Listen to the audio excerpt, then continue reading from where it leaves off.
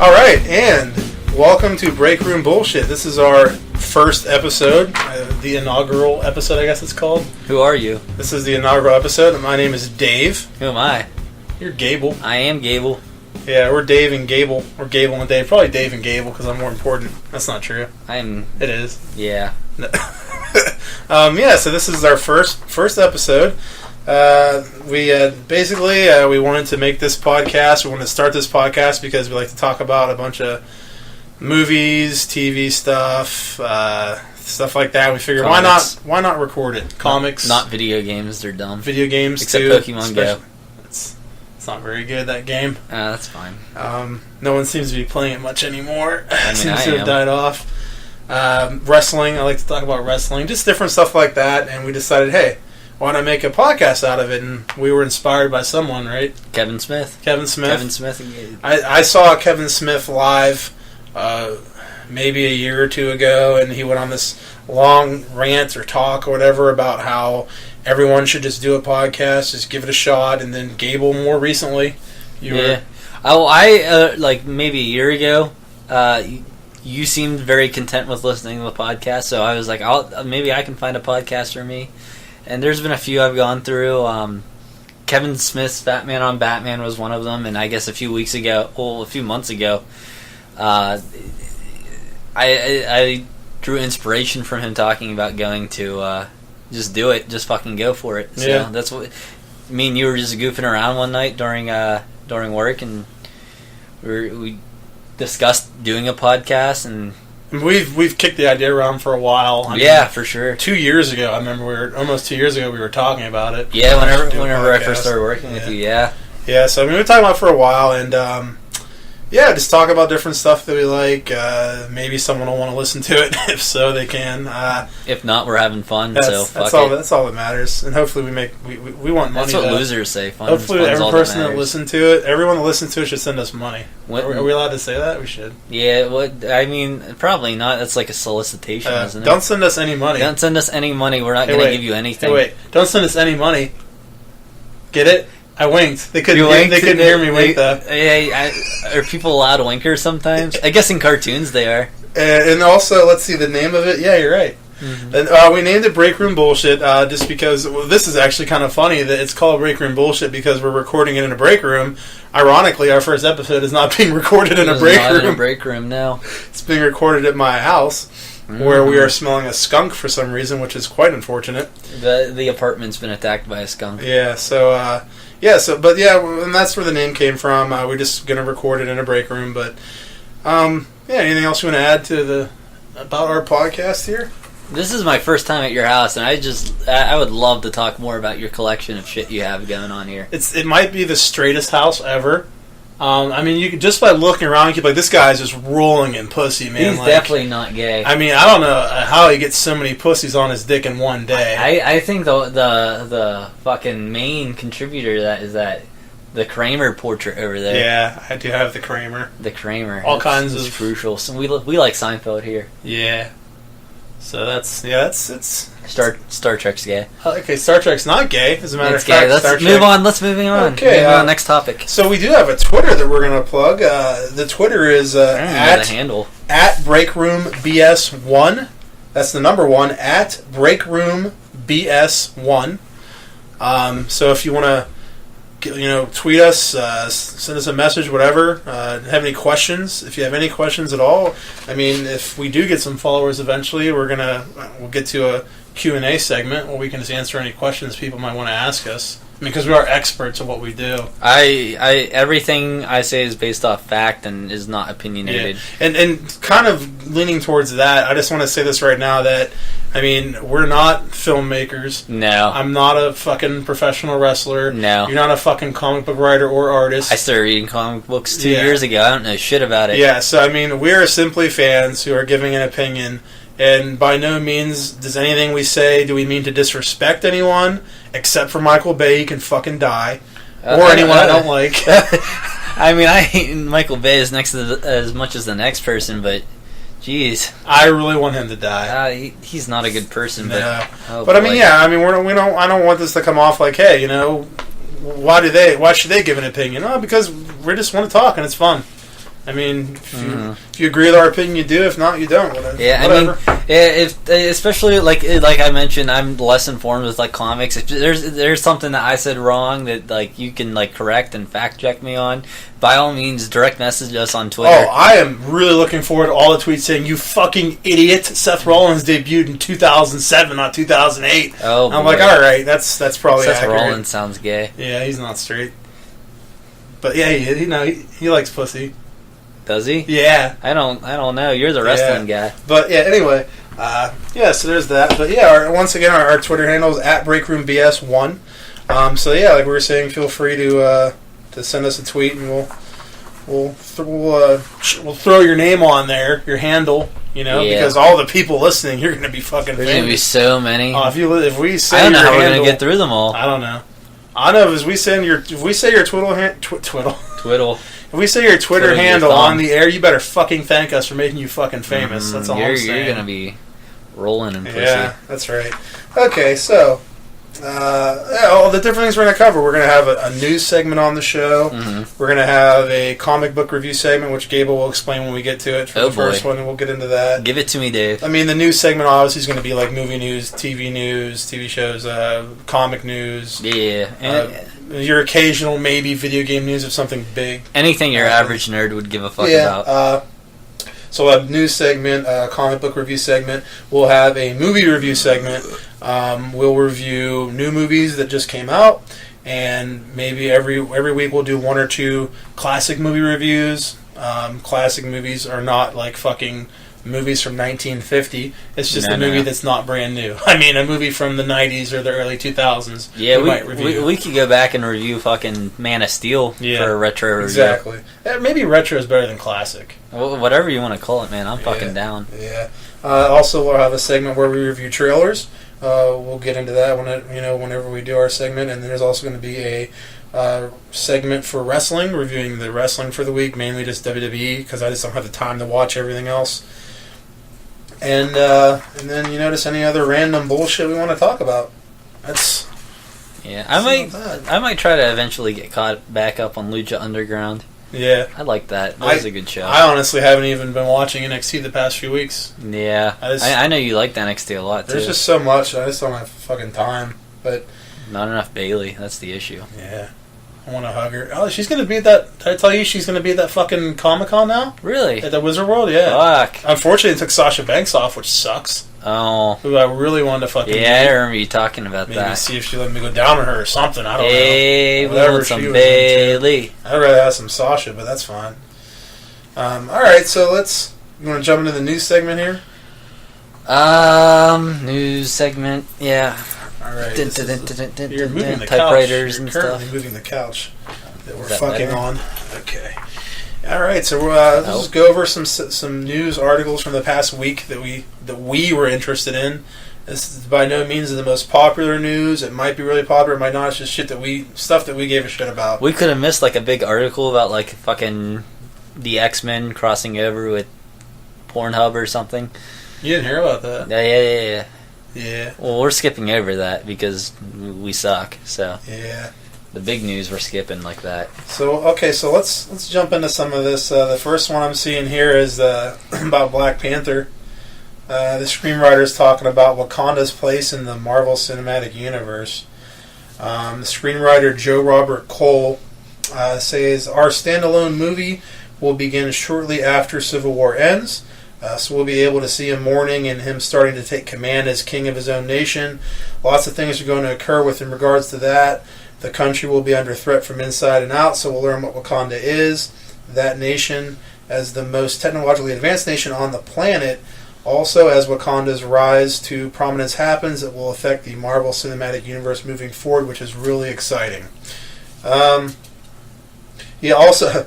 This is interesting, too. Cole also offered a proper debunking that he had previously written a script for the Inhumans movie, which has since been removed from Marvel's schedule, which he says was not the case, and that to his knowledge, no script even exists for the film. Yeah, so that's some information on... There's nothing, no script for... Inhumans. Okay. Yeah, so he's saying that he doesn't even know about Inhuman script ever even existing at all. Really? Yeah, I guess there was a rumor going around that he wrote one, which he was saying is not true. But I don't know, I mean, the stuff about Black Panther... You smelling the skunk again? Is that burning rubber? Do you smell that? Maybe the skunk got caught in the fucking central air and he's dying. Maybe. Maybe his ass neck is all getting all fucking rubbed up again since making a rubber smell. Huh. I don't know, I hope so. My car's not like burning down. The skunk got mad and like ignited my car on fire. It doesn't make any sense. Yeah. Okay, that's... I think we were talking about something. So I got distracted. There's that ADD again. That's mine. You can keep your run sheet over there. That one's all mine. right. Yeah, so I mean, it sounds pretty cool. They're talking about how it takes place right after Civil War, and the stuff about Wakanda sounds pretty cool to me. Any thoughts on any of that? I would have, I would hope it would pick up right where that ended. Yeah. I hope Bucky has a big part in that as well. Yeah, I mean, it seemed like he's going to definitely be a part of it, but... let's see. Michael Chernus cast as the Tinkerer in Spider-Man Homecoming. Did you hear about that? Delete that off mine, I suppose. Yeah, I got that though. I guess he's from Orange Is the New Black. Yeah, it does say that right there. Yeah, I wrote that in mine. Yeah. Well, this is Deadline reports Michael Chernus has joined the ever-growing cast of Spider-Man Homecoming, but on the side of evil as Phineas Mason, a.k.a. the Tinkerer. The character runs a shop designing gadgets and tech for supervillains and criminals behind the facade of a radio repair shop. Okay. I don't know. I mean, I don't really know anything about the Tinker. I mostly put this in here so you can tell me what you know. You don't know. I don't know. I've never read anything with the Tinker in it. Really? To be honest, yeah. He's really definitely one of the lesser known characters that I have information about. That's good. Well, I don't have information. Good. This is really informative. You really. Yeah, I'm sorry I don't know more about that one. Yeah, that's helpful. All right, why don't you read one of your articles? Make yourself useful here, Jesus. I don't really have like a big article. I just have like the main stories. I still got some comic stuff here. What do you got going on? Did you see? Well, are you on Marvel still? What's your next one? If you just look at the picture, you'll see it's clearly Fox Marvel. Yeah, and you'll know I see that. Okay. Yeah, I saw a lot of controversy going around a picture of Hugh Jackman that he posted on Instagram of him as a older Wolverine. Well, I guess it didn't say anything about that, but obviously he doesn't walk around with gray hair normally. Yeah. But why is I guess a lot of people were saying like he's either looking really sickly, which I highly doubt that he's having any health issues right now, or he lost a lot of part for the role. He was like fucking doctor. I guess it's like a fucking argument on there. I mean I don't know if he's sick or not. But I highly doubt he has any health issues. That's what I'm saying. Like you don't know what happened to him.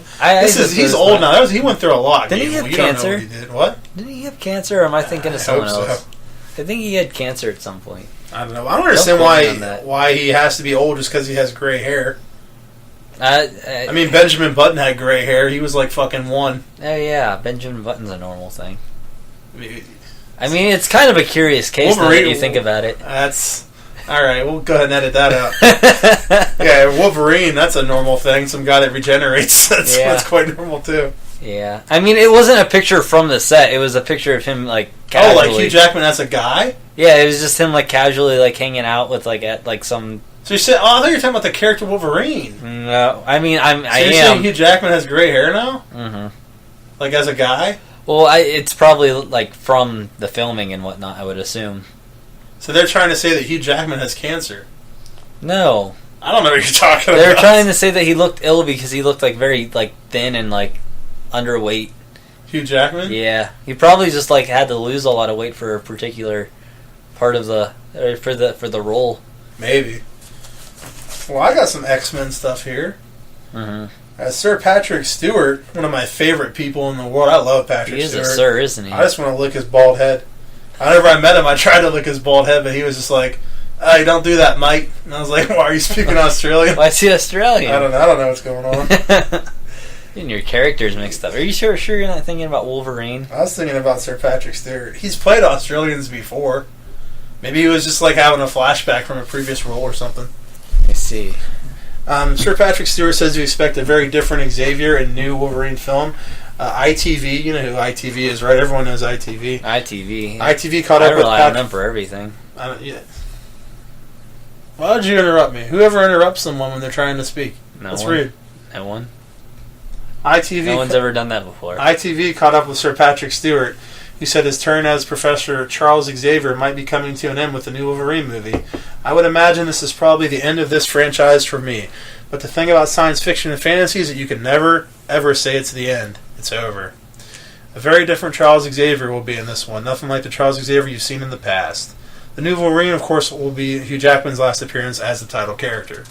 I mean, they say that, but... I mean, what if he just comes back anyway? Oh, did you hear about who the primary antagonists are supposed to be Weapon X? No. Yeah, it says we've heard the primary antagonists of the film are none other than Wolverine's favorite group, Weapon X. How they factor into the movie along with the Reavers remains to be seen. I'm guessing is that going to be that shit with I don't know. Sinister or whatever his name is? Oh yeah, I don't know shit about any of that, dude. Yeah, neither. I'm not like super informed on all that. Yeah, I don't really know about any of that. What do you got next? My screen shut off here. That's Sorry nice. about that. That's good. I have no other Marvel news. Whenever you're ready to move on to DC, I got some DC. If you wanna, what do you got? I got. I guess David Ayer came out and talked more about his Suicide Squad movie, trying to defend how great it was. He gave a reason for why the Joker has a grill. Well, hey, whoa! Let's save this for the review of the movie. Till after? Yeah. All right. No, you're right. No, never mind. No, you're good. Because it's not technically a review. Everyone already knew he is. Yeah, but no, I mean, yeah, go ahead and do it. No, you're right. Okay. It's the only time I'm ever going to say you're right, so you better fucking cherish this. I know those are rare. Yeah. He said that the reason that he has the grill in the movie is it so it's easier to suck dick because you can feel the gums? Yes, absolutely. Like how old people, they take out their like fucking fake teeth and they just like suck a dick and you get like a gum blowjob? Yeah, like in that movie with Jim Carrey. What? Yes, Man. Did that happen? Yeah. I have that movie and I love it. I don't remember that. Yeah. I was probably jerking off during that part. I don't remember. The old lady like invited him upstairs and she sucked his dick and took her dentures out. Really? I might be getting movies mixed up. I'm pretty sure it's Yes Man though. No. Okay, well, let's moving on now. Something's burning. Skunk ass neck. The reason that he has the grill is because Batman knocked his fucking teeth out. Did the air say fucking? No, I am paraphrasing here. He knocked his fucking teeth out. Is that when you jump off with like a fucking parachute and you like sail through the wind? Yeah. Okay. He knocked his teeth out shortly after Joker killed Jason Todd, and then while he was in jail, he got the damage tattoo across his forehead. That's pretty straight. So his smile was damaged, therefore he got the damage tattoo, saying that his smile was ruined. Alright, you realize how gay that is? They get a damaged tattoo? What are you, a fucking 13-year-old girl? Yeah. I'm damaged goods. I don't really buy... I feel like that we should know why he would have all this already. This shouldn't be something that the director has to come out and say after the movie. That's... Okay, well, yeah, that's going to be covered in my review, I'll tell you that Okay, we'll get there. We'll get there. Coming up, yeah. Your review coming I was like, what are you talking about? It's all connects. Fuck you. You suck. Yeah. I'll save this little information for when we do the review. Alright, well, is that the end of that article? That article, okay, yeah. So there's nothing else important. That's good. So I got something here about Aquaman is going to be fighting Black Manta on the big screen. Oh, isn't that great? What is a Black Manta? Help me, Black Gable. Manta? Originally, Black Manta was a child abused by the ship's crew that he was a member of. He would sit down with the buoys, and they would pull their dicks off and rub them across his forehead. Is what it says. Did they do that to the Black Manta? Why do you always tell me these stories? Okay, in the test review, or in the test fucking podcast, I'd like to take a pause here. In the test fucking podcast, Dave tells me this story about the fucking Guardians of the Galaxy trailer where Groot's running around But and this he all gets happened. jerked off on. Oh, yeah, that didn't He doesn't happen. get jerked off on. And the entire rest of the story, I'm like, why is Disney doing a movie where Groot gets jerked off on? You're gullible. And you told me it was true. I guess I am really gullible, but I was really fucking tired. Yeah, So you're not tired this time. I am not tired this. I'm a little tired, not as tired. Anyway, as I was saying before you interrupted me, originally Fuck Black you. Manta was a child abused by a ship's crew he was a member of. They would pull their big Black Manta cocks out. I hate you so much. I hate you so much. He would seek revenge against Aquaman as an incarnate of the sea. Recent iterations Wait, of the did he pull his cock out or not? That's what he does when he's trying to get revenge. Oh boy. Like he goes with the big Aquaman. Black Manta. He goes with the Aquaman and pulls his dick out. And Aquaman's like, "What's that?" And he just punches him in the head, and then Aquaman's A dead. fish punches him in the head. Yeah. Recent iterations of the character have seen him blaming Aquaman for his father's death and seeking to kill the hero for revenge. Mm. The character doesn't have any actual powers, but is an adept fighter with great strength. That's good. So he's like Rocky. He's real tough. This guy. Interesting. That's stupid. Yeah, I mean the character design looks really cool. I remember watching him all the time whenever he was on what is that old show? Super Friends, the Super Friends. Just as Yeah, he was in the Legion of You're Doom. getting really far. Okay, Yeah, here's your the couch slides. Okay, you're a douche. Here's the thing, though. Like I'm not a big fan. I don't know. Maybe I don't know if this is. I get kind of annoyed with superheroes that have superpowers because it's like sometimes it's just like, why aren't they dead yet? Yeah, I mean I see where you're coming from. Like when I was watching Batman, the '89 one. You know the scene where he's fucking with he's with Vicky Vale and Joker shows up and he gets like a fucking little cookie sheet and puts it in his shirt. Are you talking about the '89 one that we're reviewing on this podcast? You mean how later I said, on? You remember when I said the '89 one? That's the one. I heard you say it. Thank you. That's a good segue. Didn't we mention how we were reviewing that earlier? We didn't mention we were reviewing that. It's a surprise! Good job. Everyone was so they were so really happy waiting now. to see. I feel like you're getting far away from the mic here. No, it's fine. You can Okay. see the voice is good. The Kramer But, looks confused, but that's fine. But yeah, like he puts this fucking little thing in his chest, and I guess I thought it was like, I don't know, like 6 inches high and like 4 inches wide, and then he gets shot. I'm like, how the fuck did he know the Joker was going to shoot this tiny little area where he put it? But when he took it, I was like, I guess it's kind of bigger than that. It covers his whole chest. You're talking about that silver plate? Yeah. Dude, I actually wrote that down in my notes. Did you? Yeah. We'll get into that then. But yeah, I'm like, well, what if he just would have shot him in the mouth? Yeah, So all the time, I'm like, the most logical place is the yeah, head. Well, that's the problem with Batman, though. His mouth is always exposed. I'm like, why don't you shoot him in the face? He's just a regular guy. But I don't know. That's I guess a good point. it's a stupid complaint because I like Daredevil, and he's just a normal guy for the most part. But Yeah, I'm surprised he didn't go deaf too from Foggy whining so much. okay, I'm surprised. Okay, all right, that's not very nice. I got another DC item here. Do you have a DC movie item, or are you on the TV? I have You need to work on this. Well, I have a timer where it turns off the screen. You can adjust the timer. Fuck off. The Flash movie is going set to begin filming early next year in London. So it's not really big news. We knew it would film eventually, but now we have a set date, so that's exciting. It's nice to see these things in concrete. They were just going to cancel. They were going to cancel the Flash movie. There was a chance it wasn't going to happen. I mean, there was a point in time where I wish they would have. I don't remember the name of the director, but that Pride, Prejudice, and Zombies director, I would have hated to see him direct that movie. That movie was so bad. It was fucking awful. I'm so glad he's not going to touch the Flash movie. Alright, you got any other DC? DC movies? Yeah. The Man of Steel sequel was put into active development. Oh, no shit. Yeah. I assume they'll have the same actor. Yeah, just like how this was Batman vs Superman was originally supposed to be the sequel whenever they originally announced it. Yeah, I remember hearing that. Backed out of that really Man fucking of Steel quick. wasn't good though. That's an issue. Mm. I mean, it wasn't a good movie. That's the problem.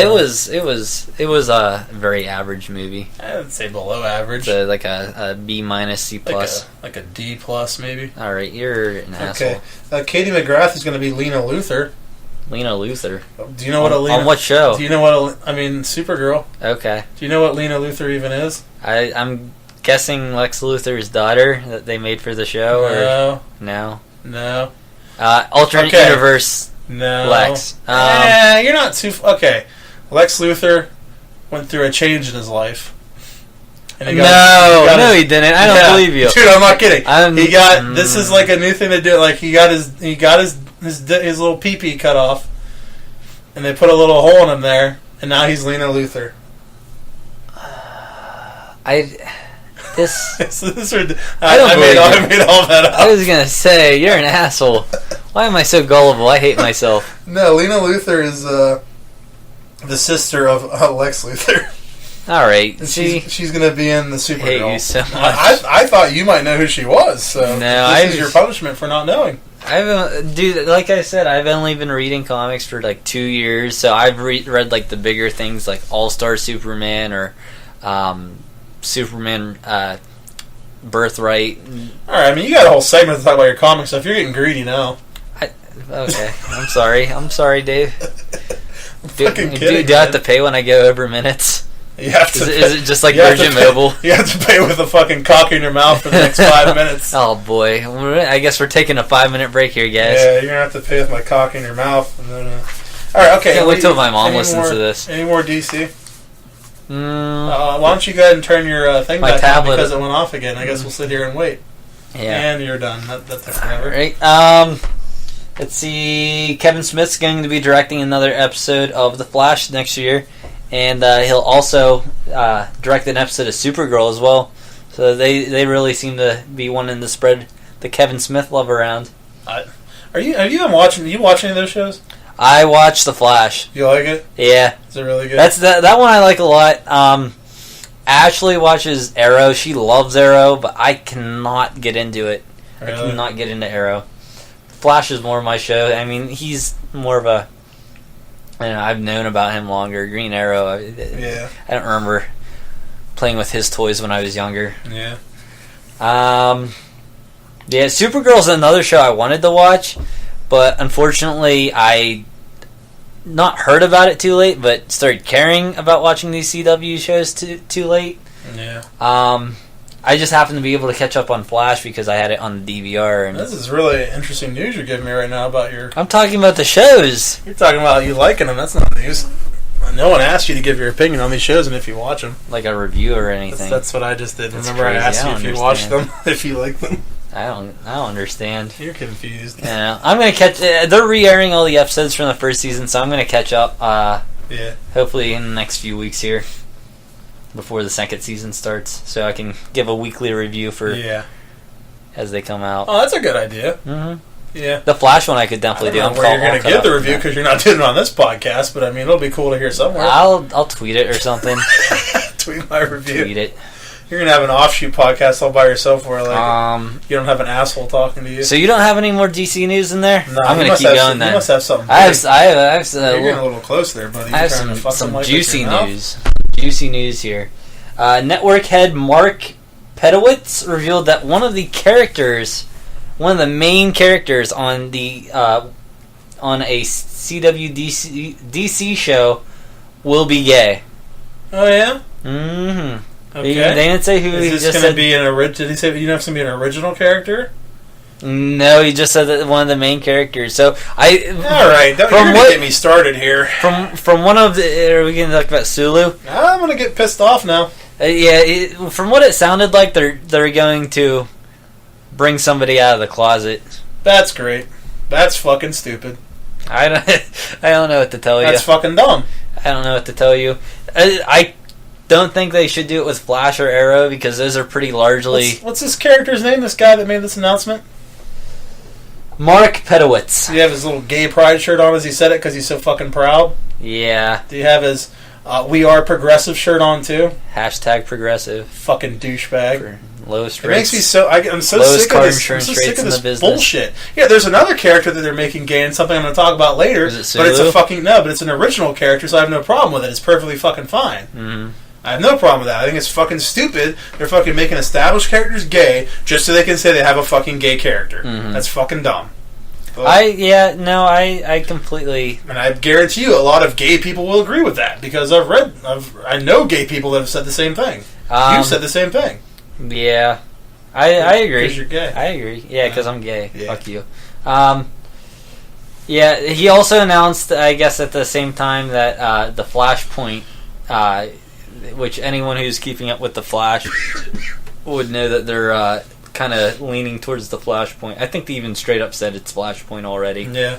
Well, I guess this article confirms it, but Flashpoint will bleed into the other DC shows, so you'll see that take effect in Arrow, or that take effect in, I guess, Supergirl too. I feel like I remember reading something about that, and I really like that they're doing that. I don't watch any of the shows, but I really fucking like when there's just like continuity between different. Like I just love it. It's so cool. Yeah, I agree. The thing with that though that I kind of could see people getting angry about is if they only watch one show. If you're someone who just strictly watches Arrow. Well, I read something about that too. They were saying that they're trying to be careful, so they make it so people who only watch one show won't get pissed off about it. Yeah, they're gonna have to do it really tastefully and be careful where they tread. Doesn't Arrow only have one arm? How is he? That was something that only existed in that movie. No, I don't. That doesn't sound. In The Dark Knight Returns. I don't know about all that. There was Legends of Tomorrow, another one of the CW shows. I guess there's one where they in the future or something. I hear. And they have the guy who plays Arrow in it with one arm to pay tribute towards. Now, can Green Arrow like manifest like a green vagina and fuck it? No, you're thinking more Green Lantern. Can anyone manifest a green vagina and fuck it? Like I just said, you're thinking Green Lantern. So he can do that? In theory, he has the ability to, but okay, he's the one superhero he's the superhero that I will. Really? Yeah, the Guardians of they say that you shouldn't fuck your like. You're not supposed to use the ring unless you are. You can't use it for selfish purposes, basically. But what if so have you ever gotten blue balls?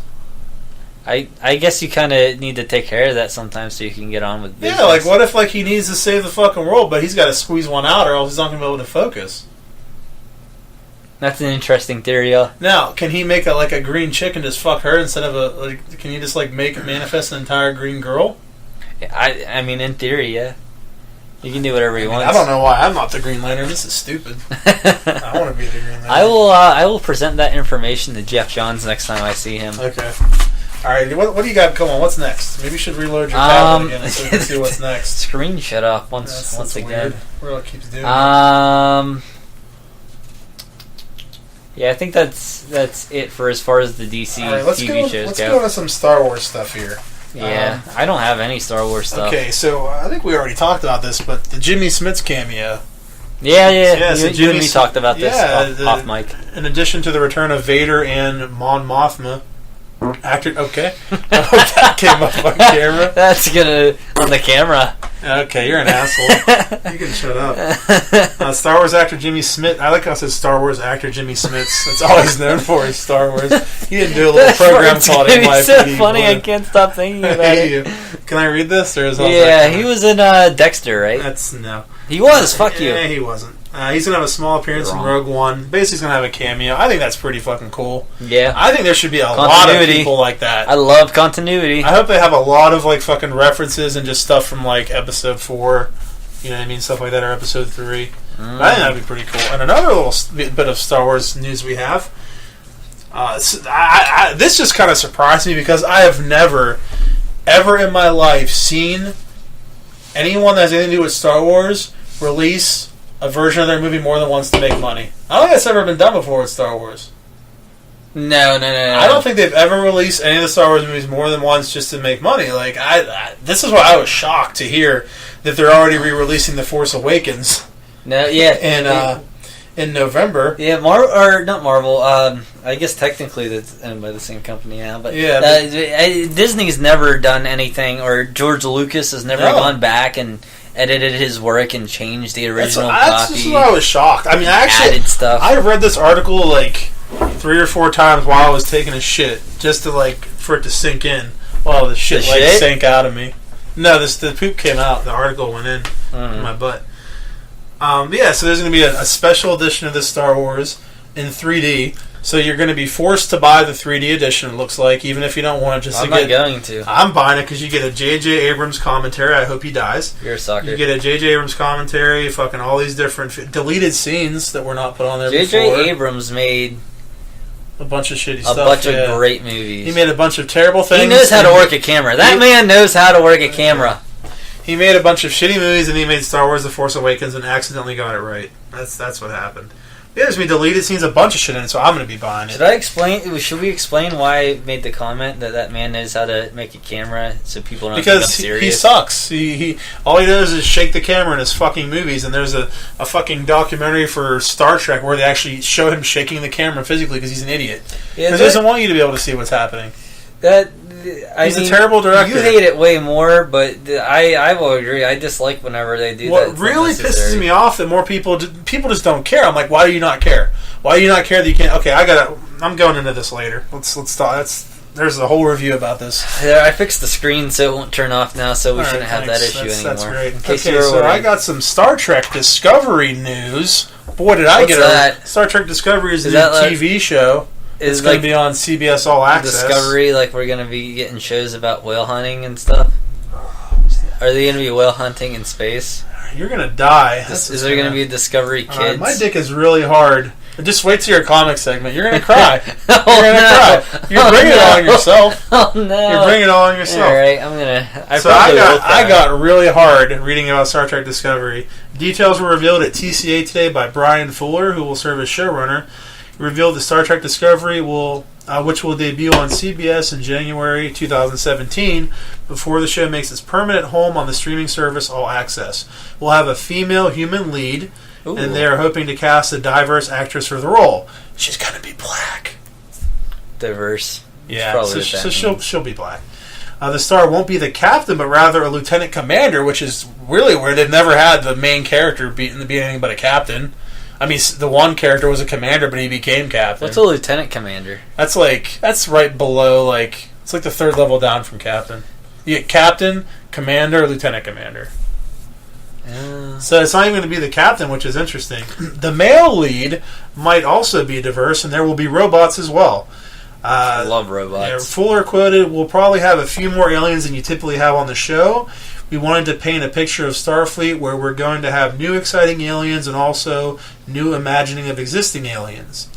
And will there be a gay character? Absolutely, we're having a gay character," he added. Really? Yes. I mean, that is not necessary. Why is it not necessary? I mean, for him to say that, I feel like it shouldn't be something like, oh, look. I think the reason he said that is in an interview a while back, someone said something like, is there ever going to be an LGBT character in any of the Star Treks? And he goes, just wait and see. Kind of hinting that there would be. Okay. So that's kind of why he said that. So it all ties together. Yeah, so it all ties together. It wasn't just an out of the blue statement. They don't need to take some fucking character like Sulu and just turn him gay, which is retarded. I have no issue with the fact that they're having a gay character. No, I just want to make that clear. I had more issues with the fact that they would go out of their way to make it known. No, you explained it, though. No, but you have said in the past that you hate gay people. Yeah, I'm a hate monger. Yeah, you know. I'm like the guy who made Hillary's America. You're like Michael Bay. No, he's a fear monger. No, he's a hate monger. What's that noise? Shut up. The first season of Star Trek Discovery will be told over 13 episodes. What noise? Okay, I'm being stupid. Keep going. Yeah. The first season of Star Trek Discovery will be told over 13 episodes. Fuller said each episode is a chapter. Within each chapter will be a beginning, middle, and end. It's set up. The show is set about 10 years before Captain Kirk's missions. There's an incident and event in Star Trek history that's been talked about but never been explored. I was racking my brain to try to figure out what it is. I couldn't think of what it would be. Quit pretending that you're thinking. You don't know fucking shit about Star Trek. No, I don't know anything about You're like, Star Trek. What could this possibly be? To do this series, we're telling a much more serialized story to dig deep into a very tantalizing storyline. Fuller also said that for the first season they will be sticking to new characters, but moving forward, original Star Trek characters could appear in some form. So there'll be cameos, I'm sure, from other. Mm-hmm. I don't know anything about Star Trek. Yeah, you don't like to watch good stuff. Actually, wait, I have watched the first 6 episodes of the original series. Okay, that's good. So I got that going. That's nice. All right, Charlie X was a great episode. Get rid of that. Wait, no, I like those. I mean, it's getting a little. Lengthy. All right, let's see here. We got a Deadline is reporting that Breck Eisner is in talks to direct Paramount Pictures' upcoming Friday the 13th reboot. I don't even know who that is. Another fucking reboot. The last Friday the 13th was a reboot, but let's just do it all over again. What was the name of the last one? Friday the 13th. I don't even remember it. Yeah. Aaron's story has great characters. You kind of have to understand Jason Voorhees, so we go back and we kind of start it over and work our way forward. When asked to clarify if it's an origin story, he said it's origin-ish, but it's an origin that no one has seen before. Obviously, Pamela's there, but it's a little bit different from what you've seen before. I'm just sick and fucking tired of fucking reboots and remakes. Yeah, they need to... They just fucking did it. And because it sucked, they're starting over again. Here's an idea. Don't make it suck. Yeah. You could do that. You can just put some more thought into your work. I mean, there's an option. You could just not make a shitty movie. That way you don't have to keep starting over. Don't rush it. As for the rumors of the next movie being found footage, Fuller admitted that that the tired device was considered but ultimately abandoned. So it will not be a found footage movie, as that was a rumor going around. What do you got there? You're just talking about them making shitty movies. James Wan, the director of Aquaman and a couple other like Saw and stuff. I guess he's the director that's going to be linked to Mortal Kombat, a new Mortal Kombat movie. Dude, I was looking at that article for like 10 minutes today to decide if I should do anything with it, but I ended up not. Yeah, I was kind of interested in it because, I played the Mortal Kombat. Dude, I love the first movie. People bash. I think the first movie's fucking great. I haven't played any of the newer games, but I think I saw the movie once. I liked it. But did you watch any of that Mortal Kombat Legacy, the web series? No. Those are really good. You should watch those. Okay. Yeah, but basically James Wan just came out and said that he doesn't want to rush the movie, and it's not something they're rushing to make because they don't want it to be improperly done. He wants to do it justice, he said. Until it comes out and it sucks anyway. Yeah, I mean, it's good to see that the guy at least has he cares about his product. I like James Wan. He makes a lot of good shit. Like he did Saw, the Conjuring movies. I don't know. He seems like I like the Conjuring movies. I don't like many scary movies, but that was a good one. They're really I good. did not like Annabelle. Was he connected to that? No. Okay. He might have produced it or something, but that doesn't mean shit. Okay. All right, what else you got there? Yeah, him having to do with all these scary movies, I think he's going to end up having like a really unique feel in a superhero movie. Yeah. A really unique like horror under the sea Aquaman movie. You got anything else over there? Or is that... As far as news goes, no. I got a couple more items here. This is a short one, but I love the Bad Boys movies. I liked the first one. Thought the second one was even better. I fucking loved it. I thought it was so fucking good. The Bad Boys 3 title has been changed to Bad Boys for Life, which is not a play on a shitty fucking rap song. But in the movies, they have a motto: "We ride together, we die together, Bad Boys for Life," which actually may be tied into that.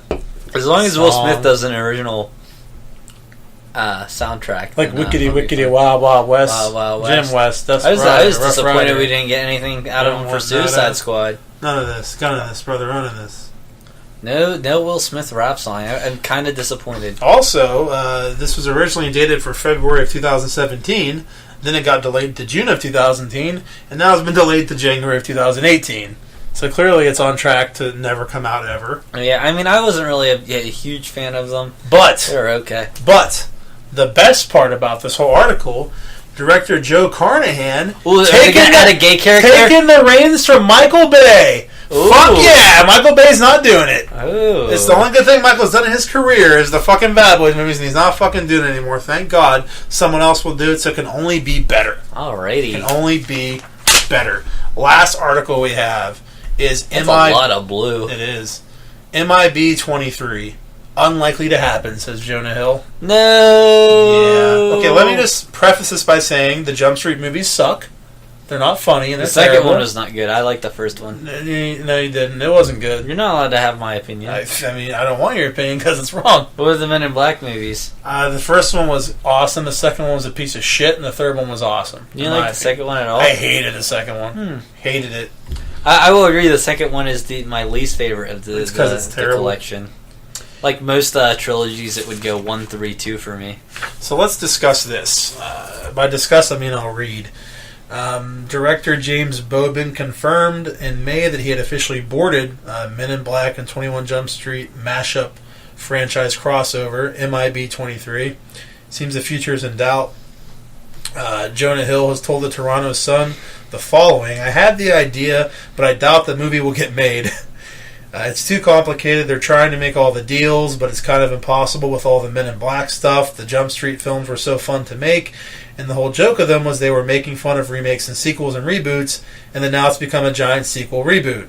It's almost become what we were making fun of, and it's hard to maintain that joke when it's so high stakes.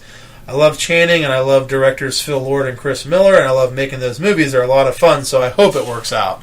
There's a chance. It's just really weird. Who? The Jonah Hill? Jonah Hill said all that, yeah. Because apparently he's going to be writing it, but... Really? Yeah, it's just weird to see just two franchises like that just... that doesn't normally happen. That's odd. I think it's cool. I have nothing against that. Yeah, it's cool. It would have been a really cool crossover, in my opinion. One thing I don't like is says the threequel would find Hill and Channing Tatum's Schmidt and Jenko joining up with the Men in Black agency, although Will Smith and Tommy Lee Jones would theoretically not take part. That's dumb. I don't like that at all. I think they should be in it. I would at least want one of the two. Yeah. I mean, I could get, like, maybe they can't work out contracts for both of them, but at least one of them would be nice. Yeah, I agree. Mm-hmm. Well, that's all we got. All we got for this episode for news. And there's nothing we missed that matters. That's nothing fact. I know of. That's factual. Oh, facts. No, I'm not asking you a question. I'm telling you that we did not miss anything that matters. So that's the end of our news segment. We're going to take a quick break here. And we'll be back with Gable's comic review. All right, so we will be back shortly.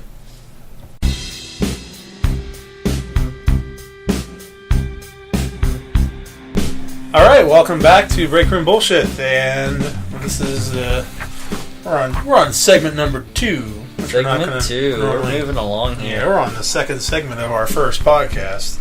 I guess this is our second one because we did a test run podcast with a hilarious comic book review segment that Gable enjoyed thoroughly. Basically, I got bantered throughout the entire fucking thing. That's not accurate. All right, so this is Gable's comic book review. Hey, Gable, you can take it, bro. Go. Take it. All right. Well, I mean, first of all, I just want to talk about, like, when I do comic book reviews, I'm on a budget, so let's talk about that first.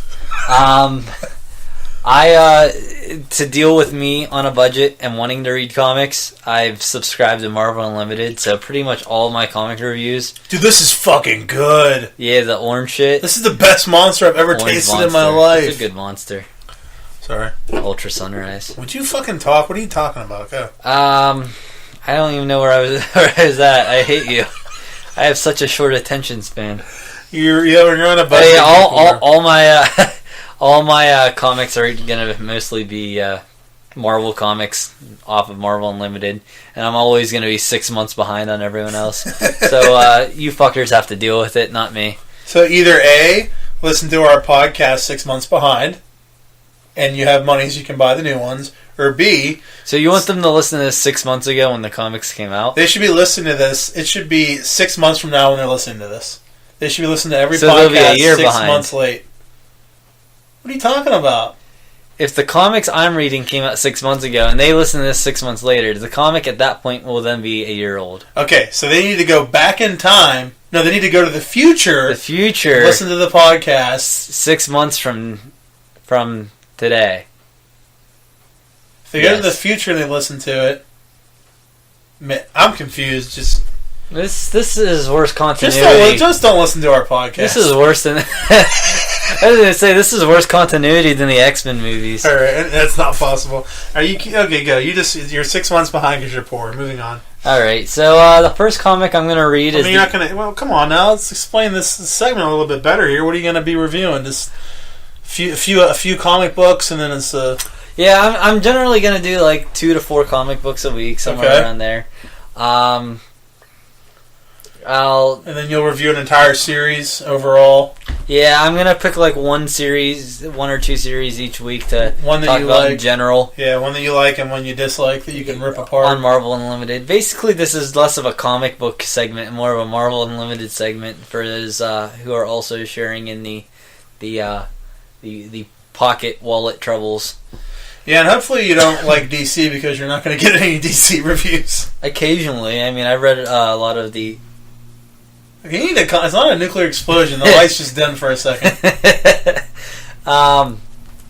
Yeah, I mean, I've read like all of the New 52 Batman, so that's like 7 volumes there, 7 or 8 volumes there, and then what happened was the lights dimmed because the central air came on, and Gable just ducked down in fear. Fucking bitch. But I eventually moved on, but then you brought it back up and started talking about it again. You are a bitch. Alright, anyway. Basically, I'm going to be reviewing these from the standpoint of someone who's not been reading comics very long. Like I have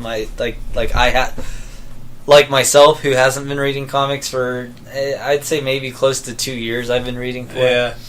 And I don't know. I would welcome people to comment that know more than you, so we can learn stuff. Yeah, I definitely want to learn. Like, if I don't know why the fuck Peter Parker is talking to some clone, or fucking having someone lick peanut butter off his balls or something. Yeah, I'd like to know what's going on with the clone or the peanut butter on the balls situation. Yeah, feel free to educate us whenever I don't know what I'm doing. Yeah. But yeah, I am reading from the point of view of someone who doesn't necessarily know what typically has been going on in the said Marvel universe. And I am listening to this review from the point of view of someone who knows fucking nothing about what you're talking about. So I know a little, and you know nothing. So you're going to listen to us try to stumble our way through the Marvel universe each week. Yes, it sounds like a good time. Yeah, 6 months behind at a time. What do you got first, Chief? First, I have Uncanny Avengers number 5 that came out last week on Marvel Unlimited. Why is it called Uncanny? I'm not really sure. I'm pretty sure that started with the Uncanny X-Men? The Uncanny X-Men, if I had to guess. you! You suck! That's what I was going to say. You just said it quicker. No, but you stole it from me because I knew it first. Alright, that's fine. And, yeah... lost my train of thought because you once again cut me off. And, yeah, I see that space there on the laptop. That's my, yeah. That's you not That's talking. Fucking great. I'm so good at this. Dead Air is going to be my middle name. That was lame. So the Uncanny Avengers, I've been reading most of these comics since they've did like all the number ones after the Secret Wars ended. I'm not exactly sure what goes on in the Secret Wars. When you say the number, are you talking about like when they started over? You said the number one? Yeah, they started back at number 1. So speak in layman terms. Don't speak in your fucking fancy Marvel talk. I'm sorry. The number ones. I don't know what the number ones is. It's the beginning of the series. The number 1. It's the very first installment. Okay, I have to make a fancy term out of it, but that's fine. Yeah, but after, I guess the Secret Wars event happened, and during the Secret Wars event, it kind of rebooted all the continuity going on. What's the Secret Wars? I don't know. Cool. So, I mean, that's in my... I have the 8 issues, main core issues of the Secret Wars queued up. Why haven't you read them? Because I've just been trying to read all these comics as they've been trying out. I was just starting at the number 1s, man. Alright, well, you probably should. I should read the ending. Before the number ones. Read the endings before I read the beginnings, I suppose. Alright, so what are you reviewing? A comic book? A specific issue? Yeah, this is a specific issue, Uncanny Avengers number 5. In the Uncanny Avengers, generally what's going on is Steve Rogers, who's a little older now. I don't think he's a super soldier anymore. Like how old? Like he's in his 50s? I'm going to say late 50s he looks to me. I think he has erectile issues. They didn't really explain that. You mean like yours? Why are you telling people about that? I was just keeping the continuity with the last episode. You mean how sometimes I just jerk off? And don't finish? And then I can't finish? Because I have to go to the doctor because I got the problem. Man, that's funny if you heard the problem. There's that's funny if you heard the test run episode, which no one will ever hear. I referenced it, so it's fun. Yeah. Continuity errors. Alright. Anyway, Steve Rogers' penis isn't working. Is that like on the opening, like... What's that called? The little fucking boxes? There's a term for it. Thought bubbles? No. Panel. Was it a panel? Oh, a panel is like an individual square. And the boxes. That's what I'm talking about. You said square, I said box. Oh, very first panel. Yeah. Yeah. I thought you were talking... There's like... Because sometimes there's these like... bubble's not a box. Sometimes there's like a dialogue that goes along with what's going on, and there's a little box in the upper panel, the upper corner of a panel. A bubble's like a little fucking like a cloud. I was trying to think. I don't know. Circular. All right, okay. So you haven't even started in the issue yet. But. No, I've been trying to explain what the Uncanny Avengers is. Okay. So what is it? All I know is Steve Rogers is there. Basically, there's a lot of hatred going on between different like species, like the mutants and the Inhumans and the regular supers. And there seems he wanted to put together a team of a very diverse team to show that they are accepting of each other. It's like the Avengers plebeians publicity. Can't say it. Publicity team. Wait, so like, I'm sorry. Go on. It's just to put pretty much to put a good impression. I thought Inhumans were just mutants. Inhumans are, I mean, if you want to break it down to their essence, yeah, they are pretty much mutants. But I'm sure that would offend a lot of people who are big X-Men or Inhuman fans. Do you think it's funny to call midgets vertically challenged? Unrelevant, but irrelevant. But did you say unrelevant? Unrelevant. You think that's funny if you call a midget vertically challenged? Yes. What about a fat person horizontally challenged? I've never heard that before, but I like it. Okay. Let's see if we can get that to catch. First time I heard someone say a midget was vertically challenged was Jerry Lawler on an episode of Raw, like in the 90s. But anyway, okay. Every time you sit that down, the mic hears it, but go on. That's fine. Yeah, so he has Synapse, who is a Inhuman. She has like the ability to get into people's brains. No way! Synapse can get into your brain? That's crazy. Fuck around with your brain That's and just nuts. shut it down. I can't believe her name's Synapse. That has nothing to do with the brain. Right? Let's see, Deadpool's on there. Did you know that you have synapses in your brain? No. Yeah, you did. You're smarter than me, You really didn't know that? No, I wouldn't have thought of it. You have synapses in your brain. That's kind of curious why she had that name. That's why she's called Synapse, because you have synapses in your brain. Now anyway, go on. Yeah, Deadpool's on the team.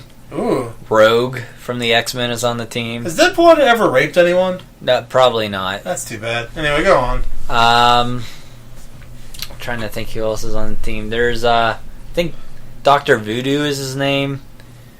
Shouldn't they have, like comic book heroes for everyone, though? Like, even rapists? Yeah, who do they look up to? They probably... they don't look up. They look down on people when they're raping them. That's not wrong. That was pretty funny, though. Not wrong. No, you're right. That's pretty funny. What if they have them hanging up by like their arms and they're like kind of level? I haven't even made it through all like who's on the team yet. Haven't even made it all the way through who's on the team. Okay, go on. And then Quicksilver is also on the team. I think I hit all of them. If I think of anyone else. Let's go back. So we have old Steve Rogers with an unworking penis. We have the brain synapse girl. Steve Rogers is really more of a figurehead. We have Deadpool the rapist, and then we have Quicksilver. Quicksilver? Slivers. You did it. Quicksilver. All right, go on. Recently, in the last few issues, Gable came around to help the team out because he Synapse's, I think, father or uncle or something became a bad Inhuman and started like turning all living organisms and like plants and shit.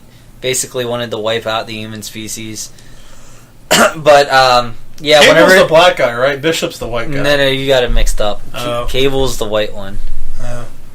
Yeah, but I guess Cable was in the future and saw that the future had been destroyed by him, so he went back to help the team out. And recently he found out that Steve Rogers, the whole actual reason that they got the team together was to defeat Red Skull, I believe. And when Cable found that out, he decided to stick around, so he's on the team now. Why didn't he just beat him himself? Who? Captain America. Because he's not a super soldier anymore, and they're all working together as just a team. A normal guy? Yeah, I guess so. That's why he's old now. Does he fight? I haven't seen him fighting in any of the issues. Well, he sounds like a bitch now. I just told you he's a figurehead. He sounds like a pussy. You said he was the leader of the Uncanny Avengers. He's like a team leader, yeah. He barks out orders and tells them to do things. You think the quarterback just sits on the bench and watches? No, the quarterback leads. He leads the team. Okay, he's the coach. How's that sound? He leads the team. He's the coach. That's better. Okay. Okay, you need to make some sense over here. This is unacceptable. The coach. So let's jump into issue number 5 here. Oh wait, so you reviewed the whole first issue? What?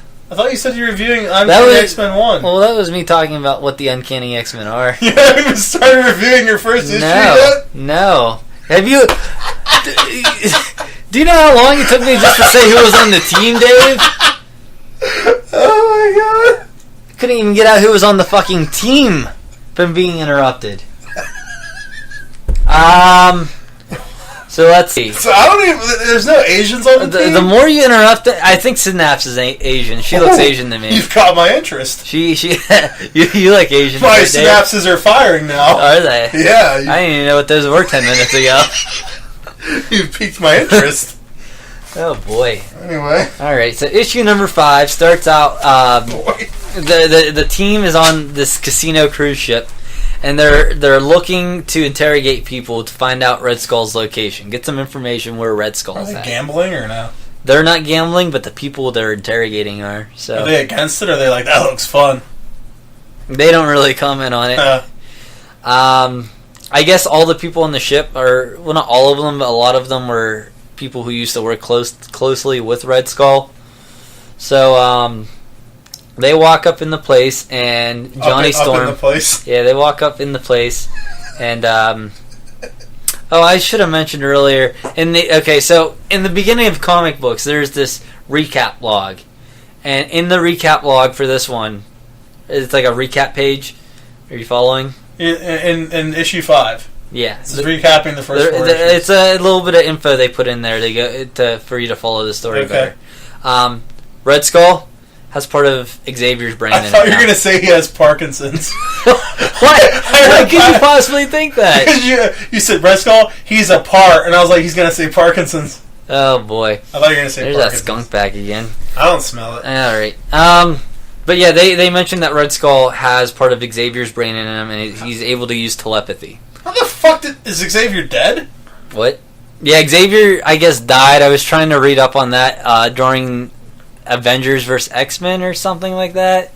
They didn't explain that very well. They stop fighting each other. Whenever I go into these comic reviews, obviously, since I'm a newer reader, I'm looking for their ability to explain to a new reader what's going on.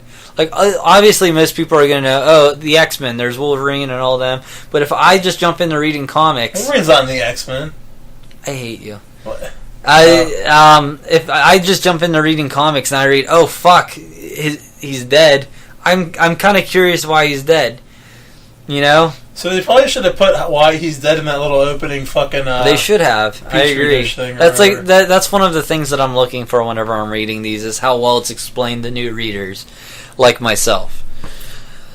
Yeah, but then you got to think the people that are like constantly reading and they're like the real fan. Cause you're not actually a real fan. You're just I'm a little bitch. I'm a little jackass. You're a little cocksucking piece of shit faggot that just jumps on. I shop in Hot Topic because it's cool. Yeah, see, so you got to figure the people that are like the hardcore fans are like, we've been reading this blah, blah, blah, like since I was like 1. Like, they're like, why are you wasting a page of my fucking comic book for these fucking stupid douchebag plebeians that like are starting that haven't been. Like, that's not fair. You're wasting their pages, man. Mm-hmm. You're really ruining it for everyone. I'm sorry. Alright. Apologize to me, apologize to them. So, anyway... Gable apologizes to all the listeners that are I'm sorry, everyone who's a comic book fan. Anyway, so they go up on this boat. Boy, we're not making it very far at all. So they're all up on this boat, right? They're all up on it. And they're interrogating people and whatnot. And they're asking around. They're like, hey, you know where Red Skull is and whatnot. In more or less words. Oh, boy, here's the Kevin Smith podcast in us. Except we didn't smoke weed before the show. Anyway, go on. What did they ask after they were up in the boat? They're asking around for information on Red Skull's location. Who are they asking? They're like, hey, what's up? You're playing poker. Do you know where Red Skull is? I have... Oh, this is a shame. You found it. You found it. It was inside your pants. There you go. Good thing. Okay, we should probably talk while you're doing this. Yeah. Dead air. I'm gonna pull up some pages here for Dave to follow along with as So, if anyone listening at home wants to follow along, they can simply find this issue of the comic and look at the panels, I guess. that's if you're subscribing to Marvel Unlimited for Or you could $9.99 a probably month. find it for free somewhere, too. Yeah, whatever you're into, man. Whatever you like to do. So, Who's this fucking queer with the white mask on? yeah, that's just some guy gambling. Why is he wearing a mask while he gambles? Maybe it's like a themed casino A themed thing. party? Yeah. All these other people are missing the theme. They're just wearing suits. Yeah. So Johnny Storm's in there. He's playing good cop and whatnot, and he's like, well, I guess since you guys don't know anything, us Avengers can just leave, and everyone else except for Rogue, Deadpool, and Gable stick around. And why do you say the hideout is skanky? I don't. Yeah, a bunch of. Oh, it says swanky. It says swanky. So he leaves, and as you can see, he said he's just gonna leave them with some rogue X-Men there, and it cuts forward in time there. What's your question? I was asking why I said chonk or chalk. That's or a sound effect. Chonk. Automatopoeia, bitch. Yeah, so needless to say, the mutants of the group force out some answers, and you find out that they are going to... She doesn't look Asian to me. Looks like a white... Oh my god, is that a spoiler? Yeah, you're getting ahead of the fucking game here. I hate you. Okay, I'm sorry. So, they get the answers that they need, and Red Skull's keeping some gold hidden in a bank in Begalia, I think it's pronounced, the country. Are there any other X-Men that show up? You certainly are ruining this. So they arrive at this bank in Begalia. They arrive at this bank in Begalia, and they get there and they realize somebody else has already broken into the bank. And they're investigating, they're looking around. Is it Mary Jane Watson? It looks like Mary Jane Watson. You found it. It's Mary Jane Watson. No, that's like Cable's talking tattoo. Oh, that's weird. He has a talking tattoo. It's crazy. It's because he's from the future and shit. That's good. So they're at this bank in Begalia. They found out somebody else has broken in. Who is it? Can I say it? Yeah, you can say it. It's Charles Xavier. It's not. Oh, fuck. It's Gambit. I thought it was Charles Xavier. It's Gambit. Why is Gambit in a wheelchair and bald? I hate you. Okay. So, as you're reading, you're finding I'm finding out that Gambit and Rogue, I guess, had a relationship. Wait, that's Rogue? And they recently broke up. Yeah, I thought you said she was Chinese or Asian. No, that's Synapse, you jackass. Where's Synapse at? Synapse, I was gonna get to while they were breaking in. Deadpool's like, oh, when's Synapse gonna come back from her break? Synapse took a break because her uncle was that guy, and it kind of caused her a lot of stress. Oh, that guy. I was talking about earlier. He was the guy who was like fucking everything up and turning them into plants. Well, and from shit. now on, you need to only pick comics review that have Asians in them at some point. Okay, you got it. Yes. We'll note that for the future. Hope we're not running too late on time because Dave feels like interrupting. It's getting up there. Go on. Oh boy, I didn't even get done with one yet. Why does Red Skull look like a red version of the Thing? Dude, you are completely ruining everything. You are ruining everything. I didn't say he was in it. Sorry. They implied that I wasn't even gonna review it, but you just completely ruined everything. Well, I guess it's not completely ruined. So you find out as they're talking that Rogue and why are you doing this? Do we need to take a break? Give me the phone back. I accidentally screenshotted. I fucked up. You can go on. Just go, man. I'm gonna keep going. Do it, man. You take a break there, and you can chime back in when we get to the next comic. How's that sound? Okay. All right, let's get through this one. So, Rogue and you good? Yeah, go, man. Rogue and Gambit are talking, and I found out that they had a prior relationship and recently seem to have broken up. So things are a little tense between them. Okay. Well, he can't touch her, though, right? Rogue? Well, she's wearing all those gloves and shit. I'm sure it's not like in the movies just, where you can't touch her at all. Put on a full body condom and jump in? Probably. Oh man, she's... So as they're talking, Gambit's like, you guys realize all those knights you guys walked by weren't really just for decoration, because there's a bunch of knights, like knight armor. Oh, okay. And like the night sky. Night sky, no. But yeah, I guess the knights they walked by were robotic knights that fucking fight them, which if there were any problems with this comic, it was that. It felt very fucking Scooby-Doo-like to me. You know what I mean? Yeah. But yeah, so the fight scene wasn't anything special, but they fight them, they beat them, they carry on. They get to the bank vault that would have Red Skull's gold in it, in theory, and it's completely empty. And that's whenever the team's like, alright, well, I guess we'll have to regather ourselves and recheck in different locations and whatever. And they're starting to move on. And Rogue asks for a moment alone with Gambit. And the moment alone, I guess Rogue tries to kiss Gambit, and Gambit puts a card up and denies her. Well, why would you let her kiss her? He's going to die. I don't know what to tell you. Why would she try to kiss him? What a bitch. I don't know if this has ever been explained. That's see, as a new reader, I don't understand why she doesn't like kill people. Why is it in the movies? Why is it after all those years you never once saw Scooby-Doo's dick hanging down? Why is it? Why? Like all these things, he's running around. I mean, Scooby-Doo's got to get excited at some point. It never pops out of the little lipstick container and says hello. If I knew that I was only going to be able to review one comic, I would have picked my second one to do first. No, you go. You'll do your second one too. But he denies her of the kiss. And denies her of the kiss. Yeah, and she goes on with the rest of the team and leaves Gambit there. And Gambit then says you start seeing him say he never really did have luck with the ladies. And when you flip the page, Gambit turns into Red Skull.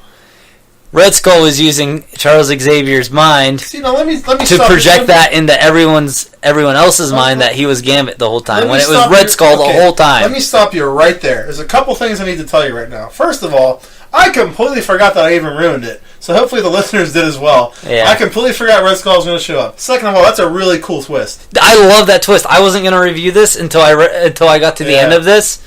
Like, I had no plans in taking notes or anything for that one. And I got to the end of this. I was like, fuck, I have to go back and write all this now because I loved how that one ended. That's a really cool twist. Yeah. But yeah, I guess Red Skull wants his ultimate goal is to make Steve Rogers suffer. He doesn't want to kill him. He just wants to let him suffer and re-experience the deaths of all the Avengers over and over again for the rest of his life, he mentioned. Scrappy. And that's where we end with To Be Continued. Scrappy, dude. Alright, what's your next comic? Oh, next and final comic is, because I don't think we'll... If this lasts as long as the first one... It's only been 26 minutes to review one comic. There's only like 20 pages in a comic. There's only they could have read it by now. It took me 10 minutes to read. That's so It took me 10 minutes to read. They could have read it by now. It took me 10 minutes to read. The non-retarded fans are reading while they listen. They're on their third comic by this point. Oh, boy. Oh, my God. Go on. Oh, my eyeball itches like a motherfucker. I'm allergic to something around here. Is it the skunk? No, I never smell skunk in my eyes. Always fucking itch. Let's see. So the next one is Spider-Man #1. Ooh, what? Oh, like the New World or the post, the Secret after Secret Wars? Yeah. There's been like a few added each week or each month to the #1s. Like at first there was only I think Amazing Spider-Man was like the only one out at first, and then as each week has been progressing after Secret Wars, I've been noticing more and more coming. Like at one point I only had 6 comics coming out in Marvel Unlimited each week. Now I have like 18, and it's fucking getting hard to keep up with, and I have to pick and choose which ones I want to read. So I was trying to watch leaked footage of Spider-Man from the fucking the Comic-Con thing, and there was this thing. It said leaked, and I was like, oh, cool. And it looked like it was like filmed by someone's phone. It was all like, you know what I mean, like looked all amateurish and shit, and filming on a big screen. I was like, this is really it. And they start playing "I'm Coming Home" by Puff Daddy, and I was like. That doesn't seem right. It wasn't it at all. Yeah, that doesn't seem right considering when he made that song, his name was just Diddy. Diddy and Dirty. What are you doing? I'm gonna get my monster. Well, what the? Oh, it's out in the car. Alright, let's see here. Go out to the car, I'll take over. Hurry up, go, hurry up. No, I know. No, we'll wait. We'll wait till for the next break. I don't trust you with my notes. Alright, go on, hurry up now. You'll probably end up telling some story about how Spider-Man took it in the ass from Doc Ock or something, in his tentacles. It's fucking Scooby found a Scooby snack inside of Spider-Man's butthole. Yeah. He had to go deep. Let's see. Alright, Spider-Man number 1. Well, I wanted to start this out with a brief profile of Miles Morales, who is the current Spider-Man. Now, let me ask you this. You're probably going to get into this, stop me if you will. Is this like kind of just completely start over, or is it something where Spider-Man's already established? Like, how is this like the very beginning of a Spider-Man story? It's like they've established it, but like all that has, like, to be able to follow the story, you shouldn't need to have read anything before that, but there might be a reference to something that happened like in the past, like Doc Ock switching bodies with the same Spider-Man. With that Spider-Man, he did not. Yeah, but is this the first time you're ever seeing this version of the Spider-Man? No. Okay, all right, go on. Yeah, it's from what I can tell, it's rare that they even do that anymore. See, now this is a situation where I have no problem with the Spider-Man being black. That's fine. They're introducing a new Spider-Man. And the other one still exists, too. Yeah, but don't, like, fucking take Thor and give him a pussy. That's stupid. You don't make him a chick for no good reason. Well, I guess it was James. They didn't completely change him. You're being an asshole. I don't know what I'm talking about. You got ahead of yourself. Yeah. I embarrassed you in front of everybody. Dude, everyone's laughing at me. Now I feel dumb. Well, I would like to actually, before I do my profile on Miles Morales, I kind of have an opinion on what they've done with Peter Parker. So I'm going to describe a character, and I want you to tell me if it's Peter Parker or Bruce Wayne. I'm not going to mess around. I'm going to be honest. He owns an industry, a corporation. Wayne. He owns a corporation that makes. He has his own company named after him that makes a whole bunch of technology. He drives around in a really cool car that is designed after his theme. He has multiple sidekicks. Is this sounding familiar to you? Batman? It's not Batman, it's Spider-Man. But Batman has the same thing. So Spider-Man has all these different other like Spider family, like fucking Spider-Woman, Spider-Gwen, fucking Mockingbird or whatever. I would fuck every one of them. I'd fuck every one of them. There's so many different fucking different Spider-Man type characters now. It just reminds me so much of fucking Batman. And he has his own his own corporation now with his own name on it, Parker Industries and shit. And that's how this one is? No, that's not this one. This one is another Spider-Man who it takes place in the same universe, but it's more of the classic take on Spider-Man, but the classic theme to it where he's like a kid going through school and but it still takes place. What are we doing here? What? I'm going to tell people Miles Morales. Miles Morales was created by Brian Michael Bendis, who is he was the writer for all of the Ultimate Spider-Man comics. Those are dumb. Yeah, the Ultimate comics were a kind of like an Elseworld, a completely different universe off to the side from the regular Marvel. Brian Parker, is he black? Brian Michael Bendis now. Oh. He did like 130 something issues of Peter Parker Ultimate Spider-Man before he got killed off, and when he died, that's when the character Miles Morales came into play. Wait, when who died? Peter Parker. Oh, he took over for him. Where'd he get all the shit at? Did he just take it off of Parker's out of his room? Well, he got his powers from. I didn't even think of that. Yeah, he got his powers from, I guess, Osborn Labs or something was trying to recreate the powers of Spider-Man. That's convenient. Yeah, it sounds pretty convenient. At least from the article that I read online, that's how they described him getting his powers. And one of the spiders bit him. All right, can you skip to the page of the comic that has the introduction of the Asian girl? Yeah, we'll get there. It does. It's right? on the next page. Yeah. Does it really have one? Next page. Is it really an Asian? No. What the fuck, dude? That's fucking two. He has a fat Asian best friend. Does that count? Does he really? Yeah. I guess if I close my eyes... His name's like Gank. I guess I'll close my eyes and Gank, just... Ganke. Pick a jelly roll and just put it in there. Yeah, but Miles Morales is a black Hispanic character. His look was, like, as a person, was based off of President Obama. Yeah. And... When the fuck did they create this character? And, dude, it was probably, I think, I should have wrote down a date, but I'm going to guess it was maybe somewhere about 5-6 years ago. Oh, boy. Yeah, so it's relevantly recent. But his look was based off... relevantly recent? Yeah. You mean recent could be last week. You mean relatively, not relevantly? What'd I say? You're right. You're right. Relatively. Alright, go Fuck on. you. That's not nice. Dude, we haven't even done the movie reviews yet. You need to keep going. Come on. Yeah, his look was based off Obama and the American actor and musician Donald Glover. That's Danny Glover's son. No. The character received excuse me. Burp. The character received a lot of criticism. Well, I guess Marvel received a lot of criticism, and a lot of people called it a stunt for political correctness, which is, I guess, it very well could have been, but it worked out in favor of their storytelling. So I don't see a reason to complain with it. The character's been pretty popular since. It was probably one of their first racial changes on a character. What about Black Panther? He wasn't always black. You're right. You have a cat over there? Yeah, what are you talking about? Mr. Whiskers. No. It's Mr. Fluffball. Oh, I fucked up.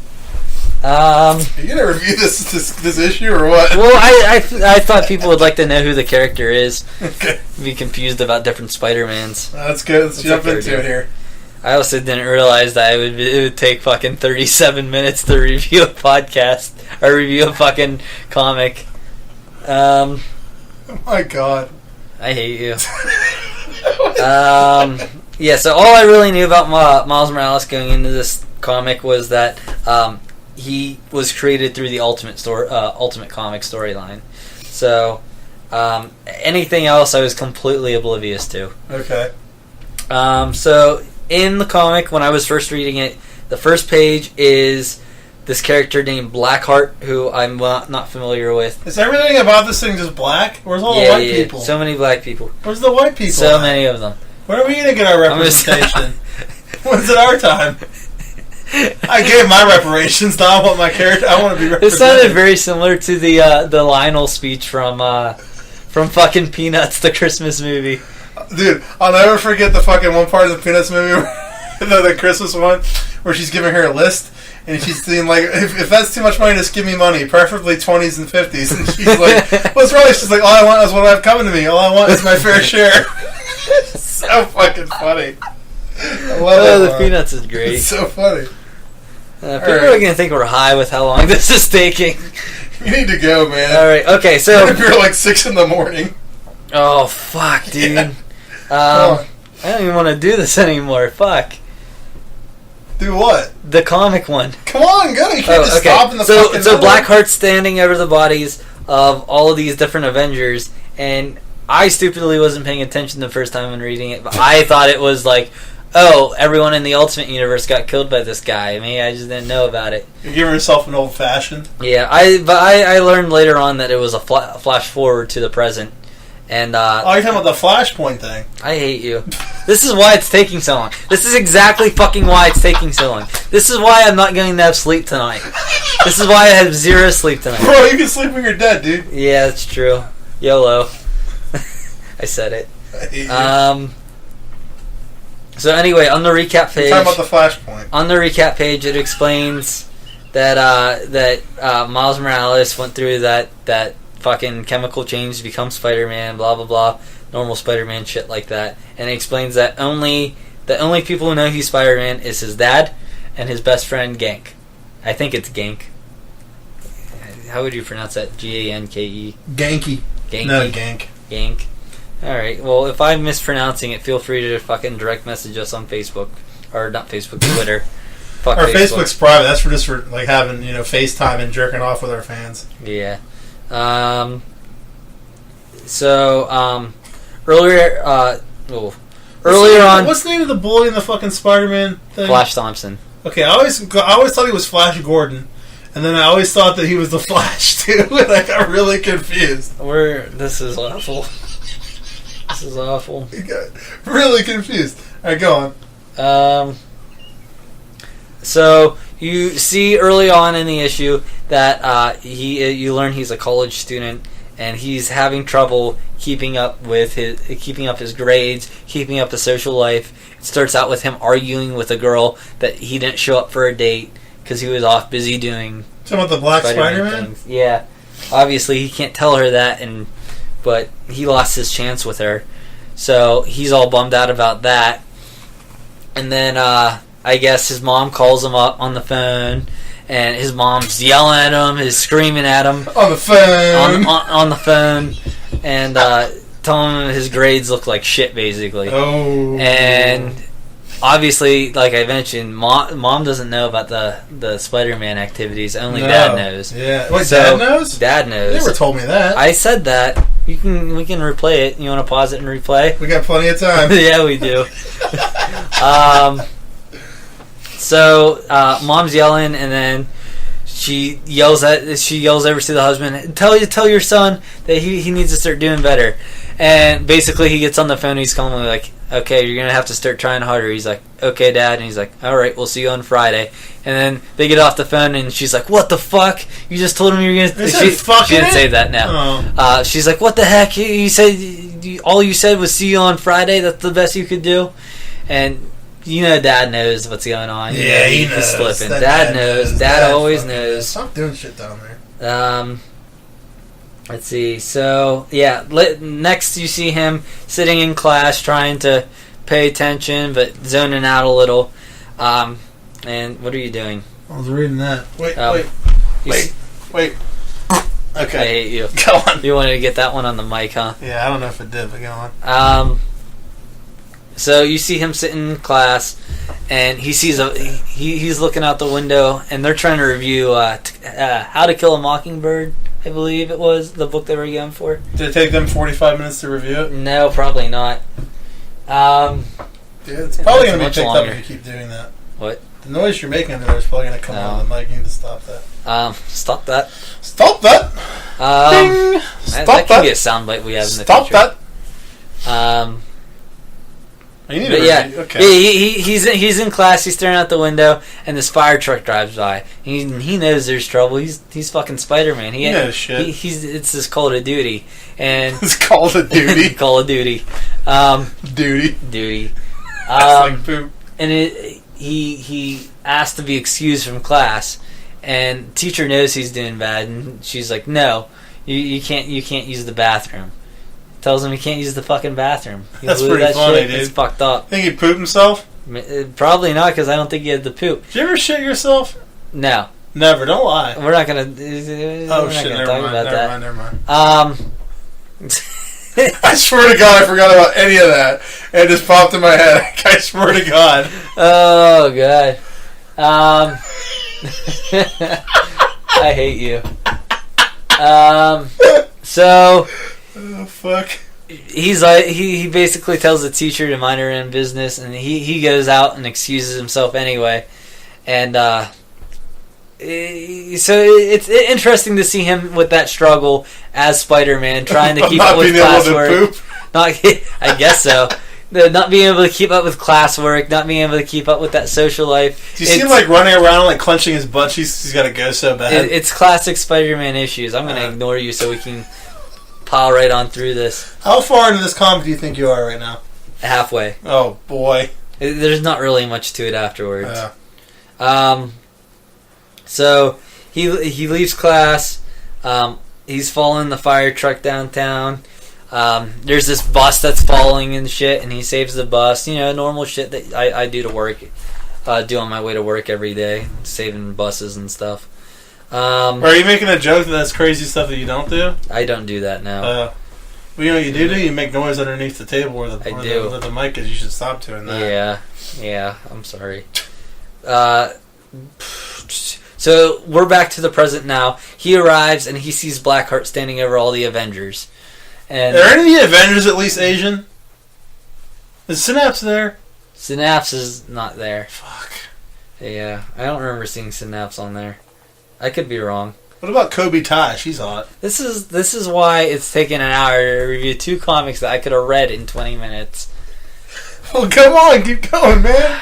Anyway, so he's standing over there, and he's looking at Blackheart, who's standing over all these fucking Avengers that he beat, and he doesn't know what the fuck the deal with him is. And he gets engaged in a fight, and the illustration on this fight was really fucking good. Yeah. I really enjoy whoever does the art for this. I guess I should have that pulled up. I'll do it while you keep talking. Keep talking. Yeah. It's right here. All right. So the art, the guy who does the art for this is really good. Great fight scene for that. While they're fighting, Miles has to resort to using a Venom Blast, which I did not remember to look up. I don't know anything about a Venom Blast. I'm guessing it's some sort of energy blast that goes through their spider fucking powers. Is that Penciler? Is that who it is? Just hit read now. I did. And then... Oh, there we go. Alright, the artist is Sarah Pichelli. It was her. Okay, and Brian Michael Bendis is the writer. It's good I hope Sarah Pichelli's Asian. I'll tell you that. Yeah, maybe. Doesn't sound like a very Asian name, though. Yeah, but he used his Venom Blast, and for some unknown reason, Blackheart does not take the Venom Blast very well, and it's very effective against him, and it causes him to retreat. Huh. Right as he retreats, Peter Parker shows up to the scene afterwards, and Peter Parker's alive? Yeah, Peter Parker's alive in this universe. I don't know how. I guess during some sort of crossover event. I thought you said earlier he was dead. In the Ultimate Universe, he was. Oh, okay. But I guess at some point in time, Miles Morales got brought into this. That's another one of those things that wasn't explained very well to me as a new reader. Well, you suck, dude. Yeah, how dare I? Yeah, you suck, bro. But yeah, Parker shows up and he's like, "What did you do?" And that's where the comic ends. Oh, and it's to be continued? To be continued. Alright, let's get into the next comic. There's no more comics. So you wanted me to pick 1 or 2 comics to talk about? I didn't know it was going to take you 20 fucking minutes per comic. I mean, you did interrupt every 5 seconds. That's not really accurate. Alright, let's carry on with the... That's the end of the comic review. Gable's comic review, that's the end of that, finally. If anyone's still awake. We're going to take a break, and we will be back with our next segment. All right.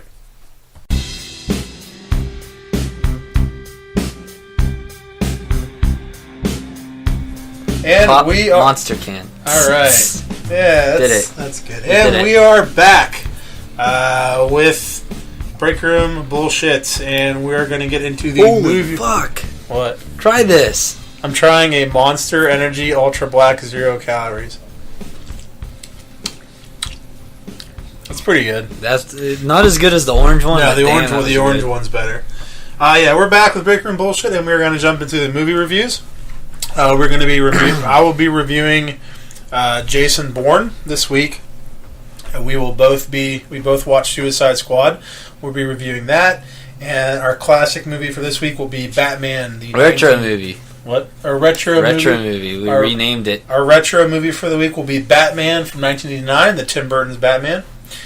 All right, let's start off with Jason Bourne. Yeah. I've been waiting to hear you review this. You told me you loved this movie, and you could not wait to review it. Yeah. You said we were going to do this for the test podcast, but you said you This had to be on the first one. So I have a few things I want to say about this movie. A few? Yeah. Not many, though, right? The synopsis: the CIA's most dangerous former operative is drawn out of hiding to uncover more explosive truths about his past. That's probably what happened. I don't even really know what happened in the movie, to be honest with you. This review is I am solely reviewing the directing of this movie. I couldn't even tell you what the fuck happened in the plot. I was not paying attention to the plot. I don't really know what was going on because I was so angry. This is probably going to be more of a rant than a review. What installment of this is this? This is like the fifth one, I think. Really? There were 3 with Matt Damon. There was Bourne Identity, Bourne Supremacy, and then the fourth Bourne one Ultimatum, Jeremy Renner. Okay. And then this is the 5th one. Well, I think there was one after that, wasn't there? No, there was Renner and then this one. So wait. Supremacy was the first one? Identity was the first one, then Supremacy, then Ultimatum. Ashley bought one of them. I think it was Supremacy. That's a bad one, I believe. I don't know. Okay, so this is probably more of a rant than a review, and this is a bold statement. I am going on record as saying this is the worst directed movie I've ever seen in my life, of any movie I've ever seen. I will stand behind that until I see something worse, which will probably be the next Bourne movie. The first big action scene, there's riots going on, Bourne's getting chased. It was so bad, the camera's shaking. More than one Bourne? No, Bourne is getting chased. You're a fucker. Okay, Okay, now we need to keep this a little succinct. We shouldn't be going over 46 minutes with this one. That's fine. You can try and interrupt me all you want, but the camera is shaking all over the place. The edits and cuts are so fast. Like every 0.2 seconds, it cuts to another shot. There's close-up shots of things you can barely tell what they are. Super fast panning shots, like just fucking going back and forth really fast. The shaky cam, quick cuts, fast panning, close-up shots. It's impossible to see anything that's going on. Any action scene in this whole fucking movie, you can't fucking see a thing. Like, it's absolutely ridiculous. And Tito watched it. He was like, he loves the Bourne movies. He was so looking forward to this movie. It was fucking terrible. He hated it. He loves the Bourne movies, and he was so disappointed. And I guess there's a lot of people online saying the same thing. Like, you can't tell what the fuck's going on. Anyone I talked to about it at work, I told them that when they watch it, and they were like, yeah, dude, I couldn't see anything. Like, this is the epitome of shitty fucking directing. Like, who's the director? Fuck, I don't even remember. I don't remember his name. I should have wrote it down. Why'd you do that? Here, I'll pull it up. You pull that up while I keep going. Okay, there's a fight scene, which everyone who saw the trailer probably saw, where he just walks up to the guy and just punches him in the face and he falls down.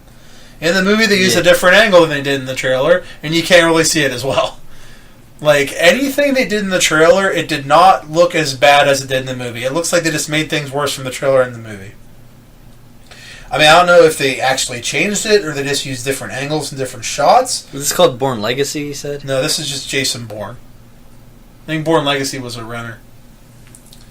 Yeah, dude, it was Paul Greengrass. Paul Greengrass. That has to be a fake name. Yeah, I think he directed the other ones too. I don't know if he directed the last one, but I'm pretty sure he directed like the first few. If you want to look up his filmography to see if he directed the other ones, but that's what I was doing. Yeah, the camera just would not stop moving the whole fucking movie. Like, people are walking.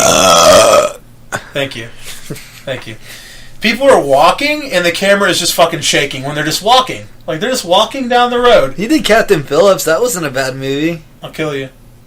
You didn't like that? I didn't see it. So there's people are just walking down the street, the camera's shaking. Okay, Bourne Supremacy, Bourne Ultimatum. Which one's the first one? Ultimatum? Bourne Identity is the first one. Probably did all. You have to get it down.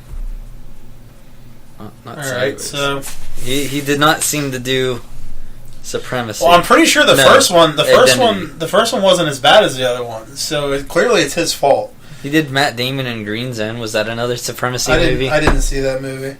Even when people are standing still and they're just talking, they can't see them. It's doing this. It's just like kind of wiggling all over the place. That's really annoying and unnecessary. Dude, the entire fucking movie, the directing is annoying and unnecessary. It just won't stop fucking happening. Like, Here's what happened. The fucking the camera operator showed up. He's like, hey, Paul, I brought my Steadicam. He punched him in the fucking face and threw the Steadicam like out the fucking window. He's like, you're not allowed to use the Steadicam. Fuck you, Paul. Because it's steady. God damn it, Paul. It's steady. You can't use that because people will be able to see what's fucking happening. Wait, Paul brought the Steadicam? No, the Paul's camera the director. operator. Yeah. I realized when you said Paul, you meant Paul Greengrass. I thought it was just some schmo named Paul who brought you really fucked the that up. Steadicam. What's the name of the guy who brought the Steadicam? Camera operator A.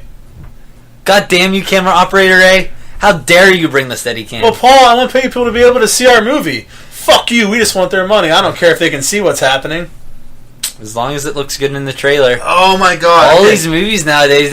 let's talk about trailers for a second. Can we do that? Sure. Not like the content, but like how nowadays the fucking trailers show fucking...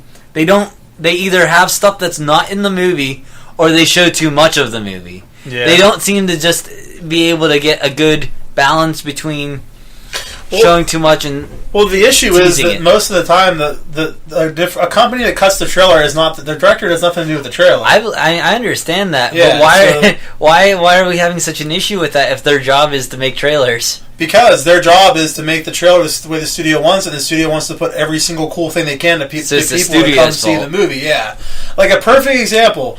Star Trek 3: The Search for Spock, okay? I'll tell you a little story here. Star Trek 3: The Search for Spock, at the end of the movie, the Enterprise explodes. For the first time ever in all of Star Trek, the ship is destroyed. First time. Leonard Nimoy is directing the movie, and it happens, and he's like, they're keeping it so fucking hush-hush, you're not telling a single person that it happens. It's this big surprise. Oh, it's in the trailer. Oh, the company cuts the trailer together. No! The company cuts the trailer. They show Leonard Nimoy, and they're like, Star Trek Search for Spock, the death of the Enterprise, boom! They show it blowing up. No. Leonard Nimoy's like, what the fuck? Why would you do this? And because they want to get people to come to the movie. I'm sure he doesn't mind anymore. I mean, he's not alive, so he's more worried about the worms. Point made. Yeah, the worms are coming to get him. Okay, so there's a scene in the movie where Bourne's opening up a locker, okay? He's looking at the contents. I just wanted to, literally count the cuts. Is it the Hurt Locker? No. I wanted to just count the cuts and count how many times they cut in that fucking scene, because every fucking half a second they cut to this, they cut to that, they cut to him looking at this. It's just over and over and over. He's opening a fucking locker and looking at the contents. Why do you have to make it out like it's the biggest action scene in the fucking world? Just fucking show what he's doing. Yeah. We're fucking cutting every fucking second. That's unnecessary. It's fucking annoying, dude. Pisses me the fuck off. There's close-up shots of a phone when he's getting text, okay? And they're showing it. The camera's shaking so much you can't fucking read what the text says on the phone. I'm like, what does it say? I'm struggling. I'm squinting. I'm like, what the fuck does this text say? I can't even see it. Are you sure this was Paul Greengrass who directed it? I think you're getting mistaken with Michael J. Fox. Okay, that's not nice. No? That's not nice. Is he off limits? He has Parkinson's. It's not his fault that he has the shakes. He has the shaky shakes? That's not nice, dude. 20 minutes into the movie, my head's starting to hurt from trying to see what the fuck's going on. That's good. I was like, I don't even want to finish this fucking movie. I can't tell what the fuck's going on. And what really pisses me off more than the fact that this movie was such a fucking unmitigated piece of shit from the directing is the fact that so many people do not have a problem with this in movies. I can't tell you how many times I've watched a movie, not as bad. Star Trek Beyond is a perfect fucking example. In Star Trek Beyond, and all the action scenes, the camera's fucking shaking, there's quick fucking edits, and it's not nowhere near as bad as Jason Bourne, not even remotely as bad, but it's pretty fucking bad. You can't see what the fuck's going on. I talk to people, I tell them, they're like, yeah, you're right. But they don't fucking care. Why don't you care that you can't fucking see what's happening? It just pisses me the fuck off. I'm so fucking annoyed by it. It's never gonna fucking stop because no one fucking cares. They want you to feel like you're in the movie, like there's fucking chaos, and it's like, no, I just want to see what the fuck's going on. That's what I would like to do. Have you had that issue in any Marvel movies? The only Marvel movie not the only one. Winter Soldier was kind of bad. It wasn't really that bad, but it was kind of bad. There were fight scenes where I'm like, it didn't. I actually kind of remember that from the movie. It wasn't as bad. It wasn't bad enough to make me just not like the movie or take me out. I'm just like, I really wish I could see this better. Civil War was not as bad as Winter Soldier, but there were a few times in Civil War I'm like, and that's after Winter Soldier, when I heard the Russos were directing the fucking next Avengers, I got really sad. I'm like, that sucks. Because fucking, Whedon, I thought he did a great job of directing, but I'm just tired of it in movies. I'm tired of not being able to see what's going on. Like, I don't get why you're gonna fucking spend millions and millions of dollars on a fucking car chase sequence in the middle of fucking Las Vegas. Millions of dollars. All these cars getting blown up. So that you all can't this shit see going it. on. You watch the movie, you can't even tell what the fuck you're looking at. I saw a fucking leg, a ball sack, and a motorcycle. What the fuck's going on? Like, I don't know what the fuck's going on.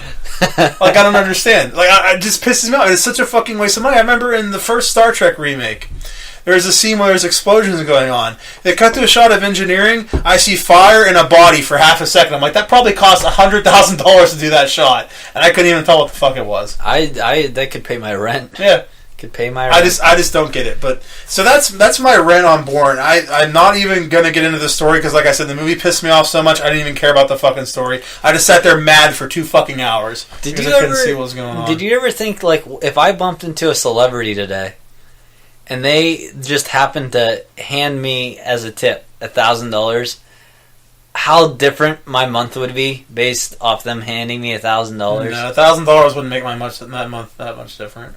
Really? Not $1,000, no. The month, not my life or anything, just the month. It would pay pretty much most of the bills for the month. I would just have $1,000 I would put in the bank till I need it. Well, you're smarter with your money than I. Well, actually, I mean, right now, yeah, I'm not going to talk about my checkbook. Yeah, we can move on from that, but I'm going to give my rating of this movie. What do you think I gave the movie? Did you see my rating? No. What do you think I gave it? 2. Yeah. Really? Yeah. Why not 1? 2 out of 10. Was there any redeeming quality that kept it The from reason being a I 1? couldn't give it a 0, because the 0 out of 10 is a real score too, I think. If you can give a 10 out of 10, I want to give a 0. I'm going to give a 0 out of 10 one of these days. Yeah, this isn't iTunes where you can only, like, do a minimum. The reason it got a 2 out of 10 is because I'm only basing it off of the directing. The story could have been alright, but it just made me so mad I didn't pay attention to the story. Matt Damon gave it 2 stars. A star was reserved for Matt Damon, that's true. I do love Matt Damon, so... Matt Damon. 2 out of 10 is what I give Jason Bourne. So that's that. Now, let's move on to the meat of this segment. Oh boy, I've been waiting for this all fucking week. Which is the Suicide Squad. All fucking week. I haven't seen it. No, I didn't watch it either. No. I'm just going on what other people said. The trailers. Yeah. I mean, it looked phenomenal in the trailers. Here's what we're gonna do. do. Was I fucking disappointed. We're gonna take turns with our notes. All right. If you have a note that pertains to mine, I had an issue with this one. I took 2 separate. Jesus, that's a long fucking list. I took 2 separate sets of notes because I saw the movie twice. Yeah. The first time I was seeing it with Ashley. Yeah. So I could not take the notes during the movie. I took them all after the movie. Okay. Second time I saw it by myself. Okay. And I took the notes during the movie, so I had a little bit more to put in there. So by little I mean a lot out of order. They're a lot out of order. We discussed this. You could have put them in order. We also weren't supposed to record tonight. We were supposed to record tomorrow. So in my defense, you thought we were recording tonight. It's true. I'm just messing with you, dude. Okay. The first thing I want to say is that I thought the soundtrack was amazing. Yeah, actually, that's my first thing. And that's probably our first thing because all the good songs were in the beginning of the fucking movie. Yeah. But we reviewed Nerve, which was on the test run, which was not on here, so no one will really know. But when I watched Nerve, I thought the soundtrack was fucking god awful. I hate all the songs. This was complete opposite of Nerve for me. Every song I was like, oh, I love this song. Oh, I love this song. I thought the soundtrack was great. Yeah, I loved every song in there. Every time a song came on, I'm like, that was a good song to pick. That was a good song to pick. Yeah. However, throughout the movie, I felt like they were playing rapid fire with all their songs. Though it was fast. It's like for all the flashbacks for whenever they were presenting all the characters in the beginning. Yeah. Like you get pleased to meet you whenever they first show up at the place to talk about it. Then every time they fucking bring up a new person, they change the song. I wish for all the characters they would have just kept Pleased to Meet You playing, and like you saw them casually in about their shit, and then for the last one save Harley Quinn and then change the music since she's much more of a a higher profile character in this movie. I mean, I'd say there was a good 10 songs in the first half hour of the movie. Yeah, there was a lot. There's so many times where I was like, they didn't need to change the song yet. I was like just getting into the groove of a song, and then they changed it. Yeah, there were definitely some where they played short parts of it. They didn't play very much. But the songs they picked were phenomenal. Yeah, they were really good. They probably spent a pretty penny on most of those. Oh yeah, I would say so. Anything else in regards to the soundtrack? Soundtrack, I don't believe I have anything else in here. All right, well, I'd also, as far as original songs go, like "Sucker for Pain," I fucking all of them are songs that I can't get out of my head. All right, I'm gonna say this for the first time on this podcast is that I think the two of the songs are growing on me. Sucker for Pain's growing on me. Sucker for Pain. Except for Lil Wayne's verse. I can't get into Lil Wayne's verse. I get annoyed. What's the song they play when they start the credits at the end before they go into the scrolling credits? Can I get like a little bit of a melody? I don't even remember at all. Oh, fuck. But it's a song they play. They play in the trailer. Purple Lamborghini is the one that plays in the at work. How's it? Sing it for our listeners. It's just the Rick Ross song. I can't fucking quote it because it's fucking Skrillex. Well, do like the lyric. Do like the music stuff. part. I can't even fucking think of it now. I hate you. Doing it on air. All right, so let's. This is probably going to be a long discussion, but my next thing is that I hated the Joker the moment I saw him. Really? The moment I saw him on the screen, I'm like, I think you look so fucking stupid. I hate you. Okay, every time he came on screen, I just got mad. I'm like, ugh, I don't want to fucking see him. Really? I hated this version of the Joker so fucking much. And I just keep getting depressed knowing he's going to be in more movies. When you say that you don't like it, you mean as far as like actual physical appearance or how he like behaved visually? My main issue was his physical appearance. Okay. That was my main issue. Although I will say this is the gayest I've ever seen the Joker. I literally thought in one moment, I'm trying to use literally because I know you love it, I think it might have been with fucking the one cop whenever he was gambling, he took him into the room. He went like this, I thought he was going to fucking kiss him. Whenever he growled at him? I really thought he was I'll admit that part was dumb when he growled at him. Yeah, like he was extra gay it seemed in this movie, but my main issue was how he looked. By far. I thought he looked so fucking stupid, it just made me mad. I'm surprised he had that much of an issue. My only good note about the Joker was at the end when his SWAT gear said Joker on it, I laughed. Really? Yeah, I was like, that's fucking funny. I like how he went out of his way to get it fucking He got SWAT gear that said Joker. I thought that was funny, but I did not like him at all. Really? What do you have on this character? Visually, I had time to get used to him because obviously his fucking appearance has been put out for a year. Yeah. So I throughout the whole time I was very optimistic about how his performance was going to be, or not optimistic. I guess I should say open-minded as to what it could be. Yeah. As far as how he actually acted, not like acted like Jared Leto acting. I mean like how he like visually presented himself, it was very strange. He did like this weird like shoulder thing where he would be like, I'd like, talking about like in the club scene whenever Common comes up to him and he's like moving his shoulders around while he's talking, and I'm like, what the fuck's he doing right now? I didn't Why can't he just stand up straight and talk right now? That's because he had to act a little gay. He had to act like a weird gangster, I guess. Yeah. And, Killer Croc did the same thing later on in the movie, and I was like, is this a thing with the director that he's telling them to do? Because it was just really weird. Like I noticed them both doing the same thing. Yeah. I am not even trying to do it now. I heard you make the noise. I'm sorry. Speaking of Killer Croc, this is kind of a jump, but I don't think I have any notes on Killer Croc. But I just thought Killer Croc looked like. Remember when he took his shirt off, how fucking small he was? Yes! He was like he looked fucking ridiculous. Yeah, he was small. He looked stupid. Let's do finish Joker, then do Harley, then we'll do Killer. Okay, let's go to Joker. I don't know. I said Killer, not Croc. I wrote down in here that I definitely feel like we didn't get enough of interactions. I guess you could say. I feel like I didn't get enough to get a good feel of what his Joker is going to be like. I get that he's like weird and like this like creepy weird as opposed to like a gangster type weird like he was with Jack Nicholson. You know what I mean? Yeah. Yeah. I definitely didn't feel like I got enough from him in this movie, and I was really disappointed because of how strongly they advertised him. Yeah. Like, he was on the cover of Empire magazine for this movie. Like, I thought he was going to be the main fucking villain in this movie. Well, did you see the article about how a lot of his stuff was deleted? Yeah, I read that after the fact. Yeah, I did too. Yeah, I guess Jared Leto wanted it to be rated R and a little longer as well because he had more stuff in there. Yeah. I definitely think there's a better version of this movie out there that we're not going to see. I was talking to someone and they were like, yeah, I think they're just going to... I don't know if it was you, but they're like, yeah, they're just going to keep releasing PG-13 in the theater and just keep releasing R-rated versions whenever they put them on DVD. I wouldn't be surprised if they released an R-rated Suicide Squad at all. I saw a headline, but I don't know how accurate it was. I didn't investigate. I should have investigated, where they said there will not be a rated R version. Oh, no shit. Yeah. Well, I guess I was wrong on that one. But, I mean, I definitely think they could end up changing their mind on that based off how this ends up going for them financially. Yeah. The almighty dollar seems to be the general ruler on that. Anything else on Joker? On Joker, not Joker by himself, no. But Joker and Harley, which I'm kind of...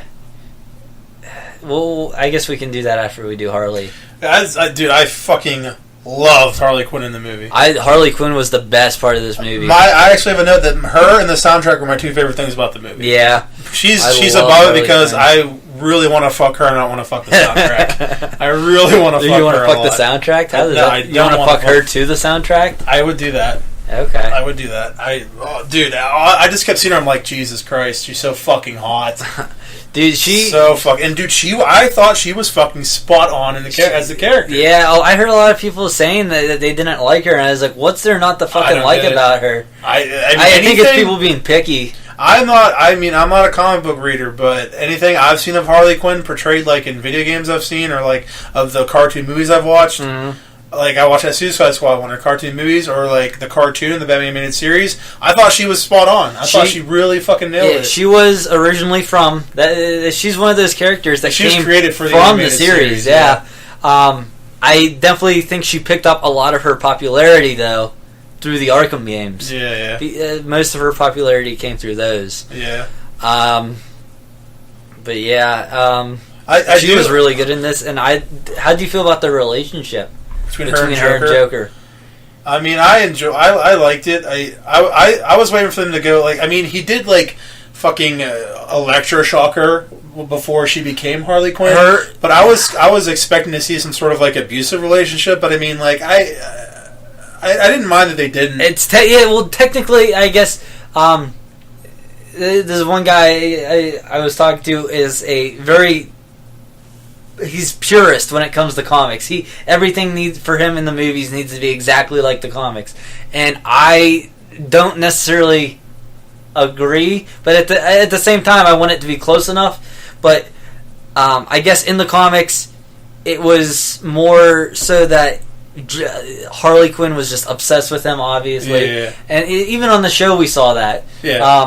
On the show, he would hit her. Yeah, he fucking beat the shit out of her. Yeah, it was great. And got me hard. I loved it.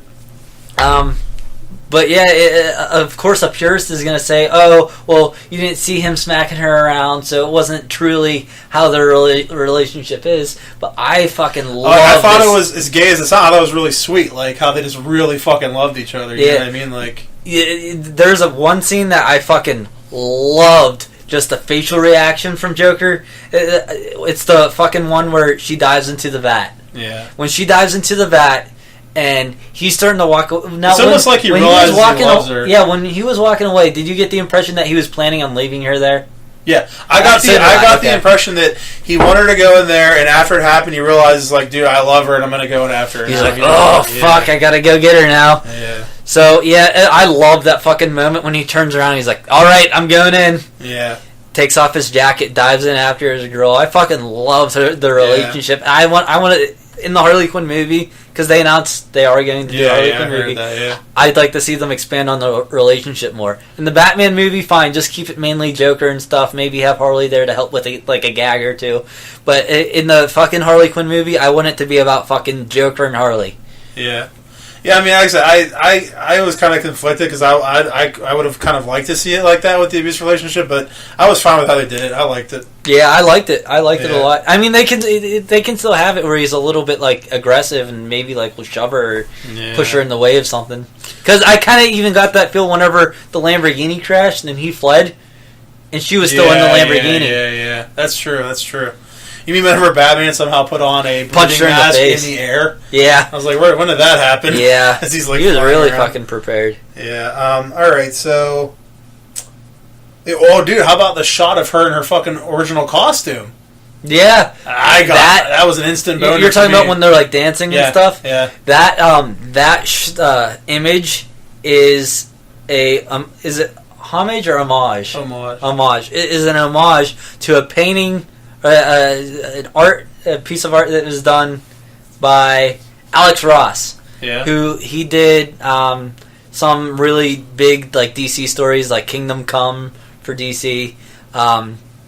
He's really big in the DC universe. But yeah, that was based on that was like an exact image with the new actors of an Alex Ross. And I was listening to it because I thought it was so cool to see it. But I was listening to it might have been, I think it was a Kevin Smith podcast about the movie, and I completely agree with him that he was happy to see it. But he's like, there's some costumes where you see them on the big screen, you're like, that doesn't look very good. Mm-hmm. I mean she could not be wearing that the whole movie. Mm-hmm. Like, it just did not come across well. I agree. Yeah, it just didn't come across well. Did you listen to Fat Man on Batman where he reviews Suicide Squad? I think I might have. Did he just pretty much suck the dick of the movie the entire time? Okay, it was like the greatest movie he's ever seen. Dude, I actually wrote down in my notes. I wanted to bring that up with you about like I listened to the fucking podcast and I'm like, hey, of course Kevin Smith's gonna fucking talk all day. I was actually getting mad when I listened to it. So was I. I was like, there's no way he actually believes the shit he's saying right now. He sucked that movie's dick like no other. Yeah, it was ridiculous how much he didn't say a single bad thing about it. He said how his daughter cried whenever and I was like, yeah, she probably cried because of how disappointing the movie was. I'm just glad that I made all my notes before I listened to his, so it wouldn't be like fucking. Yeah, me too. Yeah, but all right. Well, we were still talking about the characters, but I thought Will Smith did a really good job as Deadshot. Yeah, I really liked his Deadshot. How do you feel about the storyline going on with him and his daughter? I liked it. I didn't think it was anything special. I liked. Yeah, that's how I felt. It wasn't anything special. It was there. It was there. You good? It's getting pretty big. Yeah. Too close. Let's see. I like I said, when I watched the trailer, I was like, here we go. It's cool. It's Will Smith playing Will Smith once again. He just seemed like Will Smith. Like, in the trailer, I was like, fuck, here he goes, Wild West, but in the DC universe. But it was still kind of like that. I forgot. I completely forgot that Will Smith was being Will Smith. I thought he did a really good job as Deadshot. I enjoyed it. It was cool to see him in the mask for a little bit too. Yeah. I wish that was on more. I remember watching the movie the second time. I was like, we really didn't get that much of him in the mask. If I was like a really big fan of it, I probably would have been a lot more angry if he wasn't in it that much. You know what I mean? Like if I was a big fan of the Deadshot character. Yeah, I mean, you kind of saw that he didn't really want to put on the mask when he first got it back because he's like, people die when I put this on. Yeah. So I kind of get that. What else? What was the other? There's another character we want to talk about. We said we're going to wait. Killer Croc. Okay. Killer Croc. Oh boy! If I had to pick one character to remove from this movie, it would have been Killer Croc. Yeah. It would have been Killer Croc. I thought he sucked. I'll never. When he took his shirt off, I'm like, he is so fucking small. He looked like a living, breathing Funko Pop. Yeah. His head was so fucking big, but his body was so small. I thought they actually took footage from the Super Mario Brothers film and took a Goomba and put him in this. I never saw the Super Mario Brothers. Okay, that would be funny if anyone's seen the Super Mario. No one saw it. It's dumb. Okay, that's a shame. But I remember watching one of the action scenes later on in the movie, and I was looking at like him throwing one of whoever he's fighting against, and I looked at like his body design, and it literally just looked like they got a larger body framed man, and they painted him green. Yeah. It like just okay. How are we gonna make his abs look all cool and scaly? We're just gonna paint on abs. Yeah, he looked really bad when he took his shirt off. Yeah, Looked really bad. I don't have a note of this, so before I forget it, whenever I was watching the movie, what the fuck is the guy's name? Slingshot, the fucking... Which one? The guy that dies? Slipknot. Mm-hmm. He shows up, right? Yeah. And I'm having memories of the suit of the assault. Do you remember his flashback? Whenever they did the flashback for him at the beginning of the movie? No. He didn't get one, that's why. Oh, okay. That ties into what I'm kind of saying, though.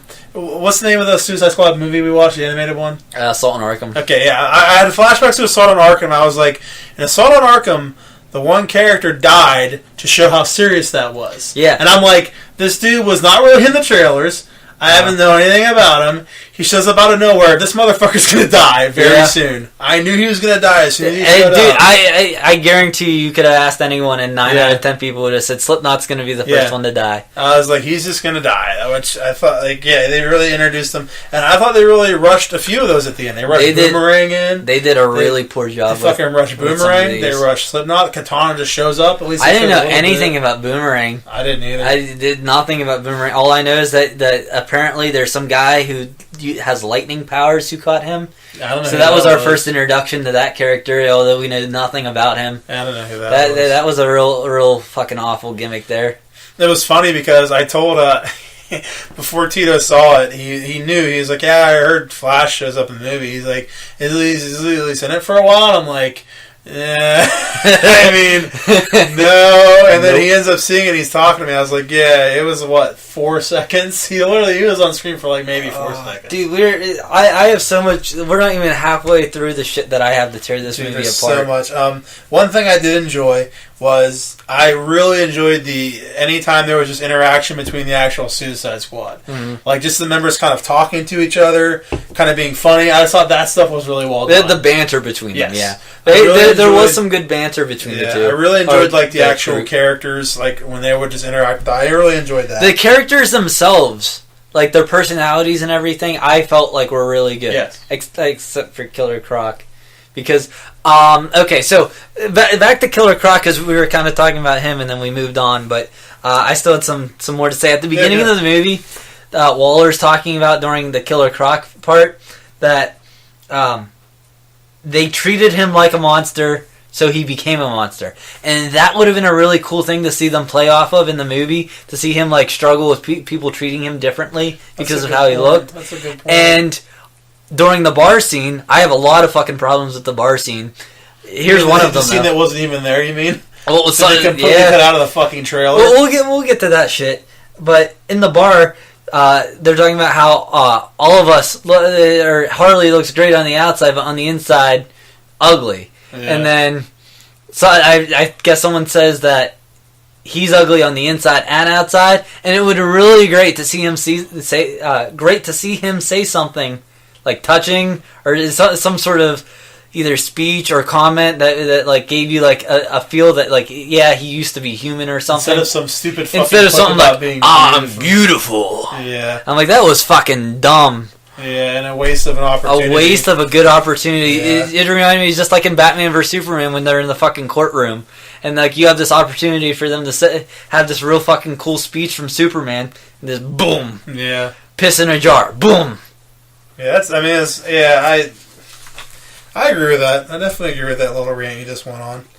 Speaking of bad characters, I thought the villains were fucking terrible. Are you talking about Enchantress and Incubus? About both of them. Incubus. Dude, they were so lame. Their motives were just so fucking cliche and generic. What are you doing? We just want to take over the world. I'm like, oh my god. I thought they were so fucking. I didn't care about that shit at all. Oh, and it was god. So. She goes to find her brother, and then there's just some random guy in a subway. I'm like, well, who's this guy? Like, why'd she... I didn't understand any of that. I'm like, I don't understand what the fuck was going on with any of it. Let's see. There's some stuff about Enchantress that I have is that, like, okay, so her heart, Waller has her heart, right? And... I think I have notes just about this too. She goes to go after it, and she appears in Waller's room. Yeah. And Waller's just, like, sleeping on her bed with her heart next to her. Yeah. Like, this is something that belongs to like one of the most fucking powerful entities that exist, and your only way of controlling it, and you're just gonna lay on your bed with it. Yeah, there's no better way to keep this thing secured. Yeah.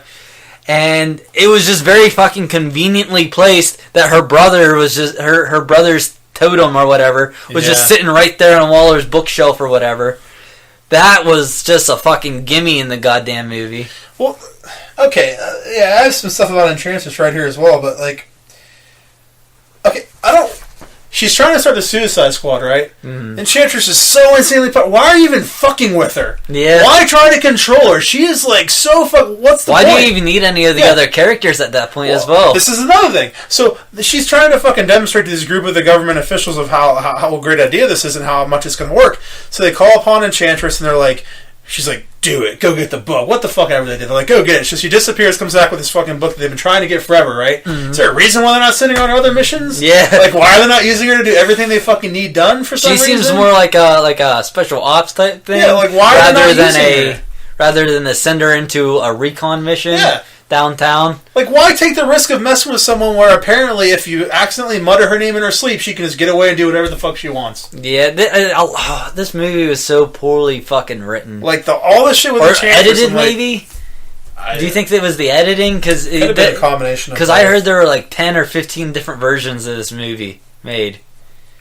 I'm having a hard time believing that this was the best one that they could come up with. And okay, so this Enchantress can do anything she wants, right? In theory, I guess. Well, is there a reason why she can just transport her heart out of that container to her hand? Yeah, it doesn't make any sense. There's just so much shit where I'm like, what? Like, you introduce magic into it, basically anything can happen, so you're just going to be filling yourself with plot holes. How come whenever they find out that she's like fucking tearing up the city, they just don't fucking take her heart and like destroy it right then and there? Well, when did she get her heart back? Towards the end of the movie, after Waller gets shot down in the chopper. Well, she did this. She was stabbing it, but it wasn't having an effect because her heart did get her brother gave her power. Yeah, to complete the weapon, she needed her heart. Yeah. But I just don't understand why you wouldn't completely destroy the heart or how. Okay, you stab it multiple times. That doesn't kill it, but squeezing it apparently makes it gone. I don't know. Throwing an explosive, okay, her weapon, apparently just throwing a bomb at it makes it like go away, even though this is something that's powerful enough to fucking disintegrate boats in the ocean halfway across the world. I don't know, dude. Well, I'm going to move on to something positive real quick. Mm-hmm. The scene with Deadshot in the car was badass. Oh, yeah, I agree. Yeah. Deadshot was one of those... Oh, sorry. Deadshot was one of those saving graces of the fucking movie. Dude, whenever he's sitting on the car shooting him, I'm like, this is so fucking cool. Yeah. He's taking them all out. I thought that was really badass. Yeah. I mean, we're talking about a lot of shit in this movie, but that's mainly because the fucking editing and plot of it was so fucked up. Yeah. This was, to me at least, this was still a really fun movie to watch. Do you agree? Can you agree with that or no? I mean, I enjoyed it. I'd watch it. I'd tell anyone it's definitely worth seeing. Yeah, it's definitely worth watching. I'd watch it again. I'm probably going to buy it when it comes out. I don't know if I'd watch it again. But you know? I don't know if I would. No. But what do you got on there? Oh, fuck. I don't even know what points I've hit on here. Start from the top, see if we went over it yet, and just keep going let's down. See, the music. So how about... Did you read the article or the statements made by David Ayer a few weeks ago before the movie came out? About Batman? Like his role in the movie? No. He put out these statements saying that Batman's going to be looked at in this very unique perspective where he's going to pop up at random times and you're going to see the bad guys be like, oh shit, the Bat's coming, and you're going to see like them actually afraid of Batman throughout the movie. So he lied? He lied, yeah. That's a shame. Yeah, the only time you pretty much see him pop up like and surprise someone is Deadshot, and Deadshot just point blank points his gun at him, and his daughter's not even afraid. His daughter just steps in the way. I found it funny that Batman was like, let him kill his own daughter if he wants. He didn't even try to get her out of harm's way. He's like, this is up to him. If he wants to kill his daughter, that's on him. I thought it was funny when Batman's like, look, I don't want to do this in front of your daughter. Yeah. And then... Why didn't you just wait until the daughter went back and then you just get him after? Yeah, I don't. I don't know. It felt very. Oh, let's tell everyone that Batman's going to be in the movie, so more people show up. Yeah. Just like how they fucking made Joker a bigger deal than he was. So, the scene on the roof where Harley escapes and she's hanging on the chopper, right? Is there a reason why everyone's guns stopped working and no one could shoot her except for Deadshot?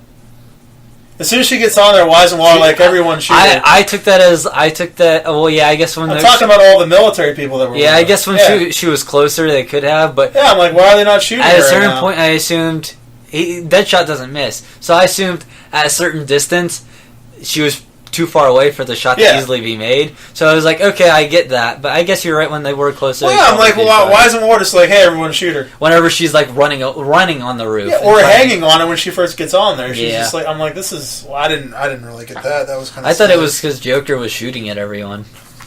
Yeah, that was. That was a pretty cool scene. I liked that scene. Yeah.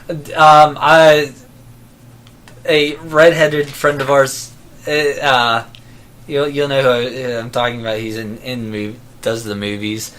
He told me that a lot of people he was talking to were saying that they couldn't see this Joker going up against Batman, and I disagree. I disagree with that as well. We didn't really see enough to be able to tell that. Yeah, I agree with that. With what you're saying, especially where he's showing up in he showed up in a fucking helicopter, destroying people with machine guns. Yeah. I don't see how he couldn't take the bat. Okay, now let me. This is something I had a problem with. Diablo dying at the end. Okay. Uh-huh. Now when this happened, I don't have a problem with him killing off one of the characters, but I don't know if it just didn't make a big deal enough with it or whatever. But like he dies. I felt nothing when he died. I'm like, is he dead? I was like, I think he's dead. You get to the end of the movie after he's dead and after they stop Enchantress, and I'm not even exaggerating. I'm like, wait, where'd Diablo go? I'm like, oh fuck, he died. I completely fucking forgot he even died. It wasn't even like a big moment when he died. They didn't make a big deal out of it. Yeah, they didn't make a big deal out of Slipknot when he died either. Yeah, but who cares about Slipknot? He wasn't exactly a He main didn't character. even get a fucking, like, how am I supposed to care about a fucking character that you're not even telling me anything about? No, I get it, but yeah. He shows up, punches a woman in the face, and then you want me to care about the character when you blow his heads off? You were supposed to care about him. I think you're just supposed to serve the purpose of making it seem like more of a threat to them. But it didn't do that. It literally seemed to me like the only purpose of Slipknot was we need to make it so they know that those things are real in their neck. Let's just kill them. That's all I did. But yeah, like Diablo is a main character in this movie. They didn't make a big moment at all, and even after that happened, I forgot. I was talking to someone else about the movie, and he brought up Diablo dying, and I forgot again. Like I was talking to someone else, and I was like, oh fuck, I forgot again that he died. Like it just wasn't a big fucking deal. They did not make a moment out of it or anything. Yeah, it was like a waste of a death of a main character. And another thing that annoyed me was he turns. This is something dumb, but it just annoyed me. He turns super hot, right? Uh huh. His clothes aren't even there anymore. He's like the fucking like Aztec Indian fire god or whatever the fuck he turned into for whatever. I guess he does it in the comic or something. I don't fucking know. I'm assuming he does. So he turns into this fire god, whatever the hell he is, right? Yeah, I don't know enough about him. So then he turns back into a regular person, and his clothes are just like singed.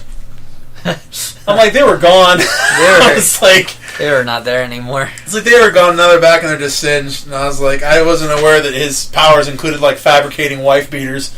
I was like, I just didn't understand like why his clothes just came back and they're just barely singed. Yeah. But I don't. And another thing I didn't get, so that I thought was just kind of, they didn't even make a point out of it, or it was just a complete throwaway. I mean, I don't understand this guy that went, the one military guy that went swimming and set off the bomb just blew himself up. Yeah, Okay. About these bombs, apparently they don't kill... You hear something? No. Apparently they don't mean anything. Because people just fucking seem to hold them and they don't go off or something. Because when Enchantress escaped... I think he hit the button and stopped. He stopped it? Okay. Because I noticed that the first time I watched it, I'm like, what the fuck was that? I was like, why the fuck is he not dead? I think he grabbed it and like hit it and stopped it from going off, yeah. But yeah, like I don't understand. They didn't even like make it seem like they didn't make that obvious at all. Well, the guy like swims underneath it, sets it off. I'm like, did he just blow himself the fuck up? Yeah, that guy who was like the actor related to the son of Clint Eastwood, I believe. I don't even fucking know. Scott, I think it is Scott Eastwood. Yeah, I don't even know. But yeah, I thought that was kind of silly. Yeah, they didn't even seem to care that he died. Here's another issue. Diablo dies, and everyone's like, yeah, no, except Dave because he forgot. This is what I have. This is a problem I have with the characters. Like, and this isn't the movie's fault. This is the comics' fault too. I just have an issue with the entire concept of the Suicide Squad. The Suicide Squad concept, it completely changes the characters. Like, it takes them from being sociopaths who don't give a fuck about anything and killing to working as a team and getting along. Yeah. Like, okay, like a perfect fucking example is at the end of the movie. This. Are you going to talk about Harley Quinn? Yes. Yes. Okay, like Chris Flagg, is that his name? Or Rick Flagg, Hank. right? So it gets to the end of the movie, Enchantress is like fucking laying there. So then you fucking think that June Moore or whatever her name is is dead, and Harley's like, "Oh," I'm like, "What the fuck do you give a shit? You're a sociopathic killer. Okay, why do you care?" That wasn't what I was going to talk about. And then whenever she comes back to life, everyone's like, "Oh, thank God!" Like everyone, I'm like, "Why do you motherfuckers give a shit? Like you're a bunch of fucking crazy killers," and you're like, "It was just I don't know." That was not the part that I was going to talk about. I was going to talk about how earlier in the movie, Harley. Okay. I'll mention this since we're at that point. Harley jumps out of the helicopter. Apparently just fucking falls and then starts running after falling from a helicopter. That didn't make it... Yeah. I mean, I get this is a world where, like, fucking Superman exists and crazy shit's going on, but she fell from a fucking helicopter. Yeah, you're right. Like, you just don't, like, stand up and start running immediately. Yeah. But anyway, so... Joker dies. She's fucking devastated. I don't know. How'd she even get to the ground so quick? They never showed it. She was just on the ground. Okay. Well, okay, so Joker dies. She's fucking devastated. She's sitting there crying to herself, whatever. Later on in the movie, this woman offers... Harley Quinn's psychotic. This woman offers her a way to get Joker back. She should have accepted it. I lost my pudding. Yeah. Why would she not accept it? Why would she stab the only way to bring back Joker? Because they fucked with her friends. Oh, yeah. She's got friends now. Her family. Yeah, according to Diablo. This is an exact thing. I had a problem. The whole concept of it is dumb. It doesn't make any sense for the characters. Yeah. So now they're going to go from this to going back. What, Joker and Harley Quinn are going to be fighting Batman and you're supposed to hate them now? Why would you hate them? Yeah. That's going to be an issue. And here's another issue I had. Dude, that slow motion sequence was so fucking long at the end, it was absolutely ridiculous. The sequence where fucking Deadshot's throwing that bomb, that must have been a good minute and a half long. It was absolutely, insanely way too fucking long. Yeah. It was really long. I still don't understand how that bomb, like, destroyed her weapon. I don't know. That doesn't make any sense to me. Way too fucking long. But what you were saying about how we're supposed to hate them now, that's why I said in the Harley Quinn movie... You're going to be rooting for Harley Quinn and Joker. Yeah. But in the Batman movie, he's going to be fighting Joker. So I think that can still work out. I think it's a disconnect. I think like you're going to have people that are watching the Batman movie saying, I like this guy now. Yeah. I mean, people love the Joker character. They already did from the beginning. If they killed off Joker in the comics, I guarantee you people would be upset. Yeah, that's true. You want to see him get away. You root for him to get away almost. It's kind of sick that we root for Batman's misery. Maybe look that way. Is there something over there? Maybe there might be a ghost over there.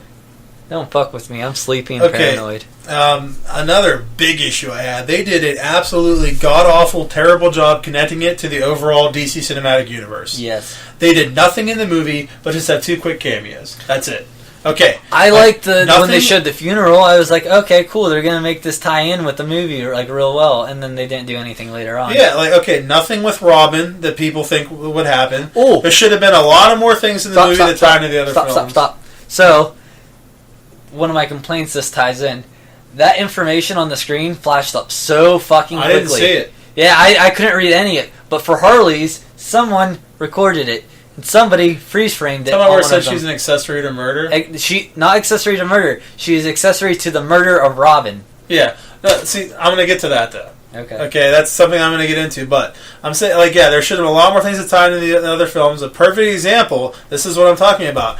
Okay, so David Ayer says, after the movie comes out, he even said in the thing that they showed that quick shot of that insanely quick shot that says Harley Quinn was an accessory to his murder. Uh-huh. And he even says in the interview, like we were saying, he goes, that the reason that he lost his teeth is because they got punched out. Mm-hmm. Okay, because Batman punched him out after Joker murdered him. Mm-hmm. And they're saying, he even said that quick shot was supposed to be a reference to this. Is there a reason why this wasn't in the fucking movie? Why, we didn't see this happen in the movie at Let some him point? get his teeth punched in? Killing Robin, any of it. That would have been a great Why am I plot. hearing this from the fucking director after the movie comes out in a fucking How's interview? anybody going to understand that? Like, what? Like, you have this perfect example of something that you can put in this fucking movie that's going to tie it into the Batman solo flick, I agree. tie it into all kinds of stuff, but instead you have the director just fucking mention it like it's not. Dude, not it even could have been a important fucking. after the It end. could have been the post-credit sequences of that stupid fucking could have been post-credit sequence anything. we got. Why couldn't there have been a location where he was capturing the Joker whenever he went in the water? Why couldn't Aquaman have caught the Joker and Harley Quinn whenever they were underwater? There's all kinds of different opportunities of things they could have done to tie it into the universe, but they didn't. The Marvel movies do such a great job of doing all kinds of shit throughout the fucking movie that's going to pay off in other movies. They didn't do a single fucking thing in here to move the cinematic universe forward. DC's not willing to work for it. They just wanted it. They want it handed to them. They want a quick buck. Yeah, it's certainly disappointing. And the post-credit scene was the stupidest thing I've ever seen in my life. It made me so mad. I'm It made me so here, mad. I'm sitting here watching. I'm like, they're basically saying exactly what happened in Batman vs Superman again. Mm-hmm. What was That's the whole point this? of the funeral scene. Yeah. And whenever he's talking to Gal Gadot. Yep. It served no purpose whatsoever. It did not. The only thing that you can say that you honestly took from that is that she knows who Batman is. Waller. Yeah. But I don't really see how that Well, I don't even think makes she any knew who difference. he was. Yeah, because she was like working late nights there, Bruce. Yeah, or but something. I didn't think she said I it think in that a way implied that she knew. Really? I do. didn't get that from it. But I got confused with the fact that he's protecting her and then he says he's going to shut her down. What is... No, he At the didn't. beginning of He the didn't say scene- he was gonna. He told her to shut it down. He said shut it down or we'll shut it down for you. No, That's exactly what he Oh, okay. said. He said that he's going to protect her and then he threatens her. Shut it down, or we will. Or we'll do it for you. Me and my friends will do it for you. I thought he said, okay. I took it as shut it down. Me and my friends will do it for you. Like you don't need them to do it to protect you guys. No, he said shut it down, or my threats. friends will do it for you. Okay, I took it. I took it as you guys don't need to protect the world from threats. We'll do it instead. That's what I thought he meant when he said we'll do it. The scene was completely pointless and it was so stupid. What else? That's all my notes. What else you got? Let's see. I think there's just a few more fucking stupid things that I got pissed off about.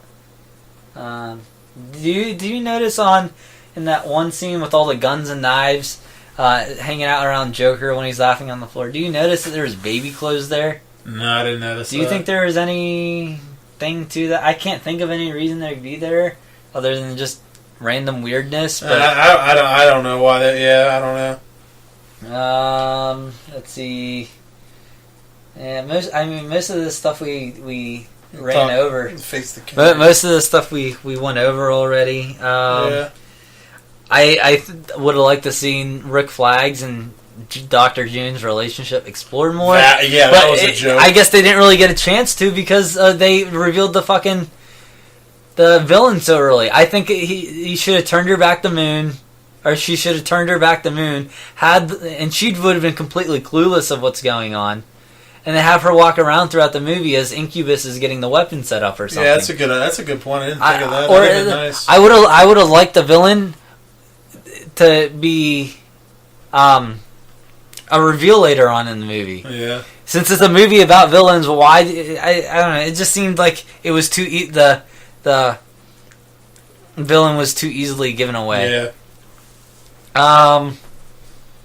Yeah. Do you know? Do you have any idea how come whenever their helicopter got shot down when they first showed up in the city? Remember they got shot down and it was a crash landing. Yeah. Why they just brushed their shoulders off and it's like, okay, time to go to the mission. Why they didn't get hurt? As opposed to somebody just shot us down. Maybe we should figure out who the fuck it is. Yeah, that's a good point. Like someone just shot your plane down. You almost died, but you're like, okay, let's go on with what we were doing. It's because they're badasses. I guess. I don't know. I think we got most of it. So let's give this bad boy a rating.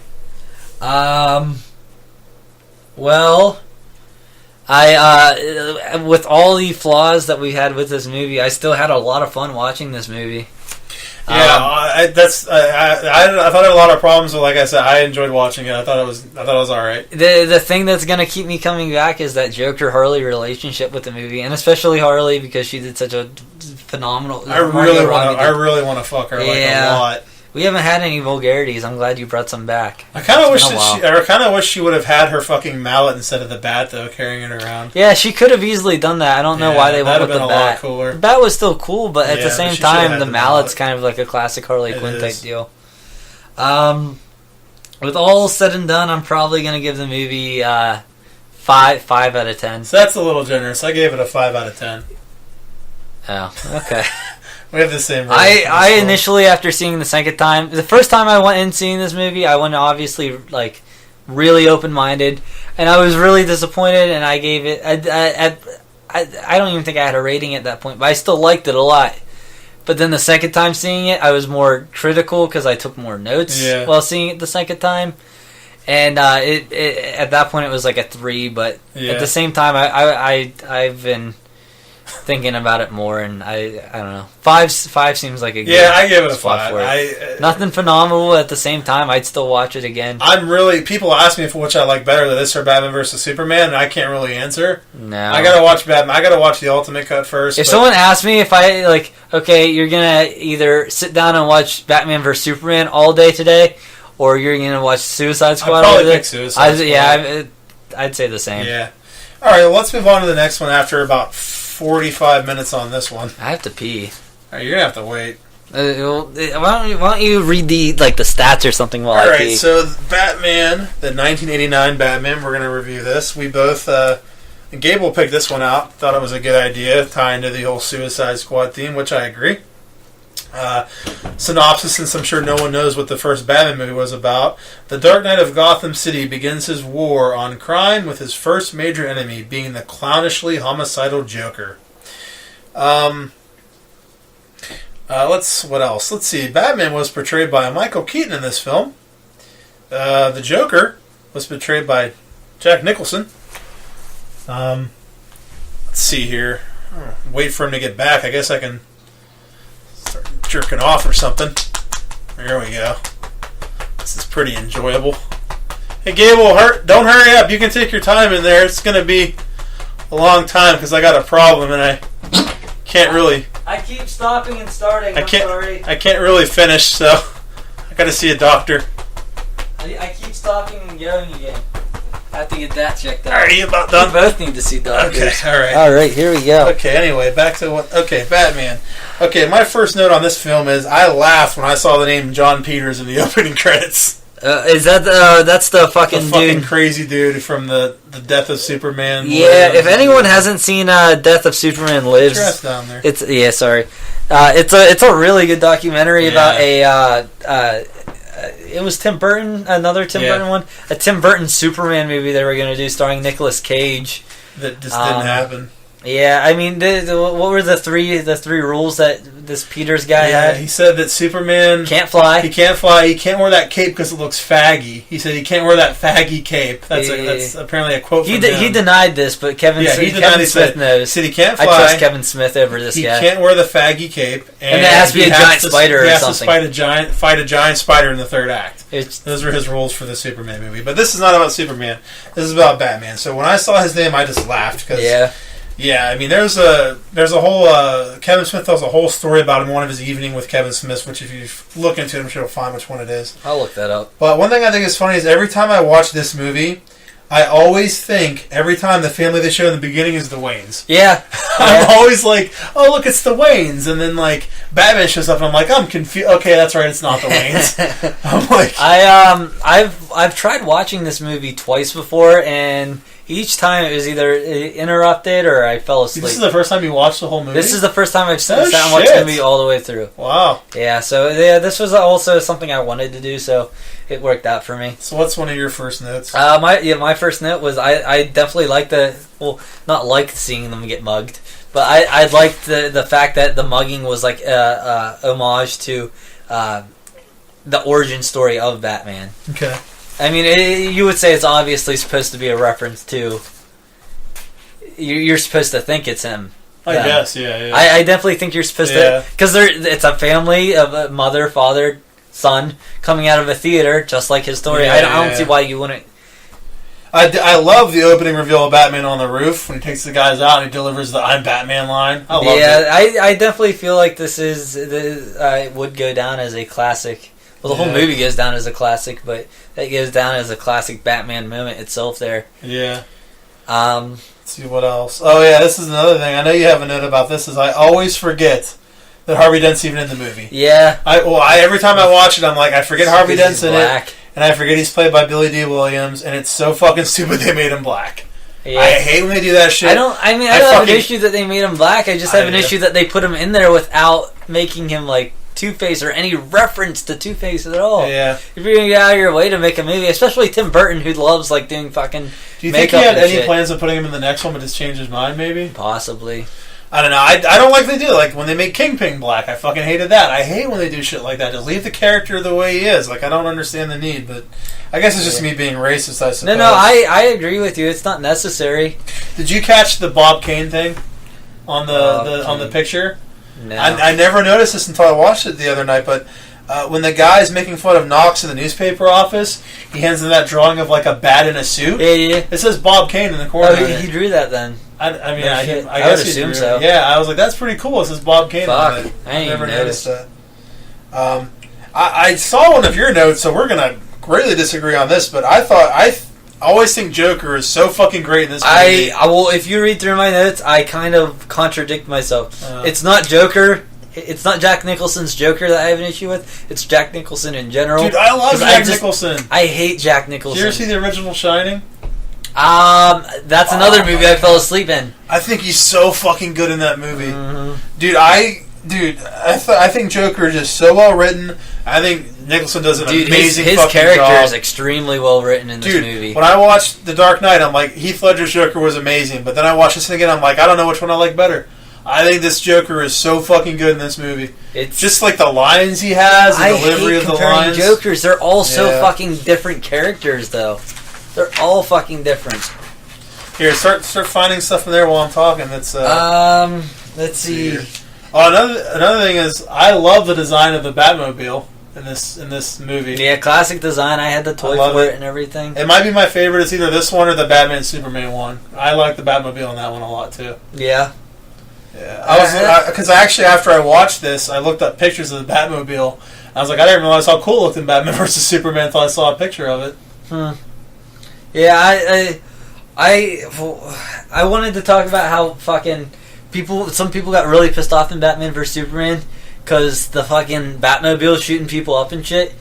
And later on, the Batwings in this movie's fucking shooting people up. So the same people who fucking are talking shit about the fucking guns on the Batmobile in Batman vs Superman are the same people who love this fucking movie. So they can shut the fuck up. The Batmobile drives in, drops a fucking bomb, and blows up a plant full of people in it. Yeah, I don't understand what people are bitching about. Tons of people die in this movie. I don't understand what people are fucking talking about whenever they get pissed off about the fucking Batmobile shooting people. I don't understand why it's a problem. I really don't. No. But whenever I said to look at your notes to find one, I was saying find it while I was going to say find it while I was talking about a note, so we wouldn't be dead air while we were waiting.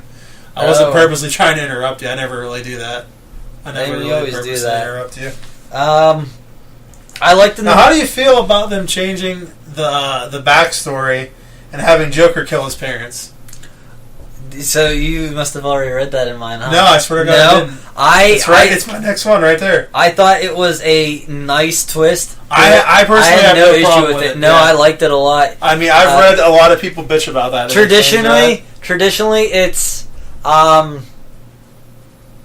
think Joe Chill is the name. Yeah, I think that's who it is. I think I read it in here. Yeah, Joe Chill is the more common origin. Murder. Yeah, I had no problem with them changing it. Yeah, I mean, it makes the whole situation more like personable, or not, but like it's more personal for Batman. Yeah, for Batman. Yeah. You ever dance with the devil in the pale moonlight? I mean, they gave Joker a name, so Joker's not really even supposed to have a name. Yeah, just the Joker. So yeah, I had no problem with that at all. Well, I didn't understand. This really boggled my mind. I never thought about this until watching it this time. But can you explain to me why whenever What are you doing? I'm checking to make sure Ash didn't try calling me. Can you explain to me somewhere. when Joker comes out on the float, right? He's going to hand out all the money in the parade. He comes out on the float. Why aren't the police arresting him? Yeah, that's the... I didn't write that in my notes, but now that you bring that up, that's a really good point. He killed the guy right on the courthouse steps with a pen. Like, he's doing all this stuff. He's definitely a wanted bad and guy. they don't do anything about it whatsoever. They seem not to care. I didn't really understand that. And another thing I noticed when watching this movie, not just this movie, when I watch older movies like this, I get so fucking happy. So fucking happy that I can actually see what's going on in the action scenes. Yeah, some of these older movies. Dude, you watch them like the camera is not moving. When did shaky cam become a thing? One of the first movies I remember is one of the Bourne sequels. One of the Bourne sequels. God damn it! I know. God damn it, Peter Greengrass or whatever. Yeah, Paul Greengrass. I've been saying this for. Anytime someone asks me, that's one of the first. I think it was Bourne Supremacy. One of the first movies I remember doing is one of the Bourne movies. But dude, it's not like movies say where there's just shaky cam and quick cuts, like and just shitty directing. Like you can actually see what's happening. It's so fucking nice. Like I was watching Big Trouble in Little China recently. I'm like, they punched each other 6 times and it hasn't cut yet. What the fuck's wrong? I've been meaning to watch that movie. Yeah, it's just. Boy, I got all my notes out of the way. What else you got? Those are all your notes? Yeah. Well, fuck. I'm not sure. I know in The Killing Joke, you watched The Killing Joke with me. Yes. We did that review on there. I hope we can clip that out. And well, I guess we're going to post that all one day. But in most of the stories, he becomes Joker when he falls into chemicals at a Ace Chemicals plant. Why? Axis? Not Axis. Yeah. I didn't know that. I was very confused. At least all the ones that I've seen. I could be getting them mixed up or something. At least it wasn't Acme Chemicals. Yeah. That'd be... God damn it, Warner Brothers, mixing your Looney Tunes in with my fucking Batman. Your Looney Tunes bullshit. But yeah, I don't understand. Like, I was thinking maybe there's like an actual company named Ace Chemicals that they couldn't use the title for. Maybe, I don't know. I had no idea how that worked out. And then, but they changed it so. I remember reading in one of the old comics that he mentions that the only reason he was able to survive in there is because he was wearing the Red Hood. And we saw him falling with the Red Hood and stuff and Killing Joke. But yeah. I guess there was even a comic that came out earlier where he said that he the only way he was able to survive is because he was wearing the Red Hood when he fell in. Yeah. So I don't understand. Like I felt like the Red Hood gang is such a huge part of the Batman mythology. Why would you take that out? Well, nor did they mention in Suicide Squad. Yeah, they didn't mention it in Suicide Squad. Well, they didn't do Joker's origin. They did Harley's origin. That's true. So they very well could still bring that up in that's true. There. All right, what else you got? Let's see. Scrolling down. It was kind of funny watching throughout the movie the stiff neck we were getting from Batman. Oh, because the fucking cowl and the headpiece there, it's all one piece. Yeah, you can't really move. Yeah, that was definitely something that was weird watching. Yeah. Just wait till you get to the bat nipples. I think it's in Batman Forever where he has nipples. Or it might be Batman and Robin. Yeah, I mean I've watched all those ones before. This was I even watched the Penguin and Catwoman one all the way through before. For some reason this one I just have not watched all the way through. So earlier I wrote you saw I'm not a fan of Jack Nicholson. Yes. Later down though I wrote I still hate Jack Nicholson. I just for some reason some of his lines I'm just thinking of Anger Management or other Jack Nicholson's movie where it's just Jack Nicholson being Jack Nicholson. I don't really watch him in comedies. Maybe that's why I don't hate him so much. Yeah, I think the first time I saw him in a movie was maybe in Anger Management when I was younger. What's something else. Joker always dresses for the occasion. He's always dressing like he's whenever he's in the penthouse or whatever, he's wearing this fucking robe, this purple robe and stuff. He always has an outfit to go with each occasion. And whenever in Killing Joke, whenever he's fucking doing his business with Barbara Gordon, he has this weird fucking outfit. He raped her, dude. And wearing Hawaiian shirt. He raped her good. Apparently. He raped her good. Stuck it very right in clear her. now. Yeah. But I as much as I hate Jack Nicholson, I can't not admit that his Joker was really good in this. His fucking gags, like the fucking hand buzzer, was fucking a great Joker moment. Yeah. Whenever he's murdering the guy who set him up, there's carnival music playing, and I was just thinking, wow, this carnival music is perfect for getting you in the mindset of like what Joker's like. Yeah. He's murdering someone, the carnival music playing right now. I agree, that's cool. I know it's a classic moment, but the fucking art scene, the art exhibit thing, where they're all fucking painting shit and dancing to Prince. Dude, I hate Prince music. As I'm watching this, I'm like, why are all his goons getting so into this and dancing as well? Why are all of his goons so weird? What motive do they have? Yeah, that's what I was thinking that as I was watching it. I'm like, they're really being weird. Yeah, the art, that probably is like a cherished moment to many people who love that movie. But I do not find that movie entertaining whatsoever, or that part entertaining whatsoever. I got bored. I could agree with that. I wasn't like, oh, cool, it's the art, it's the scene where they're dancing and stuff. Like fun. We can skip this. Yeah. It brings me to the Prince music. I don't understand why there was so much Prince music in a Batman movie. Did he do the score? Or just the original music? I know there were 2 songs in that movie. There was a song during the art scene, and I know there was a song during the parade by Prince. Yeah. And I was like, why is there so much Prince in this fucking movie? I mean, it did say music by Prince in the opening credits. It did, and I was just like, I don't understand why Prince is doing the Batman movie. Yeah, I don't know. Tim Burton being weird, I don't know. Sounds about right. I hated his fucking Knox character. Yeah. He was trying to make these like stupid jokes to like people when he's interviewing them or shit, and I'm just like, man, you're a fucking douche. Shut up. He wasn't that funny. So Commissioner Gordon, right? Yeah. He was in the movie? He was in the movie. Remember when he rolled those dice? Sure? Are you sure he was in the movie? Remember when he rolled those dice? I don't really remember being in the movie. Are you sure? Whenever they're at fucking the mansion. Yeah. He's fucking gambling there, and that's pretty much all we really see of him in the whole fucking movie. Yeah. I really would have liked to see like some sort of relationship going on with them throughout the movie. I think that's pretty much it. I noticed that clowns like to hang from high places throughout movies. Harley Quinn hung from a fucking helicopter in Suicide Squad. What's his name's Joker hung upside down in The Dark Knight. Yeah. This Jack Nicholson hangs from the rooftop. They like to hang from high places. Yeah, Michael Keaton likes to hang upside down when he sleeps, apparently. Yeah. Michael Keaton's that Batman. Weird. One thing I think is funny... we get it, he's Batman. Yeah. One thing I think is kind of funny is that like there's a couple scenes with animation where it's blatantly animation. You're like, that's bad. Like whenever like at the beginning of the movie when he's on the roof. Yeah. You're like, why is he walking in there like all stupid? Why is he a cartoon? It didn't seem necessary. Because he's a cartoon. All right. Last thing, there were some two things. So there was really a giant pair of scissors in the Batwing. Is that what you're telling me? Like the balloons. Yeah. When he cut the balloons. You're telling me these scissors just came out of the front and snipped them? Is that what just happened? That was really fucking cheesy. Clearly what happened. And finally, since we're rushing this, Joker's death. I thought it was well laid out in the movie. Well laid out? Literally and figuratively.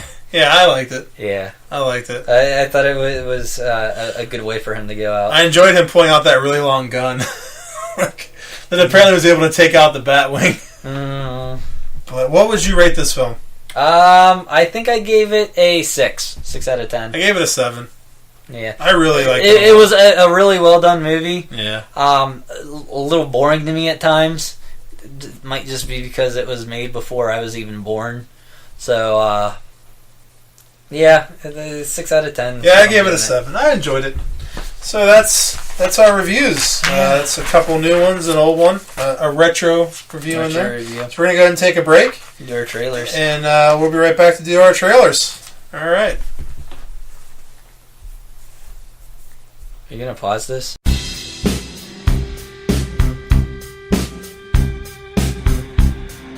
All right, and we are back with Breakroom Bullshit for our next segment, and we were actually just discussing how this podcast is going to end up being probably I'm sorry. 3 or 4 hours sorry. long. Dave's not sorry. I'm not sorry. We're neither of us are No, sorry. I lied. We Everything were shooting for a 2-hour show.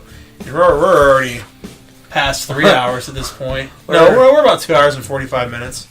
I don't know, maybe it'll be around 3 hours, 3.5 hours. But all right, so this what time is it for us right now? It's 5:40 a.m. 5:40 a.m. It's a little. This is proof that I'm not out doing shenanigans. Yeah, you're not doing bad things. Not doing bad things. So there is a chance that we may have to pause this if Gable gets some sort of phone call. Yeah. But all right, this next segment is basically trailer reviews. Instant trailer reviews is what we're calling this, right? Were you saying something? Instant trailer. This is gonna. You want this to be longer? The Kramer keeps looking at me. He does. He's hot. All right, so this is going to be instant trailer reviews, and basically what we're going to do with this is we are going to watch the trailers, some of them for the first time. We're trying to make it so the trailers we're watching them for the first time. You're getting a brand new reaction. Yeah. We want it so that you guys get like an initial reaction. Yeah, so we're just going to pick out a few trailers that came out throughout the week. We'll just pause it, watch them, unpause it, and just talk about them. So we'll get right into this with the first trailer, which is going to be Resident Evil: The Final Chapter, and I'm sure it's the final chapter because they wouldn't say that unless it was.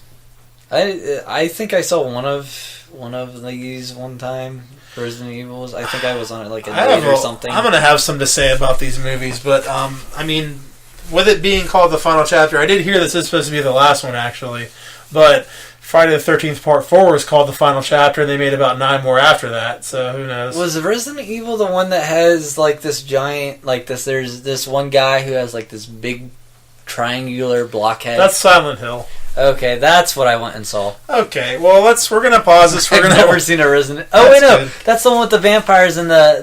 No. No? There's no vampires. Underworld? Yeah. You suck. Alright, so we're going to pause this and we're going to watch the trailer for Resident Evil, The Final Chapter. We will be right You're back. the real Resident Evil here, Dave. Alright. Alright, and we're back, and we just watched the trailer for Resident Evil, Final Chapter. You told me that was Ride with Norman Reedus. I don't know what you're talking about. I love the part where she ate the toaster strudels. Alright, so a couple of things I noticed, because you've never seen the Resident Evil movies. It really seems like they're trying to make a lot of they're trying to make it seem like the first one. Even just the style, like of the title, it's the same as the first movie. I agree. Like the words and everything are the same. What else? The part with the lasers at the end. There's a scene in the first movie where they're in a hallway and the security system activates, all these lasers try and come kill them. There's a scene with lasers in this movie that's very similar to that. Why are there only 2 lasers? I don't understand. Like, they couldn't account for somebody jumping between the lasers. In the first... The thing with the first movie was, like, the lasers would come and get more and more difficult. Like, they would come with 2, and then they would come like this, and it got to the point where they turned into just a fucking grid of lasers, and there was no way to get past, and they would just kill you. Why didn't they just start with a grid and be done with it? Because it's not as cool looking. It doesn't make any there was sense. Oh, yeah, another thing in this movie that seems like they're kind of... From the first movie is the little girl, like the computer girl. She was in the first movie as well, referencing Returning to the Hive. So, I mean, I don't know. Okay, I like the first Resident Evil. Everything after was fucking shit. They all sucked. Are you talking about the Hive from the new Teen Titans? So, who was trying to I just think that this movie has the possibility of maybe being good. I don't know. And it could be good. I don't know. It's, I don't know. It looks good as far as action goes. It looked like it was very interesting. The CG on that dragon looked really good. I liked how, I mean, it was a little spot on playing Paradise City as she's going back to Raccoon City, which is clearly not a paradise. That wasn't really too subtle at all. But, I don't know. Not subtle. I mean, I'm clearly going to watch it no matter what because I can watch movies, but I don't know. I have very low expectations because they all suck. And you even made a comment during it. You're like, I can't tell what's going on because it's all so fast. Yeah. Hopefully this isn't another case of fucking quick cutting and fucking shaky cam and a bunch of shit where you can't see what's happening because I wouldn't be surprised. Why don't you put her in charge? Oh, I fucked up. That's good. You need to watch these levels. You're not doing a good job. I'm not very close 50 fucking times to watch the levels. I'm very close. You keep fucking not doing it.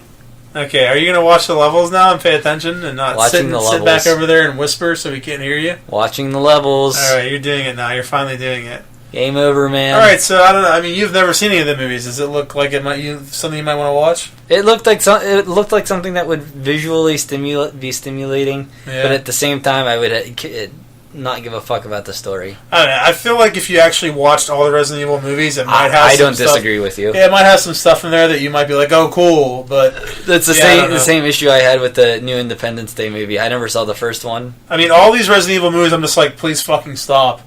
Because my main issue with these movies is the main character in all these movies was never in a single game. They took a movie based on a game, and the main character has never been in any of the games. Are there people who love these movies or something? There are people that really love these movies. I don't really know why. Like I said, the first one was all right, but after that, I don't know. But all right, we're gonna go to our second one. We're gonna save that one for last. We're gonna go ahead and let's do Wonder Woman. Wonder Woman? We'll do Wonder Woman next. Alright, fuck you guys for pausing. Slow. And we are back. We just watched the Wonder Woman trailer, which we both have seen before, but we figured, hey, we'll watch it and talk about it. Why the fuck not? Yeah, exactly. It looks fucking great. I want it out now. I have to say, this is the second time I've seen it. It looks better to me the second time. I think it looks better now. I still thought it looked good, but I think it looks even better now. Every time I see it, I'm just like, especially now after having that slightly sour taste in my mouth from Suicide Squad. I just need a good salty, palate cleanser. Salty, bleachy cum taste in your mouth. That's the worst. Why bleach? I don't know. Oh boy. I don't know. I've never tasted it all now. I've never tasted bleach or cum, so I don't really. Yeah, I know if that ties in. Maybe they taste the same. Who knows? Maybe, I don't know. Anyway, this looks really good. The action looks phenomenal. I'm hoping they don't overdo the slow motion thing though. Yeah, that's. I mean, that's a good point. Yeah. I mean, it looked cool, and I like it, but I just hope they don't overdo it. Yeah, just don't do it too fucking. What's it? World War I. I think design for everything looks really well done. It's just about as good as any other actual World War I movie that would be out there. So I don't understand. Like, how does this take place in World War I if Captain Kirk's in it? I don't get it. Yeah, I was saying to you that is it a crossover? Yeah, I was saying to you. So like this takes place in the 24th century or when? Yeah, I was saying this is what you did to me during the Resident Evil trailer, you fucking cocksucker. But I mean, to be fair, the Norman Reedus part of it looked good. What were you gonna just say? I was telling you while we were watching this that Chris Pine's jokes were coming off really dry to me, and I think it had to do with the music that was going on. Is it ironic that they were coming off dry if he was laying on a beach and he was wet? Yes. Oh, okay. Yeah. The only joke that came through well, but I think it was because it was supposed to be delivered dry, was where she was saying like, "Oh, Zeus made me" or whatever, and he's like, "Oh, that's normal." Like that one, it came off well and delivered well, but all the other jokes from Chris Pine in that trailer just did not seem to land for me. They didn't stick. I mean, they really they are. This is definitely going to be the first female superhero movie, and the successful one. Yeah. Well, I mean, what other? Oh, there was Elektra, Catwoman. Yeah, I mean those don't really count. I mean those were pretty awful. Those don't really count. Yeah, they weren't good movies. They were really bad. Yeah. I mean, a good successful show that would be Jessica Jones. If you say so. I haven't seen it. Yeah. All right, now it's pretty good.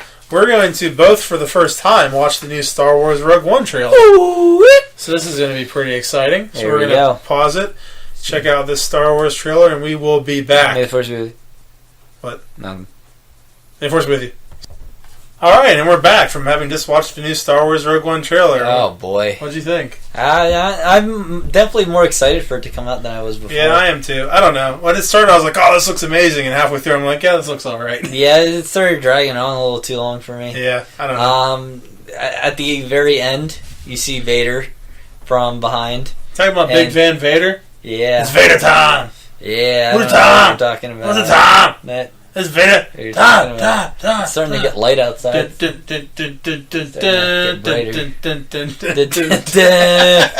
I don't know what we're doing. It's Vader time, Vader time. This is the worst podcast ever. Fuck you. We're gonna do so good. Okay. So many people are gonna listen to us talk about the Kramer. No more thoughts on the Star Wars Rogue One story? We got to see that android, so I guess... Yeah, that's true. You made a comment and couldn't keep your mouth shut during the trailer about how that was going to be the droid of the movies. So. Yeah, this is the new droid of the movies, of this movie, of this anthology film. There's not going to be a follow-up to this, is there? It's not going to be like with fucking Prometheus, where there's fucking a sequel to the prequel. I don't know how much you can really tell about the story leading, like neither would I. No, I wouldn't think so. The next one's what, Han Solo? What's that? The next one's what, Han Solo? Yeah, I believe Han Solo is the next Solo one. Anthology one. The next Solo film. Alright, I mean, I guess that's all we really have to say about that. There wasn't really much. I don't know, there wasn't really a lot in the trailer that really... Yeah, nothing I was like, really... hey, cool, look at that. Nothing that really blew my mind or anything. I mean, it seemed like for the most part it was just an extended version of the other trailer. Most of the shit from the other trailer was basically in it. To me, it seemed a lot different. Like, I mean, almost all the stuff from the other trailer was in it, though. Yeah.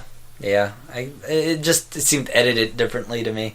I mean, they had like the shots of the Star Destroyer. They had the shots of the fucking walkers, the AT-ATs, the ATSCs, whatever they are. Yeah, the Enterprise getting destroyed. Yeah, for the first time. The first time ever. And that was our first callback. We made a callback earlier in the show. We talked about that earlier in the show, right? Yes, we did. That was today.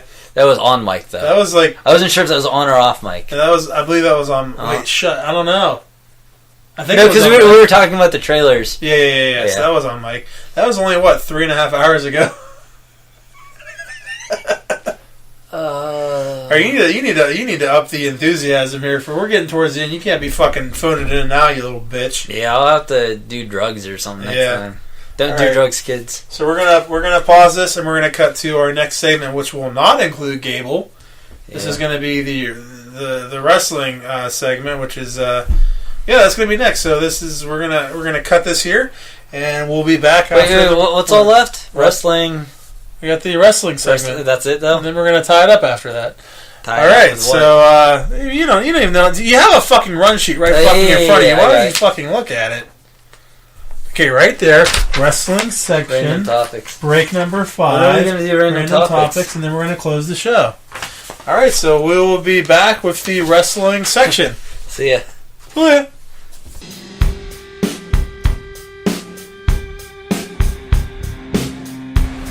All right, and we're back, and this is our. By we're back, I mean I'm back with Tito. You can say hello, Tito. Hello there. This is Tito. Gable is currently not here.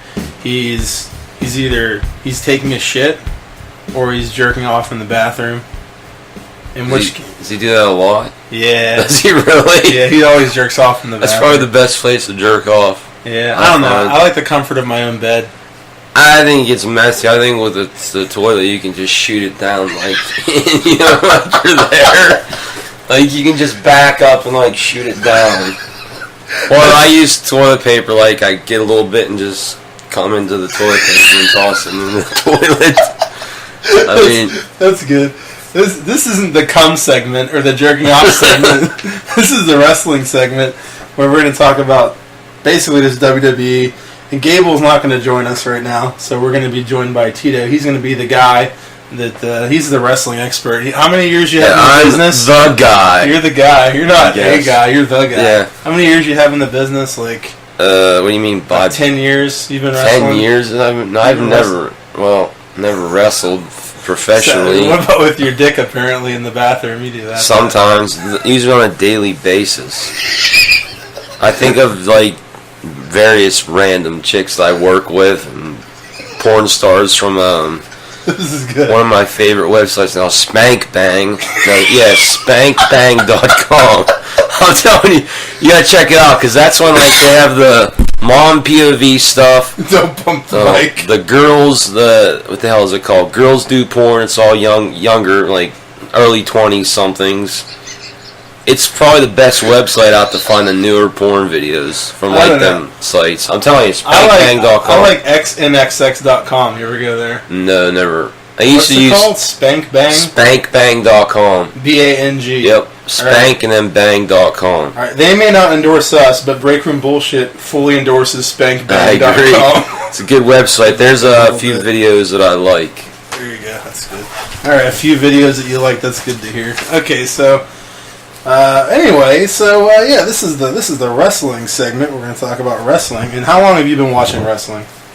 Probably since 87 or 88, so I would have had to have been 4 or 5. Yeah, I probably started in the early to probably the mid-90s I'd say I started. The early to mid-90s. So now, where would you say that, compared to since you started watching it, how is it doing right now, do you think? Right now, I'd rather watch what it was like before the Attitude Era. Yeah. It was more enjoyable. Yeah, I also think it's pretty bad. So, what we're going to do is every week we're going to be going over probably mostly just Raw and SmackDown. It's because there's only so much time in the week to watch shit. I don't know, if we end up watching maybe NXT or something else, maybe we'll go over that too. But mostly we're going to be going over Raw and SmackDown, any pay-per-views that happen, stuff like that. Yeah, I mean, I'd say I used to be a huge wrestling fan, and now I guess I'm just I don't know if I'm not a casual wrestling fan, but I don't know. But I mean, I guess I'm a hardcore fan that just doesn't really want to watch it as much anymore. It's becoming more of a chore. Yeah, it really is. Same stuff every week. I don't want to see the same matches every week. Yeah, so I don't want to see them. So this is a segment. This is a segment that may just turn into not wrestling at all and just completely other random stuff. May have to because it's just dumb. Yeah. So, but yeah. So we're gonna go over. I took some copious notes. We're gonna go over Raw from this week and SmackDown from this week. Raw from the past Monday, on the 8th. All right, so you watched? Did you watch all of it? So you watched like half of it. I watched half of it and read the results because I ended up going somewhere. Okay, where'd you go? Went to smoke weed. Okay, that's good. I'm not gonna lie about it, but I'd rather go smoke weed than sit home and watch wrestling. I mean, some people would probably rather smoke weed than do other things that are enjoyable, let alone watch wrestling. That's true. All right, so Raw started off with Enzo and Cass, and then Jericho and Owens, just cutting promos on each other. I thought that I don't know about you, but I still find Enzo and Cass funny. I don't know. I do and I don't. Yeah. I just think they're becoming more, I hate to say it, mainstream. Well, I guess you could say that, like, compared to what they were like in NXT. I don't know. Or sometimes funny, but I don't know. I think they were more funny funnier in NXT. I mean, I still find them funny. I think Jericho's become funny again to me personally. Yeah, Jericho. I think he's really funny. Yeah, I agree with that definitely. I thought it ended pretty abruptly. Like he just went to the match, right? Yeah. It seemed pretty abrupt without much setup. Just went to the match, but I mean, I guess even that you're gonna see the same match again in 2 weeks. Yeah, well, I want to see that. That's true. Why even have a pay-per-view match if you're gonna have it on Raw and SmackDown? It's pointless. I agree with you. You're right. You're always right in regards to wrestling. I think so, and I think most people should not watch it anymore, me included. Yeah, I mean, it went to the match. I mean, every week it seems like there's an hour of a segment before they even have a match, but everything's being extended now. If you notice, ever since that draft, I don't think there's enough for Rosses on both shows. They're putting bullshit on there still. Not enough content. No, there's not, and they're extending it, making it longer when sometimes it shouldn't be longer. Yeah. The match was alright. It was nothing special. You're probably going to hear this a lot, is the match was alright, nothing special. Because that's basically every fucking match on Raw or SmackDown now. Yeah. I mean, it's getting to the point where, like, matches are 5 minutes long. And it's like, what the fuck are you going to do in 5 minutes? Well, that's the problem. They're not giving them enough time. Well, yeah, because you have 5-10 minutes. All the wrestlers want to get in all their normal spots they always do. What time is there for anything else? That's why you end up seeing the same shit every single week, because everyone wants to get all their same spots in. But I do like Jericho and Owens together. I think they're fucking funny.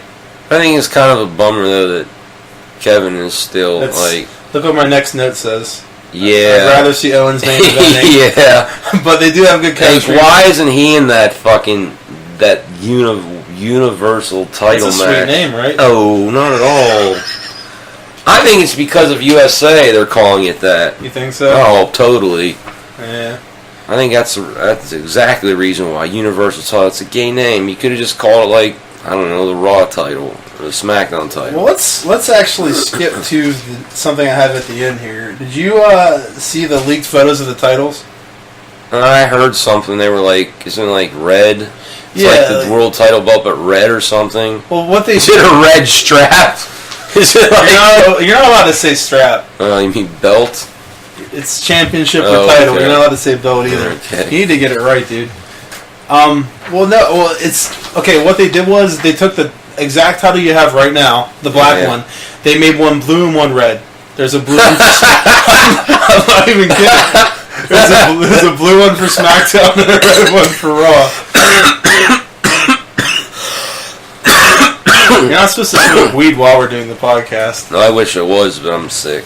Yeah, but there's a blue title and a red title, and that's the only difference. But I mean, whatever. I guess it's. I don't really have that much of a problem with it. I guess it's all right. So that they had that match. I don't even remember who won. I don't care. But the next was the Foley and Banks segment. I think it was a backstage thing with Sasha Banks. The first note I have is that I want to fuck Sasha Banks. Yeah, I'd really like to fuck Sasha Banks. But the problem with that whole thing is, like, I don't know why. She's got crabs? No, the fact that why did she win the title on Raw when they could have dragged it out a little more and made it mean something at SummerSlam? I mean, I think you know the answer because I know the answer. What, that they don't know what the fuck they're doing? Other than that, wasn't it the first Raw after the draft? They wanted to do something. Still, I have no desire to watch that rematch of SummerSlam because she's going to retain. It's stupid. Yeah, I agree. They should have, I don't know. I completely agree. They just did it so they could get, like, a shocking moment on their first... But it wasn't shocking. I don't know about you, but when I was watching that, I knew she was going to win it. I honestly... I didn't even really put two and two together. I just didn't really care because I still think the women's matches on Raw and SmackDown suck. Yeah, but in their defense, the men's matches aren't any better. I guess that's true. They're all lame, but they said something about her wrestling Brooks or Charlotte, and if she loses, something's a handicap match. I don't even know what they're talking about. I honestly got lost, and I was going to rewind it, but like, what did they say? But I didn't care, so I just skipped it, and I was like, I guess I'll figure out later what the fuck they're talking about. And you were actually talking about this earlier today, the Strowman squash match. Yeah, it's funny. 2 weeks in a row, the guy fights a midget. He fights a guy smaller than him. This is the third time. Is it the third time? I think it's the third match. So how do you feel about squash matches coming back? Let's get the Strowman one. Just like they've done it with some tag teams too. Like, how do you feel about them having the enhancement matches again? Do you like it or they no? need them, but they should use more indie guys that are recognizable. Yeah, that's actually a good call. Like, they should. I guess it would be harder to get big name indie guys because big name indie guys aren't going to want to come in and just lose. I don't know. If they paid them a little bit or gave them an opportunity, they might. But even still, why have them? This isn't 90s. This isn't like no one's buying it. I'm not buying it. So you wouldn't have a problem if it was just normal guys. Yeah, he's not even fighting fucking guys. He's fighting guys that are smaller than him. How can he not win? They're smaller than his leg. That's what Roman Reigns would say. Yeah. So you're a fan of the squash matches, just not the ones they're doing with him. Yeah. And the next note I have is that I hate Byron Saxton. Does he even still have a job? He does. He said something about stomach. I remember that he said something about getting stomach cramps when he was watching Strowman, and I'm like, what the fuck is he talking about? I think Cole even was like stomach cramps. Like, he even says something. He's fucking terrible. Well, anymore with the commentary during matches, I listen to podcasts or like I put on old Stern or listen to old episodes of Stern. I can't stand listening to their commentary. I like Corey Graves. I like him good. Too. I wish I could like do something with the audio I'm listening to, or I could just hear what he says. Yeah, I like him. I don't really like any of the other ones. It should be just him and Mauro Ranallo doing both shows. That'd be nice.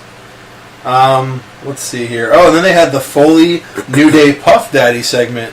You probably watched it and then rewound it and watched it again, didn't you? I hated it the first time. It's stupid. It's not funny.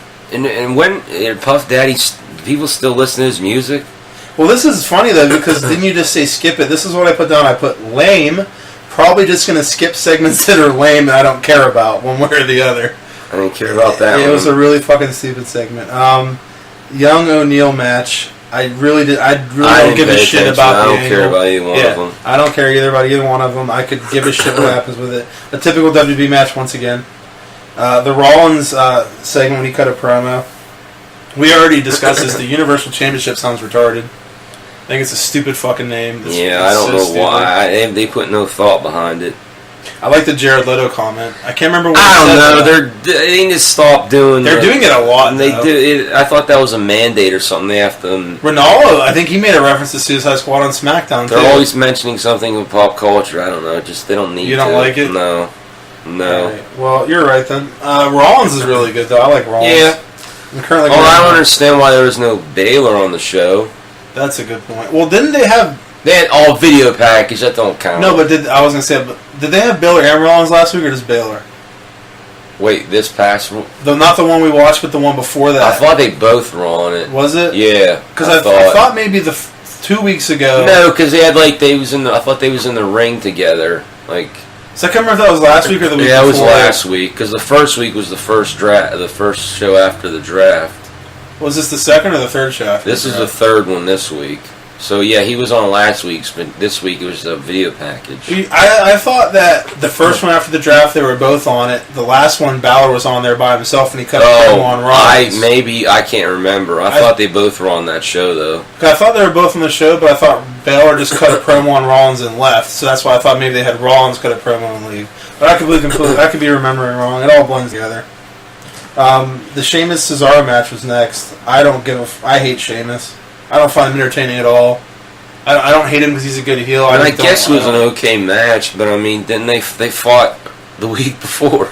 Did they? Yeah. It was like the second time they fought. You're right, they did. Now I'm tired of the same matches. It's not new, it's not original, it's not entertaining. Well, you make a good point, though, because when they fought the week before, he even said if you beat Sheamus, you're going to it'll put you in the title punt. And then is that what he said? Yeah, and the week before, but then why is he fighting him again?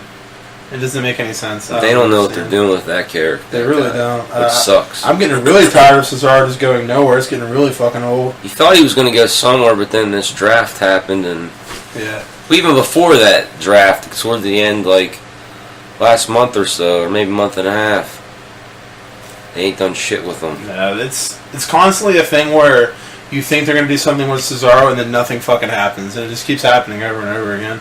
You need to get rid of the old guy. It's time for him to go. This isn't the 80s. Talking about Flair? Talking about McMahon. That's another thing. Speaking of that, quit fucking cheering him when he comes out to the ring, you assholes. You need to realize he's the reason the product sucks. Stop cheering him. It's very true. They cheer him every time he comes out. Why are you still cheering him? Speaking of him sucking, you know what I think is funny? I remember Boo him. A couple years ago, people were talking about how Triple H is fucking evil, and he's just where he's at because he's sucking Vince's dick and married to Stephanie. Apparently we were all wrong. Yeah, because he is fucking... Dude, now everyone wants him to take over. Yeah. Yeah, everybody wants him to take over now, but... your favorite ref got involved in that match in the Sheamus Cesaro guy that wants that thinks he's a wrestler. Yeah, I don't like that guy. Your favorite ref got involved. I don't even know his name. He must have been really happy. I did like the finish of the match. I think what happened wasn't it where Sheamus had him in the corner and he distracted the ref, and then Cesaro got knocked down or something, but then Cesaro ended up winning. Which I thought was a cool twist, because normally the heel wins that way. I think so. And then Cesaro ended up winning, which I thought that was cool. I skipped over the Lesnar-Orton package. I don't know if you watched it. I don't know. I skip it. I skip over the packages when I watch I don't care that he's fighting Randy Orton. I don't really give a shit. Yeah, I don't care about the match at all. I don't understand why I really don't get why they didn't have his opponent be on the same show with him. Yeah. I thought they were trying to separate it, but it doesn't make any sense. Does that mean that they picked out the opponent before they had plans for the draft? So I don't know. It's retarded. I don't understand why they would do that. And I do agree with Taz. Taz on Taz's show always mentions how the crossover is happening too early. I completely fucking agree with that. That didn't happen on the first show. It did. It makes then sense. it happened on the next night's show. Yeah, none of it makes any sense. Let's see here. And then we got, next was the Dudleys versus Neville and Sin Cara. The match was alright. Did you see this match or no? No, but why, why is Neville teaming up with Sin Cara? Why wasn't it the Lucha Dragons? Alright, they split them up. Yeah, right? they did split them up, yeah. Just so they could put Sin Cara in another team. There was this weird spot. Oh, was it like something? The ropes. Bubba, they said looked like he was pissed at Devon for. No, I was gonna get to that, but no, there was a part in the match where that move where someone will be on the ropes and they'll hit their back and slide through and land outside. Yeah. So it was really fucking weird. There was a move where Bubba was in the middle of the ring. Sin Cara does that, and then he just lands outside with no one even on there. He just slides through the ropes, lands outside, and looks at Devon and points "Oh no!" And I was like, "What the fuck is happening?" None of it made any sense to me. I don't know if he meant to do it, if it was a fuck up. I didn't understand it. I don't understand what the hell was supposed to happen there. If anyone knows what he was doing, please fucking feel free to tweet us and tell me, because I don't fucking know. It made no sense to me. But also, my next note is that I hate Byron Saxton. I have that note on here. Do you think they'll do a Bully Ray run? Because as you were just talking about, Bubba looked pissed off at Devon when they lost. They do you think might. they're gonna do that? Yeah, they might. You think it'll be as good as it was in TNA? No, not at all. I don't even know why I asked the question. I feel like it's going to be pretty lame. They'll probably retry to redo the Aces and Eights, but the WWE version. Yeah. It'll be horrible. It'll be really horrible. It always is, whatever they do. Okay, next there was the Rusev segment. They just kept teasing this throughout the show, and I just didn't fucking care. And I was like, I don't want to see this. I don't want it to happen. And I mean, they did it on purpose. They kept purposely teasing it because they knew people would be like, oh, I don't want to fucking see this. And the whole reason they did that is so they could tease it, so people were like, I don't want to see this. Just so when it happens, it would go on forever. When Roman Reigns finally came out to interrupt them, they would be excited. Did he get booed yet again? He got booed, but not as much as normal because of... It was kind of... I guess it was kind of smart on their part, what they did. They built it up so they wanted people to see this end so bad that when Reigns came out, they're going to cheer him. I mean, he still got booed. He definitely still got booed. But he got some cheers, too, because of what they did. But,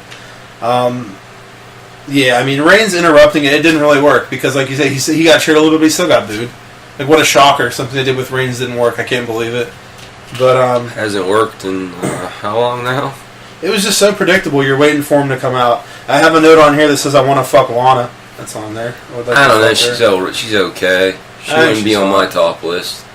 I don't really like blondes though. What about your top 10 of WWE divas currently? I don't even know if I could pick. I don't know if there are 10. I think I could pick 5. Name 5 that you definitely want to fuck. Name your 5 hottest chicks in WWE right now. The ones I want to fuck, I'll say Peyton Royce, Becky Lynch. Becky Lynch is on there. She's going to be a comic in that thing I'm going to. Nice.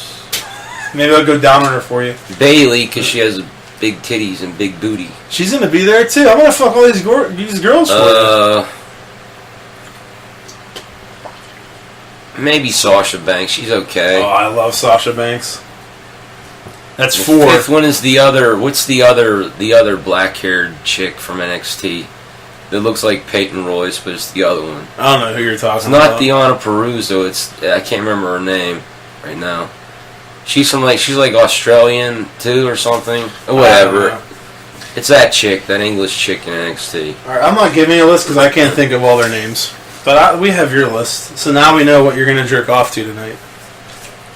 Can you do us a favor and jerk off to Peyton Royce next time? I don't know.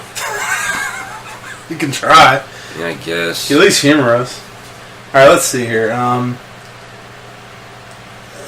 After being invincible against all... Okay, here's the problem I have with this. So now you're going to have Rusev in a program with Reigns, right? Yeah. So you just got done seeing Reigns being put in all these like fucking programs with all these main eventers where he's fighting them and no one can fucking beat him. He's basically invincible. No one can stop him. Like, no matter who he fights, he's invincible. He kicks out of everything. So now he's going to be in a program with Rusev, and I'm supposed to believe that Rusev has any chance whatsoever of beating him? Like, he's basically invincible now. Like, they build him up so even if he loses to Rusev, it's going to be stupid. When he beats Rusev, it's going to be stupid because it's going to be predictable. So I just think it's really dumb what they're doing with him. I don't know. I mean, I feel like there's going to be no jeopardy at all when you're watching him. Like, he's going to win, but might not win. You don't think? I mean, he'll have to get screwed really. So he's going to have to get screwed to lose it. Do you think that that where he's at is because of his suspension? Probably. You think so? Yeah. I hope so. Next, there was the Sasha Banks-Brooke match. I put in here that I want to fuck Sasha Banks and Dana Brooke.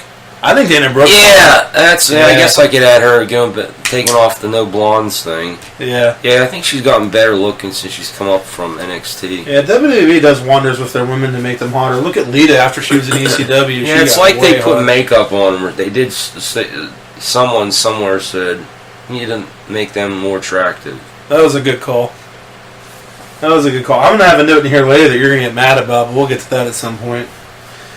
Charlotte hitting Dana was... Oh, you didn't see this. No. I think Taz even talked about it in his show. As soon as I saw this, I typed it. It was fucking bad. So, Sasha and Dana were both on the ropes, okay? They're right next to each other. Charlotte's going to swing, and she's supposed to miss Sasha and hit Dana. Yeah. She blatantly waited for Sasha to move and hit Dana.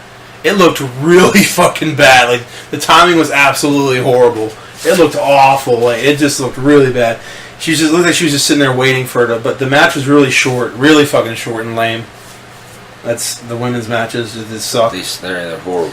Anderson and Gallows. Did you read about that segment where they're like dressed up like fucking nurses or whatever? They did. You didn't read about that? Yeah, they were dressed. I can't remember what the hell they were talking about, but they were dressed up in they had scrubs and shit on, and it was on the Titantron. I don't remember what the fuck they even talked about, but I do remember thinking it was kind of funny. But I already miss them with Styles, like the Bullet Club, the club thing. I so wish they were together. New Day and Anderson and Gallows was next.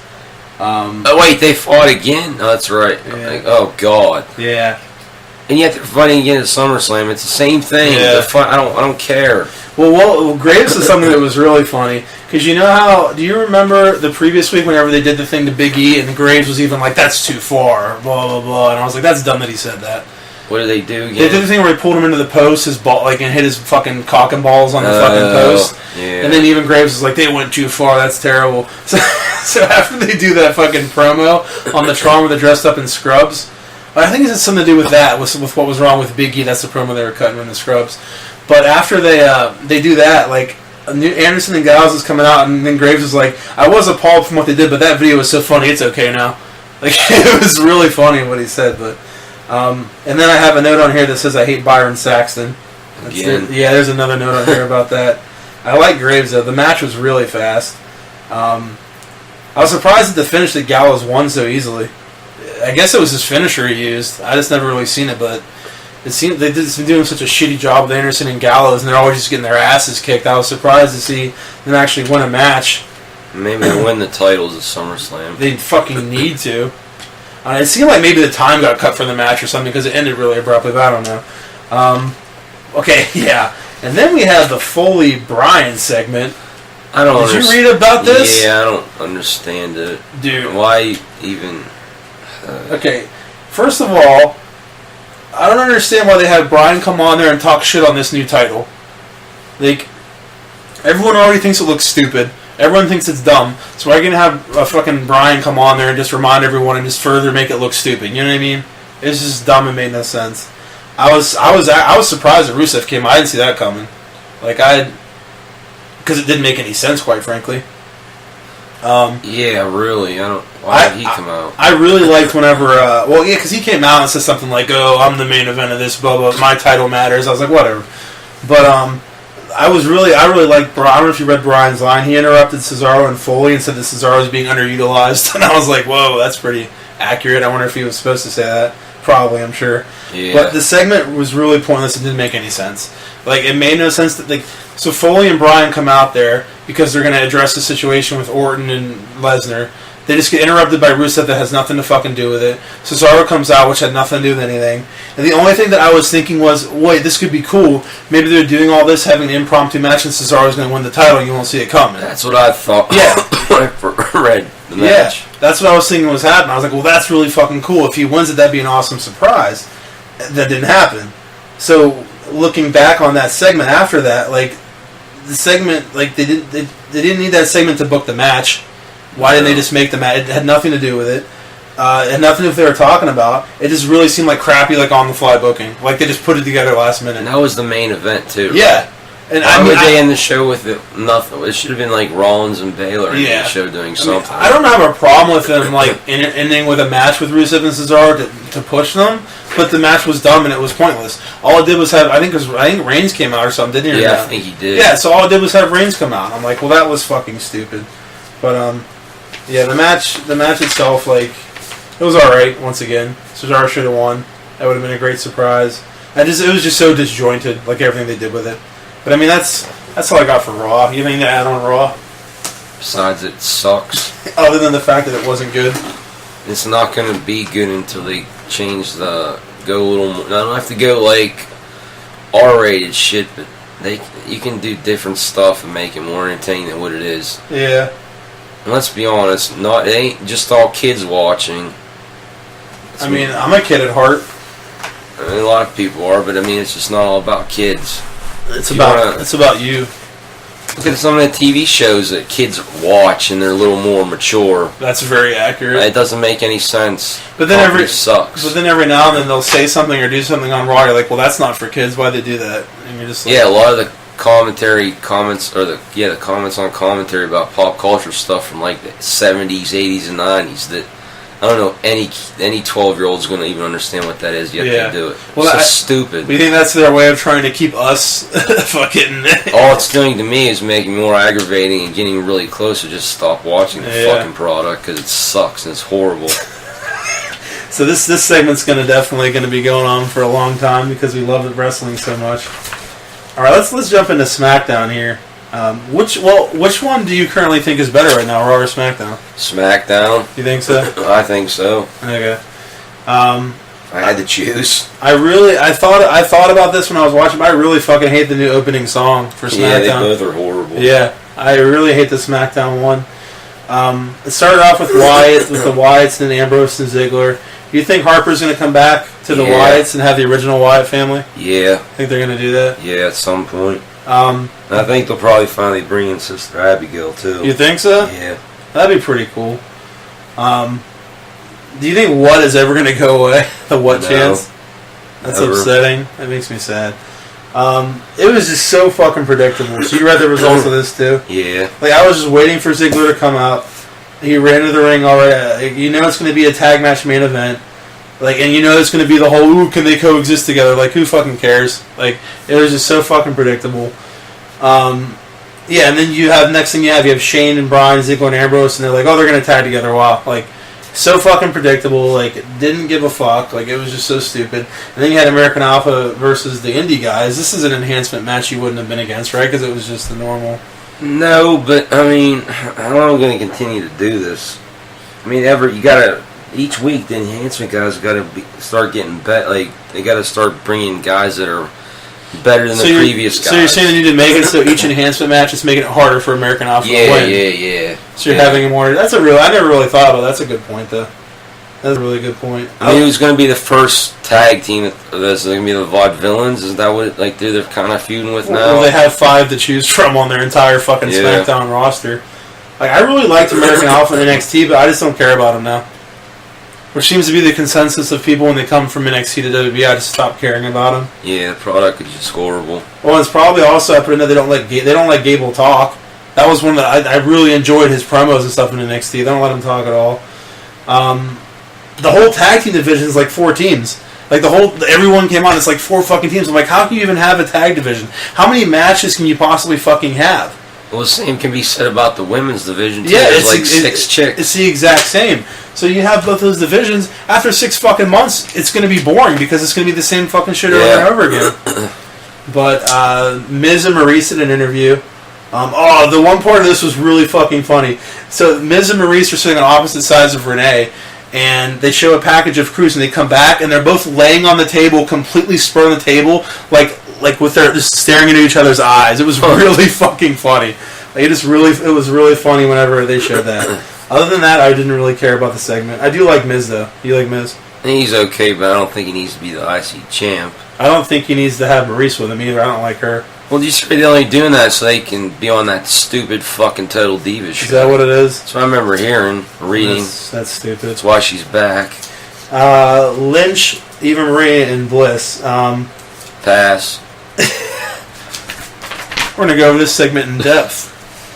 I like when they put the info on the right side of the screen. I like when they do that on SmackDown. Do you like that or no? It's okay. My problem is that they don't show any. They have stupid shit on there sometimes. Yeah, they don't put anything that's more really interesting. Yeah, they need to have stuff that's actually like not like debut was last week or something. Yeah, he's fighting this person in SummerSlam. I'm aware. I watched the show. I know what match is going to be happening. That's really stupid. Okay, so I think Eva Marie's hot. I don't really think so. You don't think so? No. Don't get me wrong. She is still not talented and shouldn't be on the show. I like redheads, but she's a fake redhead. She is a fake redhead. I mean, I think she looks. I think she has a lot of fake to her, but I don't know. I just don't think she's hot.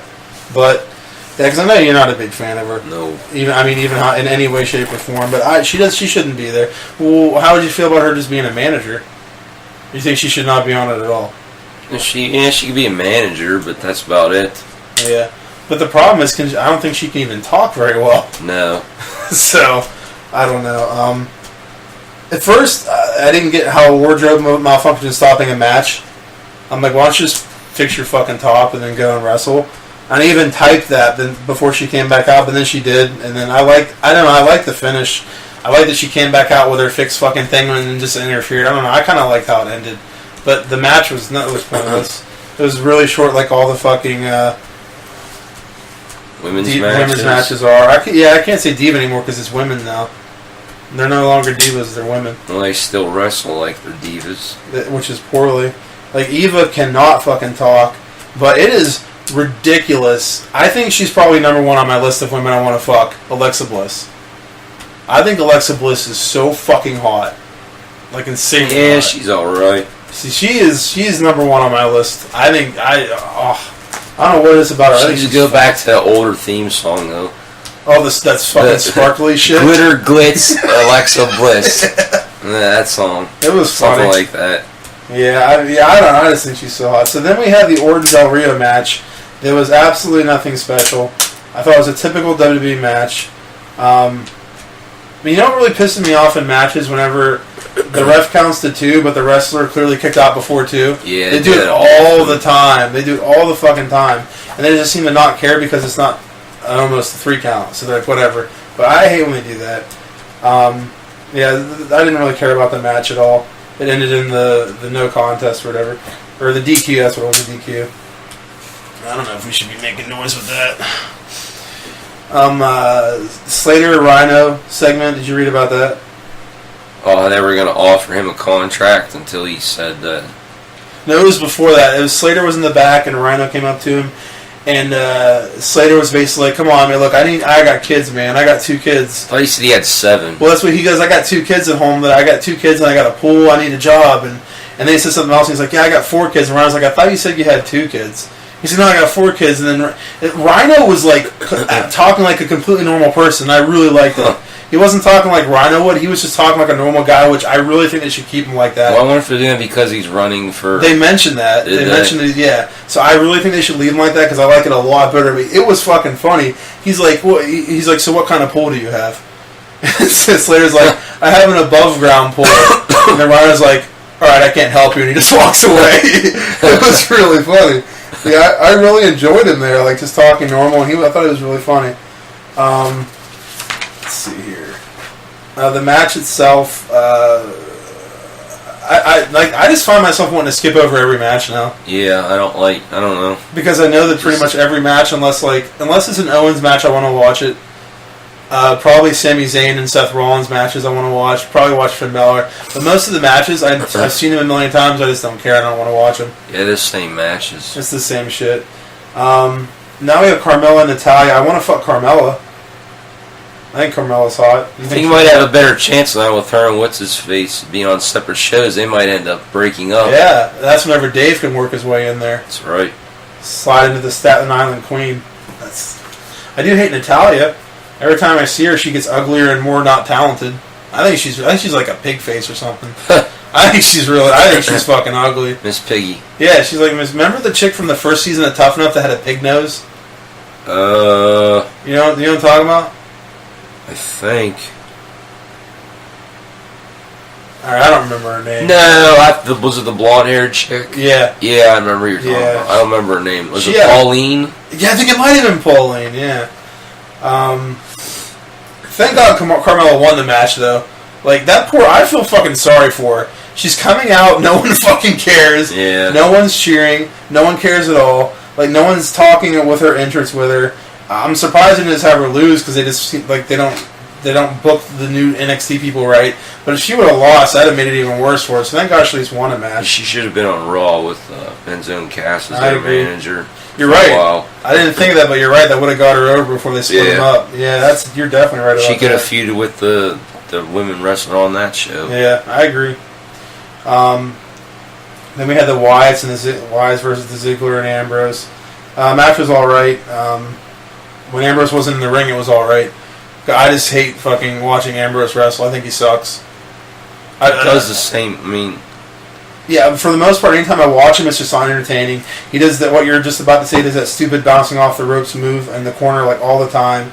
It's the same shit every time. One thing I thought was funny. There's one point where someone did a move to Ambrose, and he went to go towards the ropes. Like, he even looked like he was going to do it, but then he stopped himself. I'm like, I think you realize he's done it fucking 50 times already, and he just shouldn't do it again. But, yeah, it looked like that's what he was going to do. But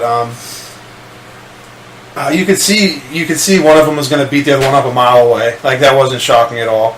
Well, yeah, it had to end that way. Yeah, you knew that was how it's going to end. There wasn't a single match on this whole show that I thought was even just better than all right. Like, the whole show, I was like, for a while I was skipping, I would fast forward through it, but I watched Raw and SmackDown, I watched the entire, both shows. Like, for both of them, but I can definitely say for SmackDown, there wasn't a single match I was like, oh, that was good. None of them, and that's what's fucking wrong with WWE. Yeah. Like, their matches just fucking suck now. The main event started with 12 minutes left in the show. We knew it wasn't gonna... There's 12 minutes left in the show, they start the main event, and they still have a fucking commercial break, too. They took it? Yeah, they had a commercial break with 12 minutes left and they start their main event. Like, really? I mean, like, come the fuck on. They can't even give the main event time to have a good match. Whatever happened to the time where they took all their commercial breaks? Yeah, and they were... I remember Russo was saying something, I don't know if I can vouch for this, but he was saying something how during the Attitude Era they would never go to a break during a match, ever. Yeah, I remember him saying something like that. But, I mean, that's basically all for SmackDown. Raw and SmackDown weren't that great this week, which just seems to be on par with every week. And they're not going to be good this coming week either. No. You hear anything that's supposed to be happening on them at all? Not really. All right, let's go Probably final hype for SummerSlam. Yeah, the go-home show, as they call it. Yeah. Which will make me want to go home and not turn on my network and watch it, probably. Yeah. Well, how about Joey Styles got released? It's pretty wild. I think they're trying to get rid of all the guys that are more into, like, wrestling guys. Did you read the interview? What he said in the interview? Yeah. Well, I mean, we'll just go over some of this stuff, but he talked about WWE editing the interviews that are conducted, and only the live ones really contain the honesty that the host was looking for. He used the term belt when referring to the women's title in NXT. He noted the words a big no-no, and then it's probably going to get in trouble for saying it. He was critical of the three-man booth, saying it was horrible. He said that something else that might get him fired was saying the Universal title should be called the Universe title, and that the fans don't like the name, and then it's dumb. Yeah. I'm not surprised they fired him, to be honest. I mean, they shouldn't have. I'm not surprised they're firing everybody that speaks out against them. Yeah. He even mentioned about how what's going on with Reigns and how Vince keeps pushing him and no one wants to see him get pushed. That's funny. Yeah, I couldn't believe he said all that shit. But so here's something that's pissing me off is they're still fucking having wrestlers from Raw or SmackDown do dark matches and after. I know, I read that. I don't get that. Did you read about Cena and AJ? I think so. They fucking came out during the commercial break on Raw. They did. Yeah, I think it was the opening segment. I can't remember for sure which segment. I might be wrong on the segment. There was a segment. As soon as they cut to commercial break, AJ Styles' music hits. He comes out. He starts cutting a promo saying how I can't remember where they were. He's saying how he hates that place. He said the only reason I'm here is because I was booked here before the brand split. That's kind of funny. Yeah, Cena comes out, gives him an AA, and they run off before the commercial breaks over. Oh my god. It was ridiculous, yeah. So I'm curious if what he said is accurate, and the only reason these people are still doing this is because it was booked before the brand split. Probably. I'm hoping that's the case, because I don't think... when I was listening to the Taz show, he was talking, he didn't seem to have a problem with it, but I completely disagree. I think that this should be kept 100% separate, even the dark matches. Yeah. I don't think they should have them on there at all. Did you listen to the Ambrose's podcast? No. It was surprisingly not horrible if you could block out Austin. No, I don't trust anything that goes on that Austin podcast, specifically on the network. Ambrose seems to really open, though. He was talking about how he doesn't have scripted promos.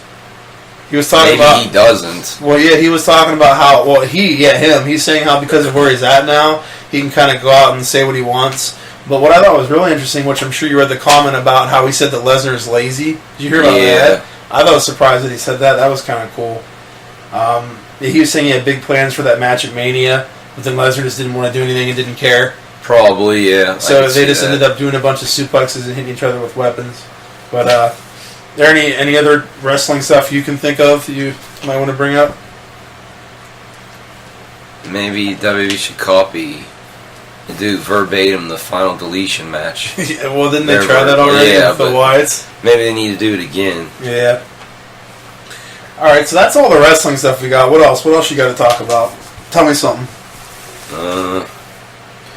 You got 5 seconds. I really like playing Rock Band 4. Yeah? When I'm high. When you're high? Yeah. Do you play better when you're high? Yeah. Yeah. Rock Band at least. Have you ever gotten high and then fell asleep and woke up with stuff different, like your pants are unzipped? Or No, none of that. That's crazy. That's never happened to you? Oh, not that. Well, have you ever been just really tired and then you just woke up with your pants unzipped? Like when you were over at my place? No. Or you better think about this before you answer. No, I don't think so. I might have zipped them back up. I can't really remember. No, I think the only time that something like that's ever happened when I was blackout drunk years back, and I remember being at the bar and then waking up on my couch and my fucking pants and shirt was off and I was just in my boxers and undershirt. I hope you took your clothes off, though. No, my cousins and my dad did, because they took They fucking did stuff to you? No, they ended up taking me home because I was so drunk. Were you at a bar? Yeah. Yeah. All I remember is leaning out to get out, and I fell out of the passenger side door of my cousin's truck at the time. Yeah. Laying on the ground. That's all I remember. Then waking up. So you're going to see Suicide Squad again tonight, right? Yeah. Yeah. What did you think about that movie? Did you like it? It was better than I thought it would be. I mean, it's still got a lot of problems. There's things I don't like they're doing that they're shying away from compared to the comics. But I mean, you're about an hour too late. We reviewed this about an hour ago. Myself and Gable. So. When you heard it all there, yeah. folks. Yeah, but you didn't hear the opinion that matters. The opinion. I don't know. I mean, it's okay. Yeah. It might actually be better than Batman vs Superman. Maybe. Before you said that, I was going to ask you. I've been struggling. I've been struggling to try to figure out which is better. Might be better than the theatrical version, at least. I have to give that extended cut another watch. Yeah, I have to watch it too. But all right, so that's the wrestling review for the week, and we're gonna go, and we're gonna be back here with Gable to finish up with our last segments and whatnot. But all right, so hey Tito, we'll talk to you next week. Alrighty. All right, later, dude. Stay classy.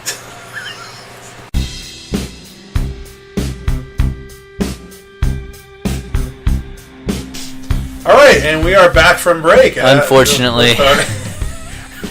With our last segment here. In case you were wondering, that segment was not recorded now. I haven't even recorded it yet. I'm going to go over to Tito's, and we're going to record the segment and then just splice it right in here. So there might be some continuity errors. There won't be. And if I wouldn't have said anything, no one would have known. They'd just been like, why did Gable leave? Why did they not want him there? They made him go into another room while they just talked, and then he came back. And then why did Tito leave after? Why did we make Tito go? Dude, my eyes itch so fucking bad. But we're going to wrap up the show. Dude, just think, next week we might have some direct messages or next podcast, I should say. Probably not. Are we going to have a next week? Do we know yet? Yeah, I was going to get into that. So so I'm going to be doing some conventions. I'm going to be going to Steel City Con in 2 days. That'll be fun. I'm only going to go to that for a couple of days, though. Is that the one with all the Steelers and stuff, and you get the Steelers to sign things? If the Steelers were there, I would probably try to choke them and kill them all. Because I don't like the Steelers. Well, because you're a big Browns fan, right? I love the Cleveland Browns. I also love the I like the Tokyo Tornadoes. Is that? Dave, you love sports. I do. Dave doesn't care for sports. I like the Minnesota Vikings. He doesn't. Is that a team? He doesn't like hometown sports teams. Fuck up? Is that a team? Who? The Minnesota Vikings. No, that's a real one. There you go. Attaboy. Baby. Proud of you. They're right. Big. The big yeah, levels. because you're getting a little. Oh, close. you yelled. You yelled. Oh, you're right. Okay, yeah, so I'm going to be going to Steel City Con. Who's going to be there? Christopher Lloyd's going to be there. I'm going to meet him. Jason David Frank. He's not going to be at that one. Oh. Yeah, Christopher Lloyd and then Kevin Nash and Scott Hall. I'm going to meet them. That's all I'm doing there. But the big one. Jeff Johns going to be there? Who? Jeff Johns. No. Scott Snyder. No one cares about Jeff Johns. The big one I'm going to be going to is the Wizard World in Chicago. I'll be going there. We're planning on doing these podcasts every week. We're going to try to record them every Thursday or Friday night, try to get them uploaded every Sunday. So we want to try to have them on there at some point on Sunday. So the problem arises our second episode. I'm going to be out of town. That's unfortunate. I'm going to be out of town Wednesday through Sunday. So we're thinking what we might try to do is just record another podcast maybe as soon as I get back, maybe on Tuesday. And then do the next one that Friday. So we'll still have, we'll have one for that week. It'll just be a little late. But we'll see what we do. Maybe God damn it, Dave. Yeah. God damn it. This is all your fault because you suck so much God dick. damn it. So I don't know. Maybe we'll try to record something from out there. I'll probably be able to get interviews with all the big stars. I'll just tell them who I am. Just drop Breakroom bullshit. Yeah, the guys. Then they'll be like, "What's up, Breakroom bullshit?" Yeah, the guys will ask for the mics. The ladies will spread their legs. I'll get whatever I want because of this podcast. Yeah. Yeah. So what about free Slim Jims? Yeah, free Slim Jims. Hopefully, as long as free Slim Jims are in the mix. We'll probably have some updates on the Twitter. If anyone listens to this as to what's going on with it and when it'll drop and whatnot.